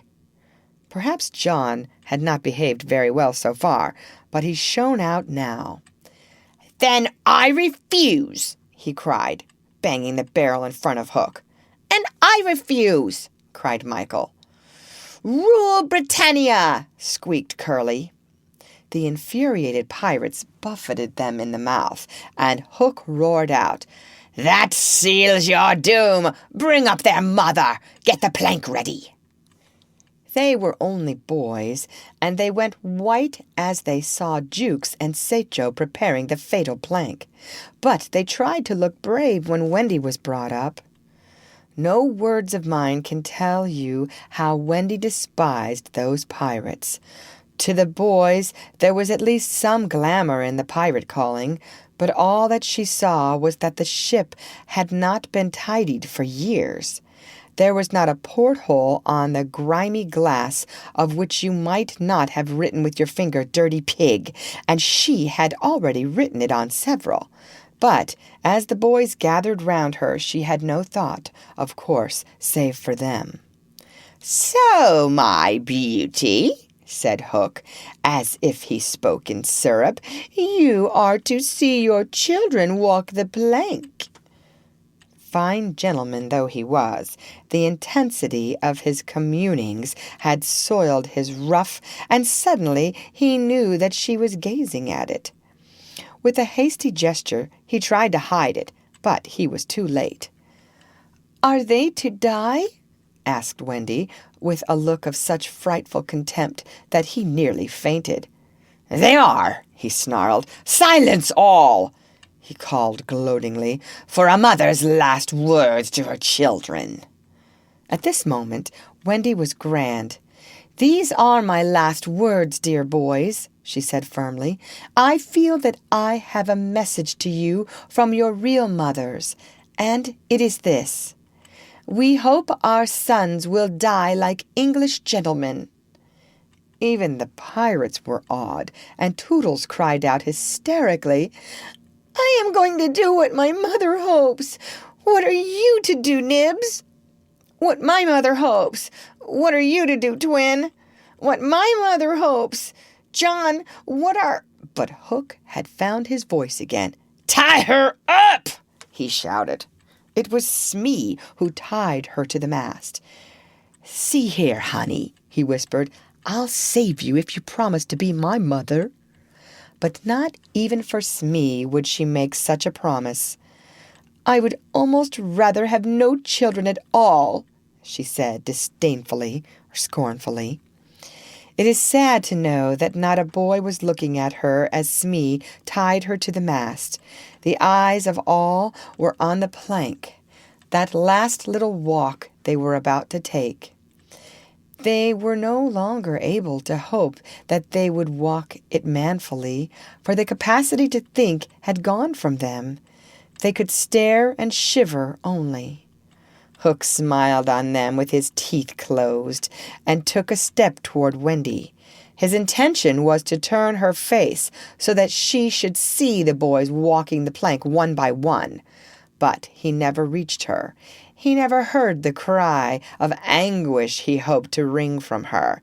He heard something else instead. It was the terrible tick-tick of the crocodile. They all heard it, pirates, boys, Wendy, and immediately every head was blown in one direction, not to the water whence the sound proceeded, but toward Hook. All knew that what was about to happen concerned him alone, and that from being actors they were suddenly become spectators. Very frightful was it to see the change that came over him. It was as if he had been clipped at every joint. He fell in a little heap. The sound came steadily nearer, and in advance of it came this ghastly thought: "The crocodile is about to board the ship!" Even the iron claw hung inactive, as if knowing that it was no intrinsic part of what the attacking force wanted. Left so fearfully alone, any other man would have lain with his eyes shut where he fell. But the gigantic brain of Hook was still working, and under its guidance he crawled on the knees along the deck as far from the sound as he could go.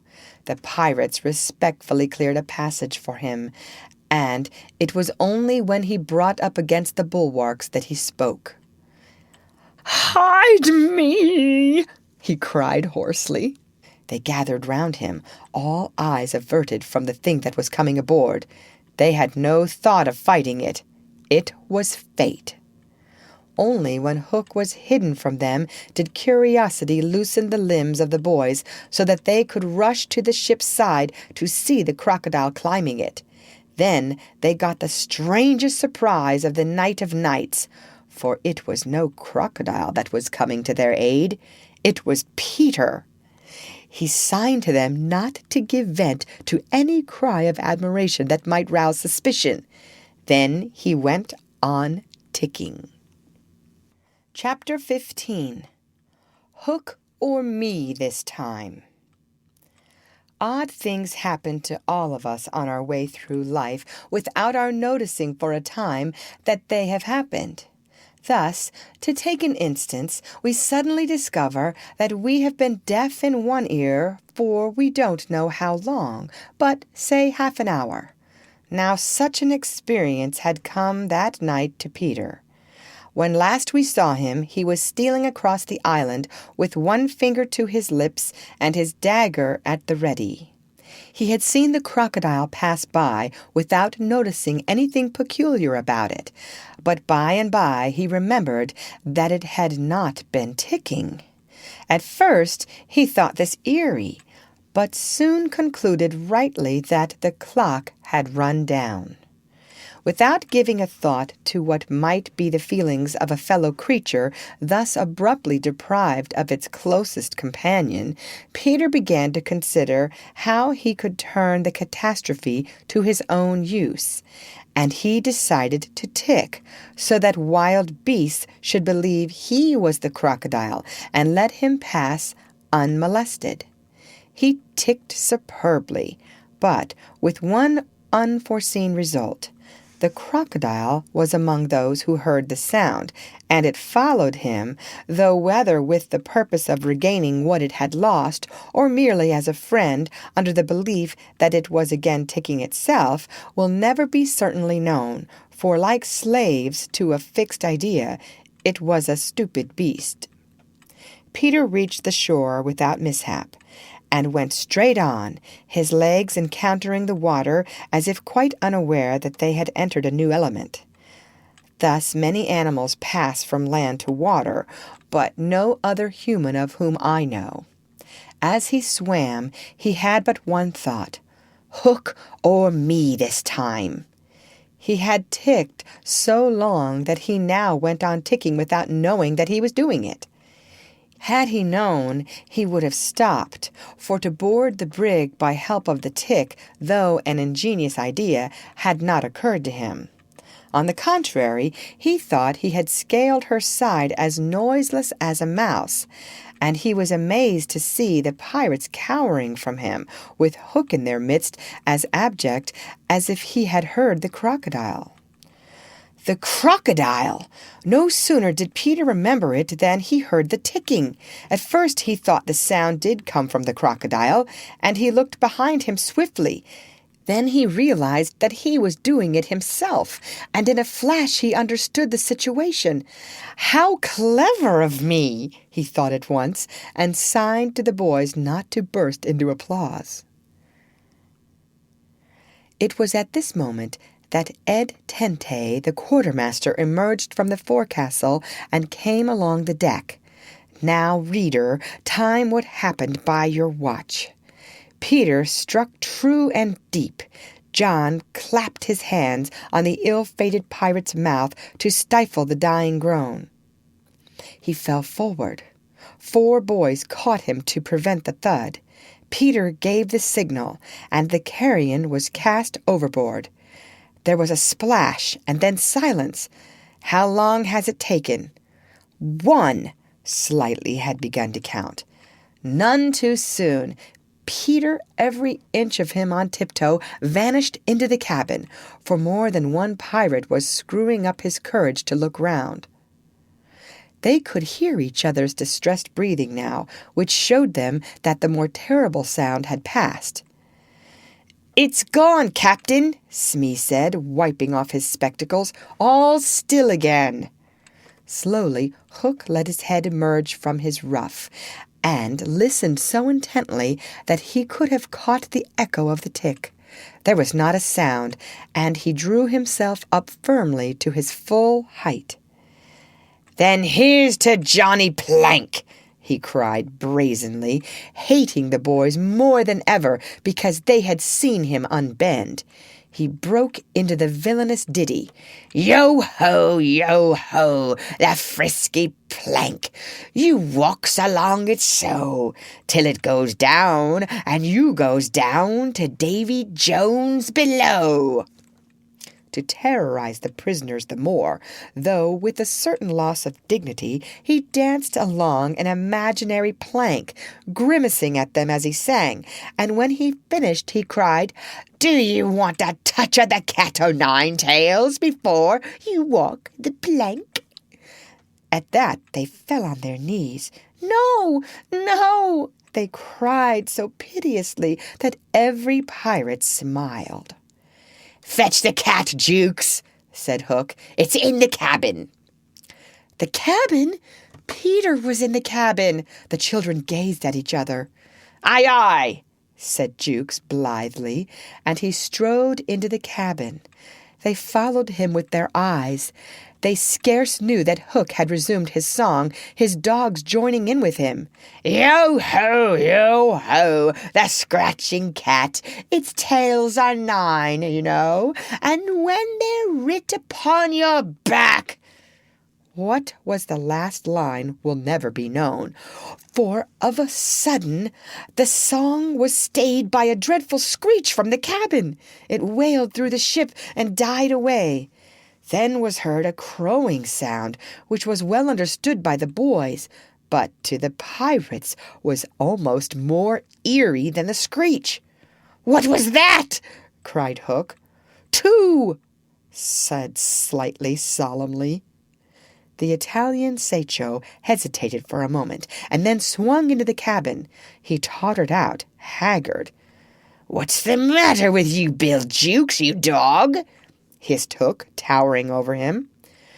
"The matter with him is he's dead, stabbed," replied Sacco in a hollow voice. "Bill Jukes dead?" cried the startled pirates. "The cabin's as black as a pit," Sacco said, almost gibbering. "But there is something terrible in there, the thing you heard crowing." The exultation of the boys, the lowering looks of the pirates, both were seen by Hook. "Sacco," he said in his most steely voice. "Go back and fetch me out that doodle-doo." Saicho, bravest of the brave, cowered before his captain, crying, "No, no!" But Hook was purring to his claw. "Did you say you would go, Saicho?" he said musingly. Saicho went, first flinging his arms despairingly. There was no more singing. All listened now. And again came a death screech, and again a crow. No one spoke except slightly. "3," he said. Hook rallied his dogs with a gesture. "'Sdeath and odds fish," he thundered. "Who is to bring me that doodle-doo?" "Wait till Saicho comes out," growled Starkey, and the others took up the cry. "I think I heard you volunteer, Starkey," said Hook, purring again. "No, by thunder!" Starkey cried. "My Hook thinks you did," said Hook, crossing to him. "I wonder if it would not be advisable, Starkey, to humor the Hook." "I'll swing before I go in there," replied Starkey doggedly, and again he had the support of the crew. "Is this mutiny?" asked Hook more pleasantly than ever. "Starkey's ringleader." "Captain, mercy!" Starkey whimpered, all of a tremble now. "Shake hands, Starkey," said Hook, proffering his claw. Starkey looked round for help, but all deserted him. As he backed up, Hook advanced, and now the red spark was in his eye. With a despairing scream, the pirate leapt upon Long Tom and precipitated himself into the sea. "4," said Slightly. "And now," Hook said courteously. "Did any other gentleman say mutiny?" Seizing a lantern and raising his claw with a menacing gesture, "I'll bring out that doodle-doo myself," he said, and sped into the cabin. 5. How Slightly longed to say it. He wetted his lips to be ready, but Hook came staggering out without his lantern. "Something blew out the light," he said a little unsteadily. "Something?" echoed Mullins. "What of Saicho?" demanded Noodler. "He's as dead as Jukes," said Hook shortly. His reluctance to return to the cabin impressed them all unfavorably, and the mutinous sounds again broke forth. All pirates are superstitious, and Cookson cried, "They do say the surest sign a ship's accursed is when there's one on board more than can be accounted for." "I've heard," muttered Mullins, "he always boards the pirate craft last. Had he a tail, Captain?" "They say," said another, looking viciously at Hook, "that when he comes, it's in the likeness of the wickedest man aboard." "Had he a hook, Captain?" asked Cookson insolently. And one after another took up the cry, "The ship's doomed!" At this the children could not resist raising a cheer. Hook had well nigh forgotten his prisoners, but as he swung round on them now his face lit up again. "Lads," he cried to his crew, "now here's a notion. Open the cabin door and drive them in. Let them fight the doodle-doo for their lives. If they kill him, we're so much the better. If he kills them, we're none the worse." For the last time his dogs admired Hook, and devotedly they did his bidding. The boys, pretending to struggle, were pushed into the cabin, and the door was closed on them. "Now listen," cried Hook, and all listened, but not one dared to face the door. Yes, one, Wendy, who all this time had been bound to the mast. It was for neither a scream nor a crow that she was watching. It was for the reappearance of Peter. She had not long to wait. In the cabin, he had found the thing for which he had gone in search, the key that would free the children of their manacles. And now they all stole forth, armed with such weapons as they could find. First signing them to hide, Peter cut Wendy's bonds, and then nothing could have been easier than for them all to fly off together. But one thing barred the way, an oath. Hook or me this time. So when he had freed Wendy, he whispered for her to conceal herself with the others, and himself took her place by the mast, her cloak around him so that he should pass for her. Then he took a great breath and crowed. To the pirates it was a voice crying that all the boys lay slain in the cabin, and they were panic-stricken. Hook tried to hearten them. But, like the dogs he had made them, they showed him their fangs, and he knew that if he took his eyes off them now, they would leap at him. "Lads," he said, ready to cajole or strike as need be, but never quailing for an instant, "I've thought it out. There's a Jonah aboard." "Aye," they snarled, "a man with a hook." "No, lads, no, it's the girl. Never was luck on a pirate ship with a woman on board. We'll right the ship when she's gone." Some of them remembered that this had been a saying of Flint's. "It's worth trying," they said doubtfully. "Fling the girl overboard," cried Hook, and they made a rush at the figure in the cloak. "There's none can save you now, missy," Mullins hissed jeeringly. "There's one," replied the figure. "Who's that?" "Peter Pan the Avenger," came the terrible answer, and as he spoke, Peter flung off his cloak. Then they all knew who 'twas that had been undoing them in the cabin, and twice Hook essayed to speak, and twice he failed. In that frightful moment, I think his fierce heart broke. At last he cried, "Cleave him to the brisket!"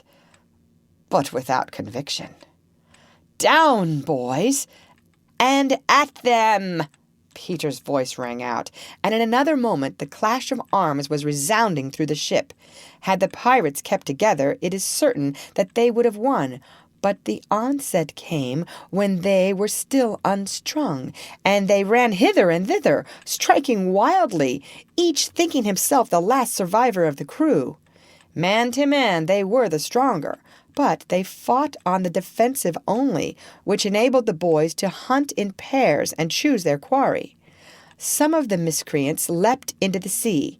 Others hid in dark recesses, where they were found by Slightly, who did not fight, but ran about with a lantern which he flashed in their faces, so that they were half blinded and fell as an easy prey to the reeking swords of the other boys. There was little sound to be heard but the clang of weapons, an occasional screech or splash, and Slightly monotonously counting 5, 6, 7, 8, 9, 10, 11. I think all were gone when a group of savage boys surrounded Hook, who seemed to have a charmed life as he kept them at bay in that circle of fire. They had done for his dogs, but this man alone seemed to be a match for them all. Again and again they closed upon him, and again he hewed a clear space. He had lifted up one boy with his hook, and was using him as a buckler or shield, when another, who had just passed his sword through Mullins, sprang into the fray.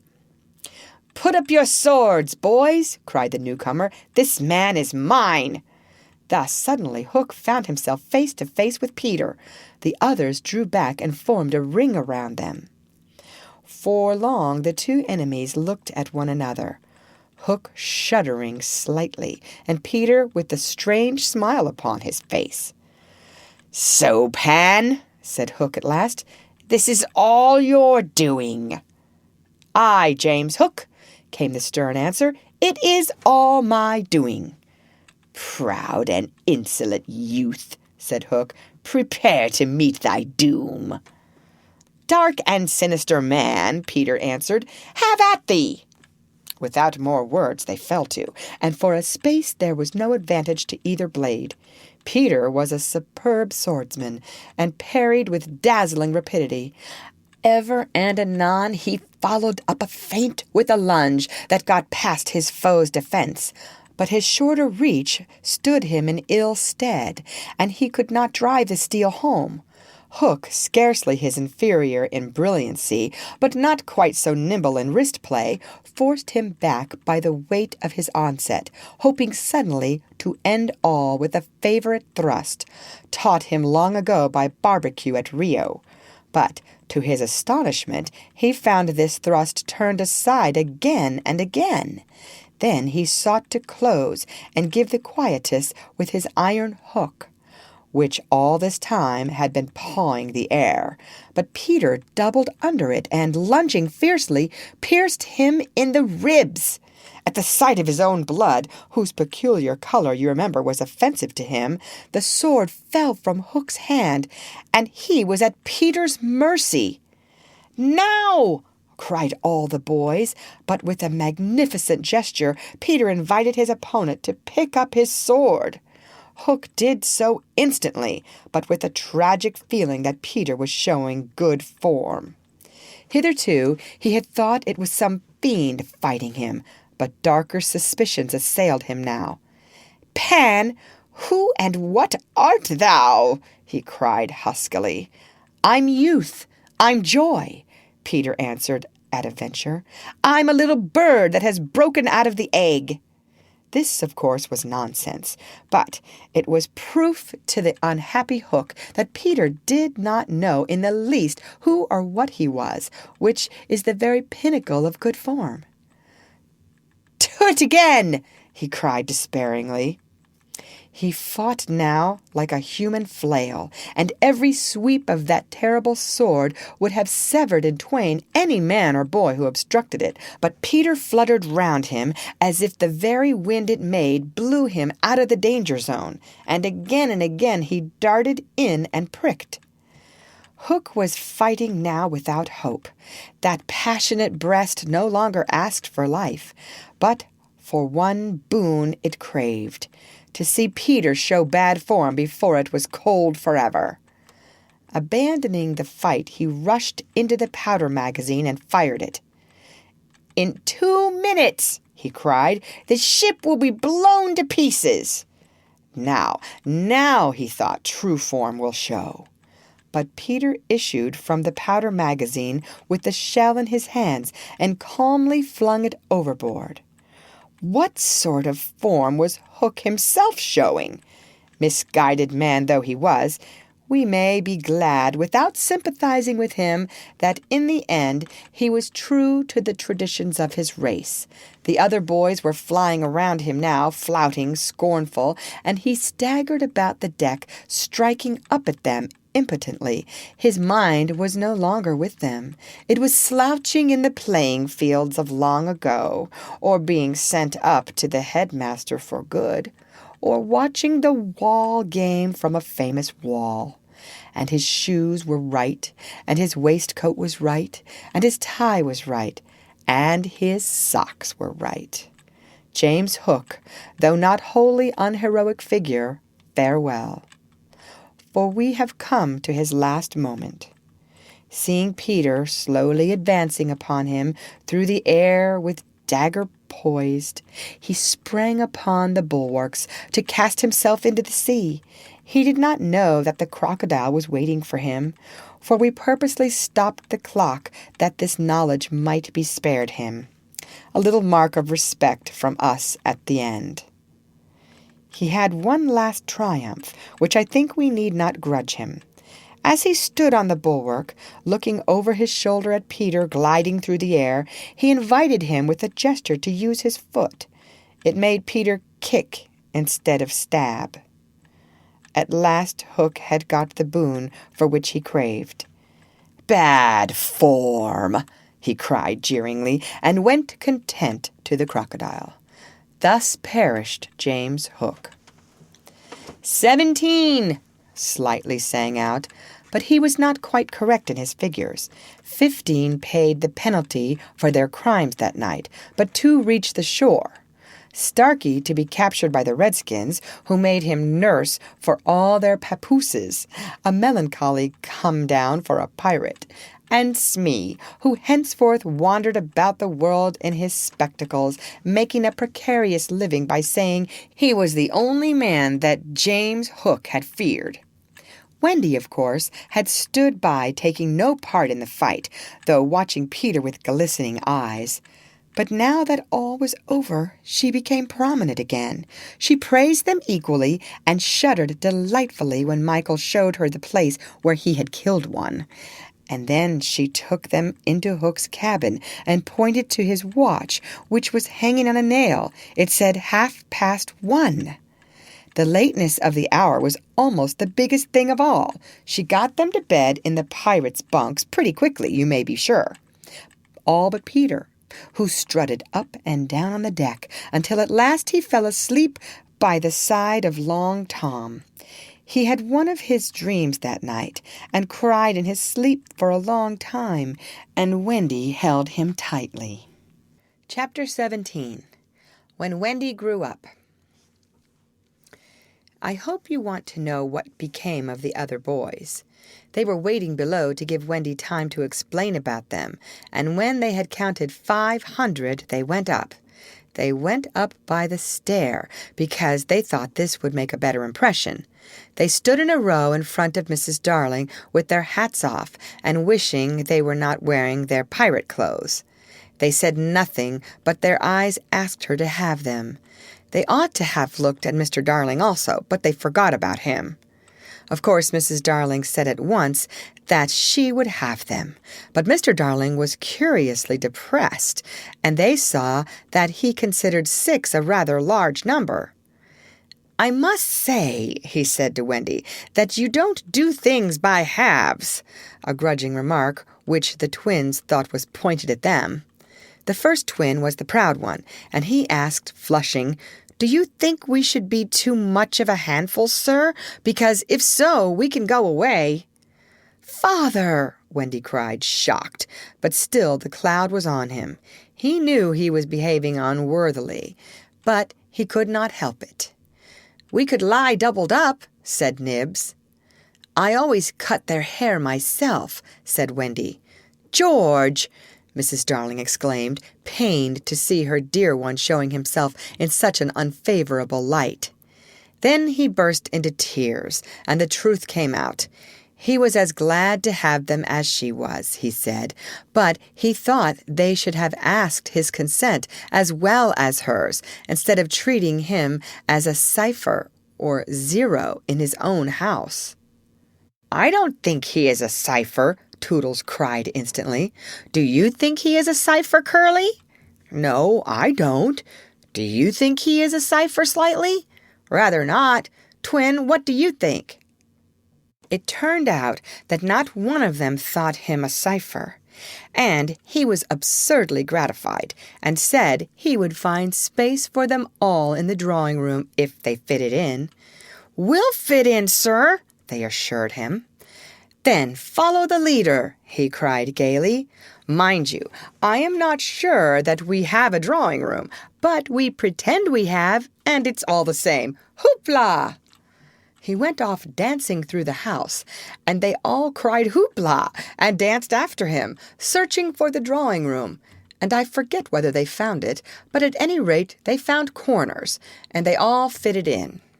As for Peter, he saw Wendy once again before he flew away. He did not exactly come to the window, but he brushed against it in passing so that she could open it if she liked and call to him. That is what she did. "Hello, Wendy." "Goodbye," he said. "Oh, dear, are you going away?" "Yes." "You don't feel, Peter," she said falteringly, "that you would like to say anything to my parents about a very sweet subject?" "No."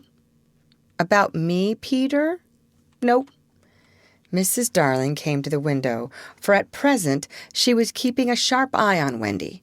She told Peter that she had adopted all the other boys and would like to adopt him also. "Would you send me to school?" he inquired craftily. "Yes." "And then to an office?" "I suppose so." "Soon I would be a man?" "Very soon." "I don't want to go to school and learn solemn things," he told her passionately. "I don't want to be a man. Oh, Wendy's mother, if I was to wake up and feel there was a beard—" "Peter," said Wendy, the comforter, "I should love you in a beard." And Mrs. Darling stretched out her arms to him, but he repulsed her. "Keep back, lady. No one is going to catch me and make me a man." "But where are you going to live?" "With Tink, in the house we built for Wendy. The fairies are to put it high up among the treetops where they sleep at nights." "How lovely!" cried Wendy so longingly that Mrs. Darling tightened her grip. "I thought all the fairies were dead," Mrs. Darling said. "There are always a lot of young ones," explained Wendy, who was now quite an authority, "because you see, when a new baby laughs for the first time, a new fairy is born, and as there are always new babies, there are always new fairies. They live in nests on the tops of trees, and the mauve ones are boys, and the white ones are girls, and the blue ones are just little sillies who are not sure what they are." "I shall have such fun," said Peter, with an eye on Wendy. "It will be rather lonely in the evening," she said, sitting by the fire. "I shall have Tink." "Tink can't go a 20th part of the way round," she reminded him a little tartly. Sneaky telltale, Tink called out from somewhere round the corner. "It doesn't matter," Peter said. "Oh, Peter, you know it matters." "Well, then, come with me to the little house." "May I, Mummy?" "Certainly not. I have got you home again, and I mean to keep you." "But he does so need a mother." "So do you, my love." "Oh, all right," Peter said, as if he had asked her from politeness merely. But Mrs. Darling saw his mouth twitch, and she made this handsome offer, to let Wendy go to him for a week every year to do his spring cleaning. Wendy would have preferred a more permanent arrangement, and it seemed to her that spring would be long in coming, but this promise sent Peter away quite gay again. He had no sense of time, and was so full of adventures that all I have told you about him is only a halfpenny worth of them. I suppose it was because Wendy knew this that her last words to him were these rather plaintive ones. "You won't forget me, Peter, will you, before spring cleaning time comes?" Of course, Peter promised, and then he flew away. He took Mrs. Darling's kiss with him. The kiss that had been for no one else, Peter took quite easily. Funny, but she seemed satisfied. Of course, all the boys went to school, and most of them got into Class 3, but Slightly was put first into Class 4, and then into Class 5. Class 1 is the top class. Before they had attended school a week, they saw what goats they had been not to remain on the island. But it was too late now, and soon they settled down to being as ordinary as you or me or Jenkins Minor, the younger Jenkins. It is sad to have to say that the power to fly them. At first, Nana tied their feet to the bedposts so that they should not fly away in the night. And one of their diversions by day was to pretend to fall off buses, the English double-deckers. But by and by they ceased to tug at their bonds in bed, and found that they hurt themselves when they let go of the bus. In time they could not even fly after their hats. Want of practice, they called it, but what it really meant was that they no longer believed. Michael believed longer than the other boys, though they jeered at him. So he was with Wendy when Peter came for her at the end of the first year. She flew away with Peter in the frock she had woven from leaves and berries in the Neverland, and her one fear was that he might notice how short it had become. But he never noticed. He had so much to say about himself. She had looked forward to thrilling talks with him about the old times, but new adventures had crowded the old ones from his mind. "Who is Captain Hook?" he asked, with interest when she spoke of the arch-enemy. "Don't you remember?" she asked, amazed. "How you killed him and saved all our lives?" "I forget them after I kill them," he replied carelessly. When she expressed a doubtful hope that Tinker Bell would be glad to see her, he said, "Who is Tinker Bell?" "Oh, Peter," she said, shocked, but even when she explained, he could not remember. "There are such a lot of them," he said. "I expect she is no more." I expect he was right, for fairies don't live long, but they are so little that a short time seems a good while to them. Wendy was pained, too, to find that the past year was but as yesterday to Peter. It had seemed such a long year of waiting to her. But he was exactly as fascinating as ever, and they had a lovely spring cleaning in the little house on the treetops. Next year he did not come for her. She waited in a new frock because the old one simply would not meet, but he never came. "Perhaps he is ill," Michael said. "You know he is never ill." Michael came close to her and whispered, with a shiver, "Perhaps there is no such person, Wendy." And then Wendy would have cried if Michael had not been crying. Peter came next spring cleaning, and the strange thing was that he never knew he had missed a year. That was the last time the girl Wendy ever saw him. For a little longer she tried for his sake not to have growing pains, and she felt she was untrue to him when she got a prize for general knowledge. But the years came and went without bringing the careless boy. And when they met again, Wendy was a married woman, and Peter was no more to her than a little dust in the box in which she had kept her toys. Wendy was grown up. You need not be sorry for her. She was one of the kind that likes to grow up. In the end, she grew up of her own free will a day quicker than other girls. All the boys were grown up and done for by this time, so it is scarcely worthwhile saying anything more about them. You may see the twins and Nibs and Curly any day going to an office, each carrying a little bag and an umbrella. Michael is an engine driver or train engineer. Slightly married a lady of title, and so he became a lord. You see that judge in a wig coming out at the iron door? That used to be Toodles. The bearded man who doesn't know any story to tell his children was once John. Wendy was married in white with a pink sash. It is strange to think that Peter did not alight in the church and forbid the banns or formal announcement of a marriage. Years rolled on again, and Wendy had a daughter. This ought not to be written in ink, but in a golden splash. She was called Jane, and always had an odd inquiring look, as if from the moment she arrived on the mainland she wanted to ask questions. When she was old enough to ask them, they were mostly about Peter Pan. She loved to hear of Peter, and Wendy told her all she could remember in the very nursery from which the famous flight had taken place. It was Jane's nursery now, for her father had bought it at the 3% mortgage rate from Wendy's father, who was no longer fond of stairs. Mrs. Darling was now dead and forgotten. There were only 2 beds in the nursery now, Jane's and her nurse's, and there was no kennel, for Nana also had passed away. She died of old age, and at the end she had been rather difficult to get on with, being very firmly convinced that no one knew how to look after children except herself. Once a week Jane's nurse had her evening off, and then it was Wendy's part to put Jane to bed.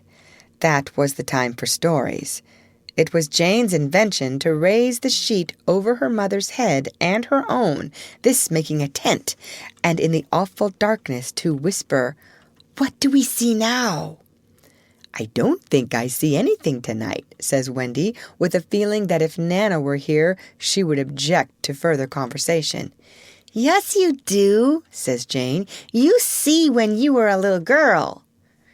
That is a long time ago, sweetheart, says Wendy. Ah, me, how time flies. Does it fly? Asked the artful girl. The way you flew when you were a little girl? The way I flew? Do you know, Jane, I sometimes wonder whether I ever did really fly. Yes, you did. The dear old days when I could fly. Why can't you fly now, Mother? Because I am grown up, dearest. When people grow up, they forget the way. Why do they forget the way? Because they are no longer gay and innocent and heartless. It is only the gay and innocent and heartless who can fly. What is gay and innocent and heartless? I do wish I were gay and innocent and heartless. Oh, perhaps Wendy admits she does see something. I do believe, she says, that it is this nursery. I do believe it is, says Jane. Go on. They are now embarked on the great adventure of the night when Peter flew in looking for his shadow. The foolish fellow, says Wendy, tried to stick it on with soap, and when he could not, he cried, and that woke me, and I sewed it on for him. You have missed a bit, interrupts Jane, who now knows the story better than her mother. When you saw him sitting on the floor crying, what did you say? I sat up in bed and I said, Boy, why are you crying? Yes, that was it, says Jane with a big breath. And then he flew us all away to the Neverland, and the fairies, and the pirates, and the redskins, and the mermaid's lagoon, and the home under the ground, and the little house. Yes! Which did you like best of all? I think I like the home under the ground best of all. Yes, so do I. What was the last thing Peter ever said to you? The last thing he ever said to me was, Just always be waiting for me, and then some night you will hear me crowing. Yes. But alas, he forgot all about me. Wendy said it with a smile. She was as grown up as that. What did his crow sound like? Jane asked one evening. It was like this, Wendy said, trying to imitate Peter's crow. No, it wasn't, Jane said gravely. It was like this. And she did it ever so much better than her mother. Wendy was a little startled. My darling, how can you know? I often hear it when I am sleeping, Jane said. Ah, yes, many girls hear it when they are sleeping, but I was the only one who heard it awake. Lucky you, said Jane. And then one night came the tragedy. It was the spring of the year, and the story had been told for the night, and Jane was now asleep in her bed. Wendy was sitting on the floor, very close to the fire, so as to see to darn, for there was no other light in the nursery. And while she sat darning, she heard a crow. Then the window blew open as of old, and Peter dropped in on the floor. He was exactly the same as ever, and Wendy saw at once that he still had all his first teeth. He was a little boy, and she was grown up. She huddled by the fire, not daring to move, helpless and guilty, a big woman. "Hello, Wendy," he said, not noticing any difference, for he was thinking chiefly of himself. And in the dim light, her white dress might have been the nightgown in which he had seen her first. "Hello, Peter," she replied faintly, squeezing herself as small as possible. Something inside her was crying, "Woman, woman, let go of me." "Hello, where is John?" he asked, suddenly missing the third bed.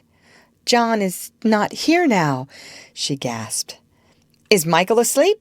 he asked, with a careless glance at Jane. "Yes," she answered, and now she felt that she was untrue to Jane as well as to Peter. "That is not Michael," she said quickly, lest a judgment should fall on her. Peter looked. Hello. Is it a new one? Yes. Boy or girl? Girl. Now surely he would understand, but not a bit of it. Peter, she said, faltering, are you expecting me to fly away with you? Of course. That is why I have come, he added a little sternly. Have you forgotten that this is spring cleaning time? She knew it was useless to say that he had let many spring cleaning times pass. I can't come, she said apologetically. I have forgotten how to fly. I'll soon teach you again. Oh, Peter, don't waste the fairy dust on me. She had risen, and now at last a fear assailed them. What is it? He cried, shrinking. I will turn up the light, she said, and then you can see for yourself. For almost the only time in his life that I know of, Peter was afraid. Don't turn up the light, he cried. She let her hands play in the hair of the tragic boy. She was not a little girl heartbroken about him. She was a grown woman smiling at it all, but they were wet-eyed smiles. Then she turned up the light, and Peter saw. He gave a cry of pain, and when the tall, beautiful creature stooped to lift him in her arms, he drew back sharply. What is it? He cried again. She had to tell him. I am old, Peter. I am ever so much more than 20. I grew up long ago. You promised not to. I couldn't help it.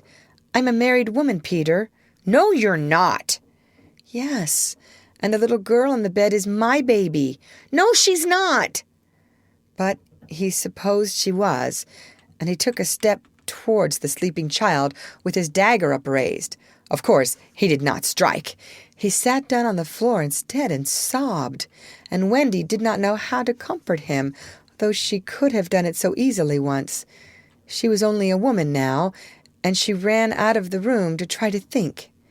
Peter continued to cry, and soon his sobs woke Jane. She sat up in bed and was interested at once. Boy, she said, why are you crying? Peter rose and bowed to her, and she bowed to him from the bed. Hello, he said. Hello, said Jane. My name is Peter Pan, he told her. Yes, I know. I came back for my mother, he explained, to take her to the Neverland. Yes, I know, Jane said. I have been waiting for you. When Wendy returned diffidently, she found Peter sitting on the bedpost, crowing gloriously, while Jane in her nightie was flying round the room in solemn ecstasy. She is my mother, Peter explained, and Jane descended and stood by his side, with the look in her face that he liked to see on ladies when they gazed at him. He does so need a mother, Jane said. Yes, I know, Wendy admitted, rather forlornly. No one knows it so well as I. Goodbye, said Peter to Wendy, and he rose in the air, and the shameless Jane rose with him. It was already her easiest way of moving about. Wendy rushed to the window. No, no, she cried. It is just for spring cleaning time, Jane said. He wants me always to do his spring cleaning. If only I could go with you, Wendy sighed. You see, you can't fly, said Jane. Of course, in the end, Wendy let them fly away together. Our last glimpse of her shows her at the window, watching them receding into the sky until they were as small as stars. As you look at Wendy, you may see her hair becoming white and her figure little again, for all this happened long ago. Jane is now a common grown-up, with a daughter called Margaret, and every spring cleaning time, except when he forgets, Peter comes for Margaret and takes her to the Neverland, where she tells him stories about himself to which he listens eagerly. When Margaret grows up, she will have a daughter, who is to be Peter's mother in turn, and thus it will go on, so long as children are gay and innocent and heartless. The end.